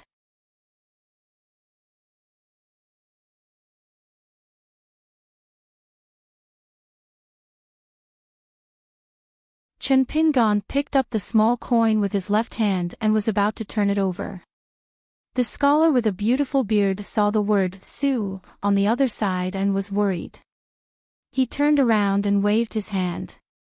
"Little thief, you're so cunning. I'm afraid of you. Go, go, go, let's part here. Don't see me again." Chen Pingon kept the coin again. Pei Qian blinked his eyes. "Master, is it really the person who likes to carve I've been here on the cliff?" Chen Pingon nodded and said, "I just don't know why he's here.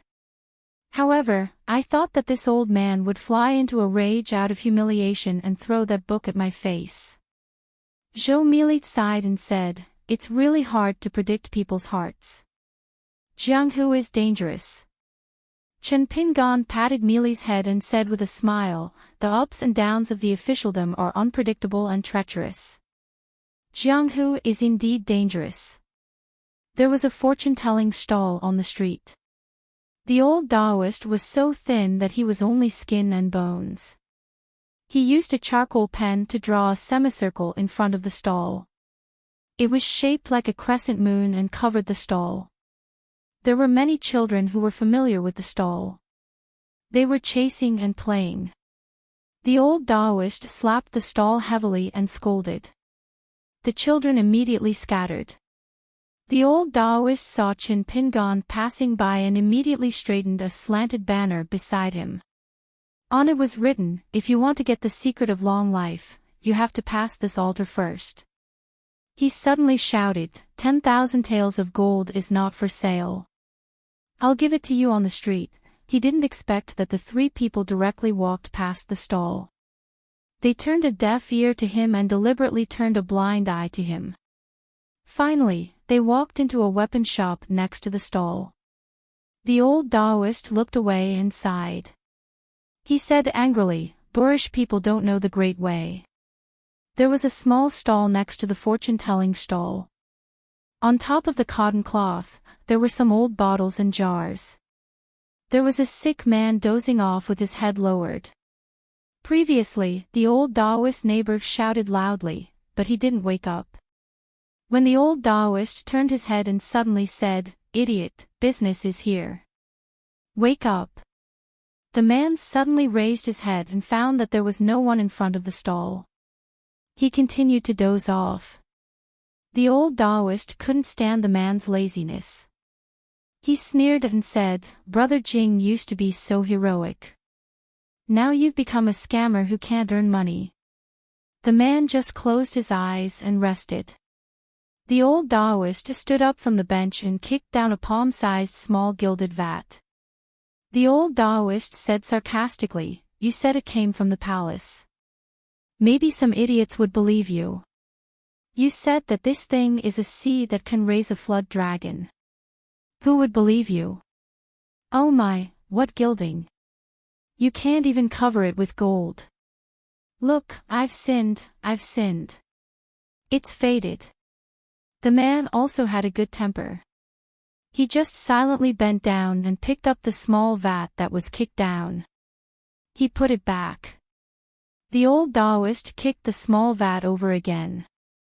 The man put the item back on the table again, but placed it at a corner of the cotton cloth that was further away from the Taoist. He said in a muffled voice, "The world only knows that our ancestors rode the green ox. Who knows you? If they knew you, they wouldn't come here. You don't have to drink the northwest wind every day." The old Taoist sat back on the bench and sighed. In fact, many of the old neighbors in the city were about the same age as the old people. They were gradually fading away. As for this pair of neighbors who set up the stall, no matter what, they could still stay here. One of them once rode the green ox and wandered the world in search of the ancestral portrait of the 5 sacred mountains. The other once rode a weak and crippled old donkey. On the donkey's back, there was a bearded swordsman with a big bow. The 3-foot sword and Lu Junark could both enter the water and slay a flood dragon. Chen Pingon entered the shop and picked up a scabbard. He pulled the scabbard out of the scabbard. The scabbard was thin and extremely sharp. Chen Pingon tapped it with his finger. The scabbard vibrated but was silent. Only the scabbard's light rippled like water. Chen Pingon shook his head. The scabbard was a good scabbard. Moreover, it was the only real scabbard in this shop. Chen Pingon only felt that it was a pity that the old Taoist and the man from the cloth shop were speaking in a vague voice. He couldn't hear them clearly. This world was a little too strange. The shop owner was a burly man with a stocky back and a bare waist. He laughed and said, "You're obviously a man with a sword on his back, but you want to come to the shop to pick up a scabbard. Outrageous." There was an old man in a green robe who was begging, "The calligraphy of my ancestor can't be seen by outsiders. Do a good deed and sell it to me." The man glanced at the old man from the corner of his eyes. He was too lazy to speak. There was a commotion on the street. Chen Pingon sheathed his scabbard and put it back in its original place. He asked the shop owner, "How much is this scabbard?" The man laughed and said, "If you want to buy a scabbard, sure.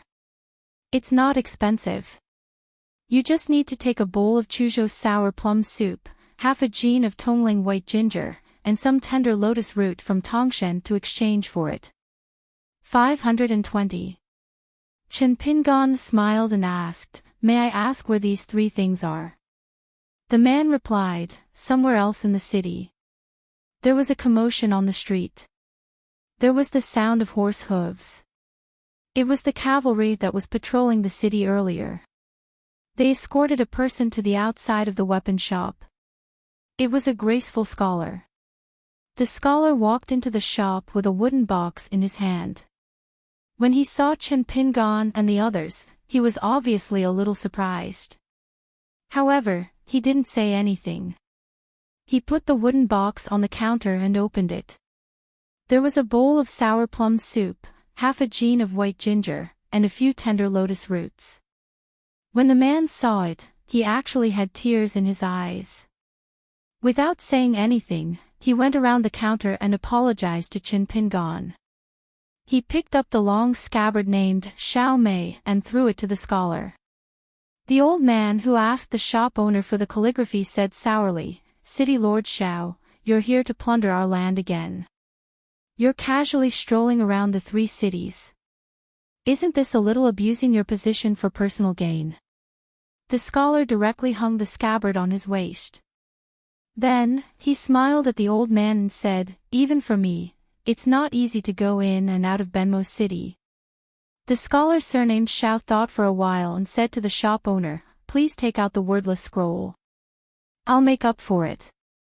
The shop owner narrowed his eyes. "Xiao Baowan, you have to think carefully.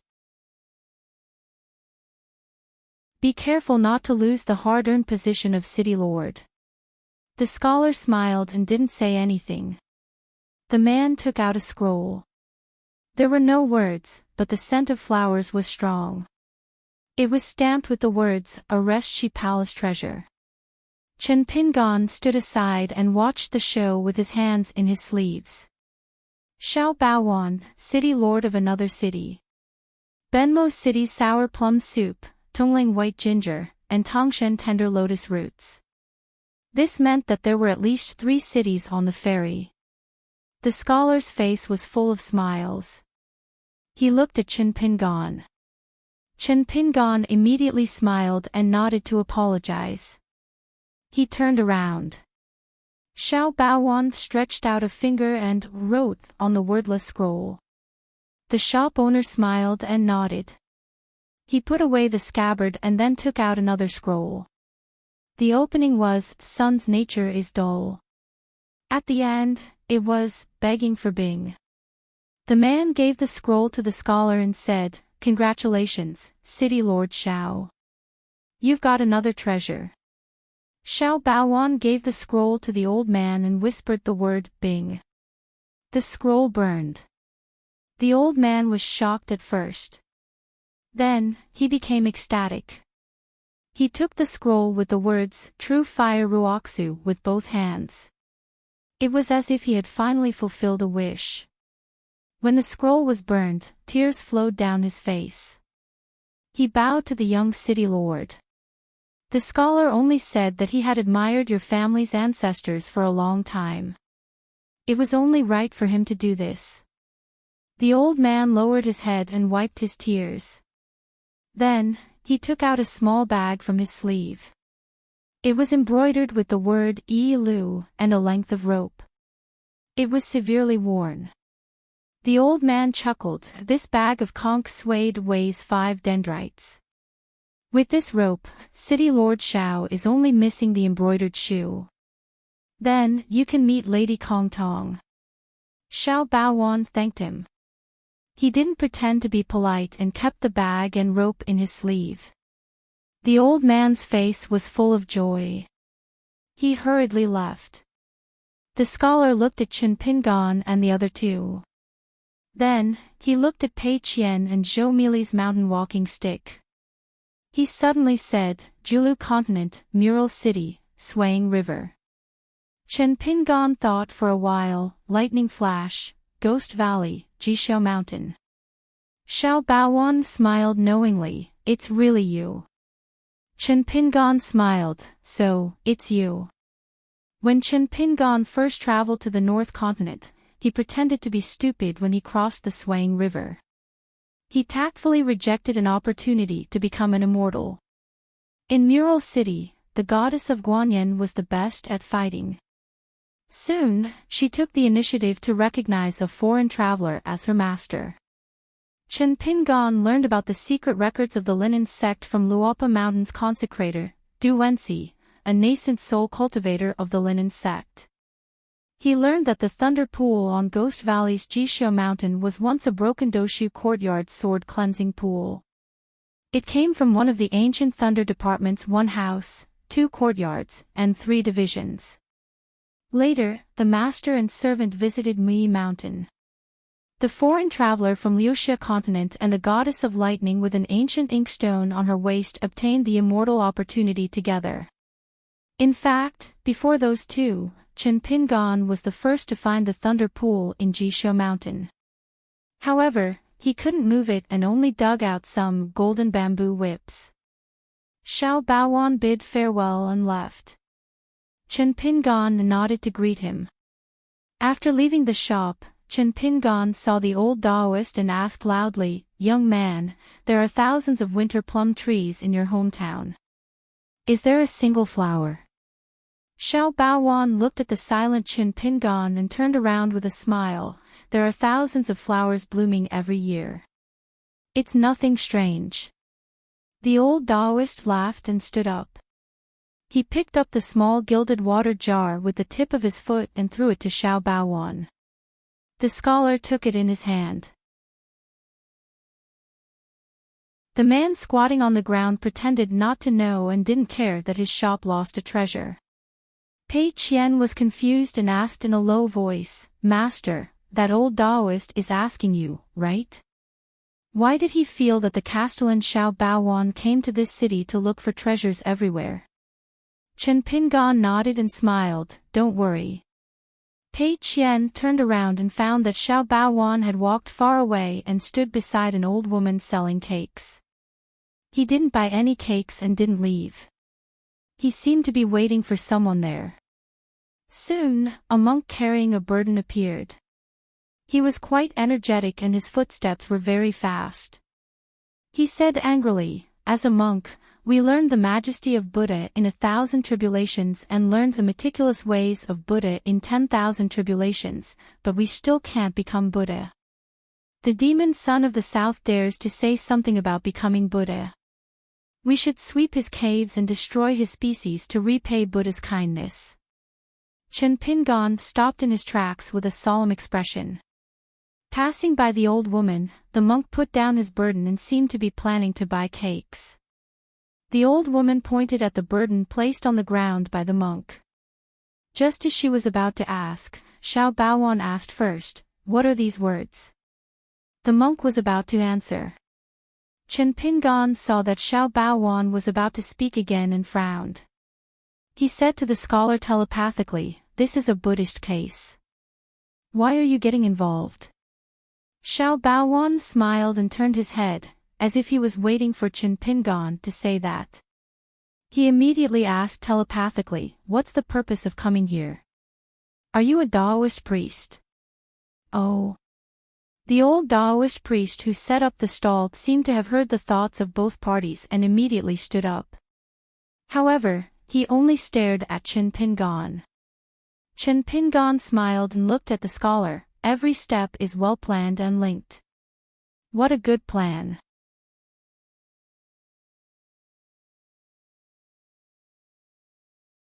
"770, Xiao Baowan smiled and said, "Weishui's autumn wind, those who are willing to take the bait." Chen Pingan asked, "So this is Liang Road?" Xiao Baowan nodded and said, "Good knowledge, you can even remember this." Even if the later generations were devoted to Buddhism, they would often not pay too much attention to an insignificant place name when they carefully read through the Buddhist documents. Chen Pingan suddenly understood. Li County also had a jurisdiction called Mingxi. It was no wonder that Shen Shaocan would come here for a stroll. It seemed that he was a regular customer of the bookstore. Shen Shaocan was most likely similar to Xiao Baowan. They were both not locals of Liang City. They only had the advantage of having a backup plan. Instead, they had the upper hand. Therefore, they preferred to pick up scraps everywhere. Xiao Baowan seemed to have obtained several treasures in a few blinks of an eye. Moreover, there must be other opportunities in other cities, waiting for this city lord Xiao to obtain them one by one and put them in his pocket. The treasures that Xiao Baowan and Shen Shaocan obtained in Liang City today, whether it was Shen Shaocan's book, the treasured knife, Xiao Mei, the bag of green, or the string, they were all genuine. As for the skinny old Taoist's covetous eyes, Chen Pingan did not care too much. It was not like the Ghost Valley of the Skeleton Beach back then, where he was destined to only be able to escape and not fight. Chen Pingan's only worry at the moment was that he was afraid of triggering the whole situation. For example, the curly-bearded man beside the fortune-telling stall, especially this Xiao Baowan, did not know how many backup plans were waiting for him. This was like a Central Plains sword cultivator who was traveling the Great Wall of Sword Qi facing himself who was already a hidden official. The disparity between victory and defeat did not lie in the realm, but in the right time and place.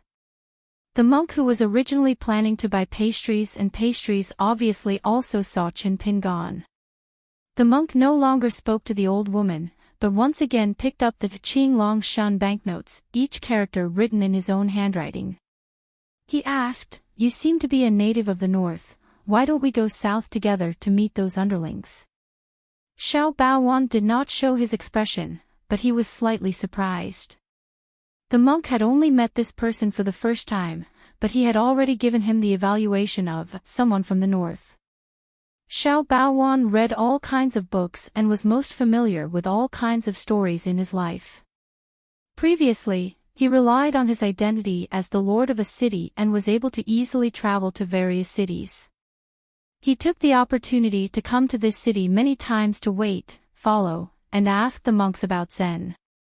Even though he copied dozens of tricks that were clearly recorded in later generations, he still could not get anything from the monks. As a result, Xiao Baozhuan's mind spun rapidly, and he immediately began to make some calculations. Chen Pingan put his palms together and saluted to the monk who would later be known as Zhou Jingang.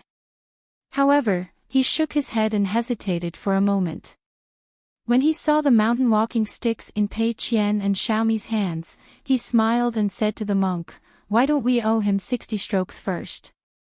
According to the historical records of the vast world, the monk would stop at the dragon pond and burn the pile of handwritten scriptures. There would also be the phrase, "Do not doubt the tongue of the old monk under the heavens." There would also be the world-shocking Mao Mountain summit, cursing the Buddha and cursing the ancestors. There would also be the case of the Diana school, where the Diana school would be beaten 30 times if the Diana school achieved the Diana school. Over at the bookstore, the old shopkeeper leaned against the door and watched the commotion from afar. There weren't many of these foreigners who first boarded the boat and came to Wui City. Most of them would disembark at Pondering City or Benmo City. Furthermore, year after year, the locals had seen many headless flies flying around. Today's green-robed swordsman was so careful in his words and actions. It was as if he had a card up his sleeve and came prepared. It was really rare. As for that Xiao Baowan, he had great fortune and was the most exceptional. The shopkeeper of the bookstore slightly retracted his gaze and glanced at the weapon store. That scholar Du was similarly standing at the door. He held the bowl of sour plum soup from Benmo City in one hand and chewed on a piece of Tongling white ginger on the other. He seemed to be in a very leisurely mood. It seemed like this Mr. Wu Song had already filled in the complete content of the fragrant flower calligraphy from the city lord of Beauty City, Xiao Baowan. Then Scholar Du would be able to quickly use this calligraphy to go to the City of Usefulness, also known as the White Ice City, and exchange it for an opportunity that he had been longing for. On the ferry, between the various cities, a sentence, a matter, and an item had always been going around in circles. It was indeed difficult to obtain something, and even more difficult to obtain it. The shopkeeper of the bookstore felt a bit strange. Why did Scholar Du's gaze seem to have stopped many times on the long sword that the green-robed swordsman was carrying? Could it be an old friend? That was impossible. That young man's age didn't match. It was strange. Before Scholar Du boarded the boat, he was once the world's #1 refiner in the mountains. He was very awe-inspiring with his red lightning and purple smoke. It was said that more than half of the Tongling mountain near his hometown was refined by him. Even those half-immortal long swords rarely caught Scholar Du's eyes. Because of Scholar Du's refinement of the mountain, it became a huge joke and was recorded in the records of Wui City. According to one of the records of the absurd chapter, there was once a Shui water god mansion near Scholar Du's hometown. The shrimp soldiers and crab generals in the river were known as the world's most vigorous. In the end, Mr. Wu Song refined a small part of it, causing the water god mansion to suffer so much that they had to go to the Confucian temple to complain. Could the long sword carried by the outsider be an immortal relic left behind by someone Scholar Du knew in his early years? The monk on the street was a bit confused, but he still put his palms together to return the greeting. Then, before he carried the load and left, he suddenly asked Chen Pingan, dug out from the Confucian temple, a monk with a scholarly air. Chen Pingan could only be speechless. The monk shook his head and carried the load out of the city.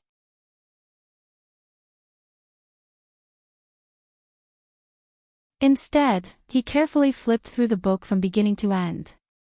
That was why he could see the sentence, "There is a true pearl boat in front and a night boat behind. There is no end to the sea of knowledge." A small boat, mended and patched, carried people on a night trip between the heavens and the earth. Beside the words, there was another line of crooked words. Chen Pingon knew who wrote it at a glance. F*CKU. I'll smash it with 2 punches. That was why Chen Pingon unintentionally said, of all the knowledge in the world, only the night boat is the most difficult to deal with. When Chen Pingon returned to the vast world, he accidentally found the book collection seal that Firen deliberately left with Lu Mao in the Yellow Flower Temple in the Mirage City. When he saw the seal, he knew that the 2 sentences in the book back then were probably a boring comment by the previous hidden official of the Great Wall of Sword Qi, Xiao Chua, to the previous criminal official, Wen Hai. As for why the city lord Xiao went crazy and targeted him, as long as Chen Pingon found a few basic connections of this night boat, he would naturally be able to follow the clues and have a good fight with Xiao Baowan. Pei Qian wasn't worried about that city lord Xiao Baowan. After all, his master was watching over him. Pei Qian's attention was more focused on that skinny old Daoist. He glanced at the crooked banner that wrote, "If you want to obtain the secret to longevity, you have to pass through this immortal altar first." Then, he looked at the array on the ground in front of the stall.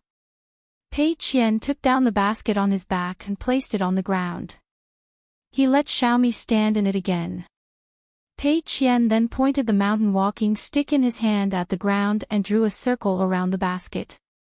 With a light poke, the mountain walking stick penetrated the ground like a knife cutting through tofu. The mountain walking stick stood on the ground. After Pei Qian let go of it, a few threads entwined around like sword qi.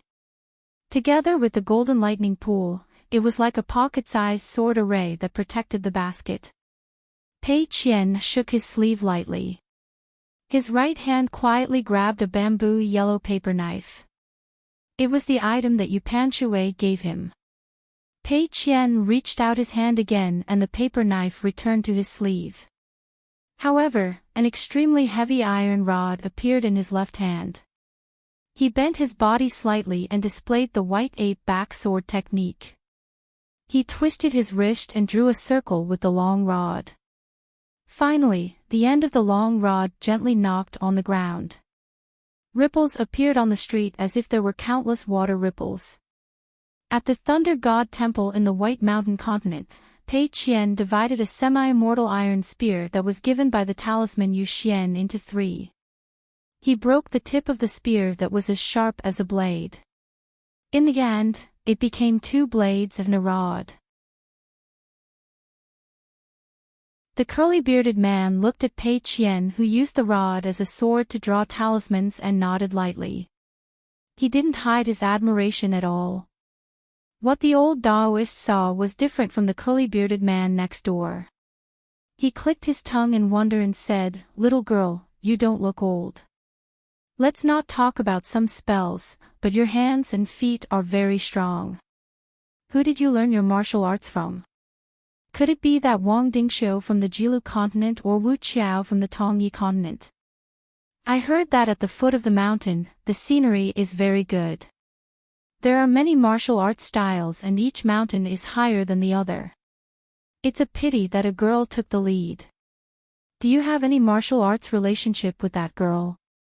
Pei Qian said, "Old Immortal wants to exchange pointers with my master. Why don't you ask me for a few punches first?" The man who was squatting on the ground smiled. "Lord Feng is indeed Old Immortal. Unfortunately, his martial arts are not very good. If it was Wen Quan, even if he went to Lord Feng's territory, Old Immortal would still lose." "Little girl, you are very smart."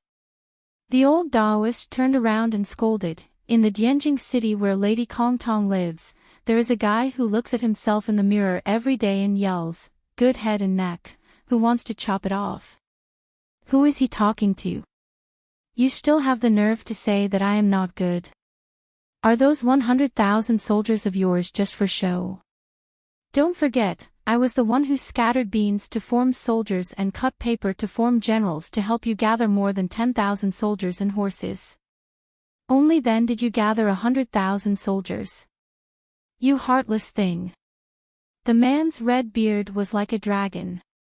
He sat on the ground and smiled. Didn't I also return you a sea of gates? Pei Qian immediately said in his mind, Master, it seems that these people have the means of having a different world. This Lord Feng's territory, bird-lifting mountain, and this kind-hearted bearded man's 100,000 armored soldiers are probably able to form a small world of their own in this Jianmu city.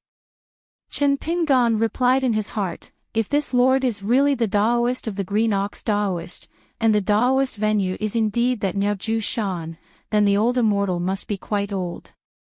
Let's wait and see. The more the old Daoist priest spoke, the angrier he became. He kicked the bottles and jars on the cotton stall, causing them to sway. This poor Daoist priest wants you to side with outsiders and help outsiders to bully your fellow countrymen. After this poor Daoist priest closes the stall, I will definitely report you to the mayor. The man tugged at the corner of the cotton cloth and moved as far away from the fortune-telling stall as possible. He said helplessly, Why are you arguing with me? You found the wrong person, right? Only then did the Lord Feng remember to look at the green-robed man with a sword on his back again. He asked, The people on the street are not bald donkeys but Taoists, right? Tell me directly. I only want you to tell me the truth. Chen Pingan smiled, Perhaps Daoist magic is flawless. Then why are you blaming me for the Daoist priest on the street? The old Daoist stomped his feet and laughed in annoyance. Good fellow, now that Confucians are reasonable, they are getting more and more powerful. Xiao Baowan suddenly interrupted, The great Tao is 50, and the heavenly evolution is 49. Then whether it is perfect or incomplete, it is only a matter of mouth, but not the heart. Chen Pingan asked, City Lord Xiao, are you done yet? In an instant. Chen Pingan found himself in a picturesque place with beautiful mountains and clear waters. There were no more streets around him. On the mountain road, there was only an old Daoist priest riding a green ox. He carried a traveling bag with a row of bamboo pipes, and the sound of collisions was crisp and pleasant.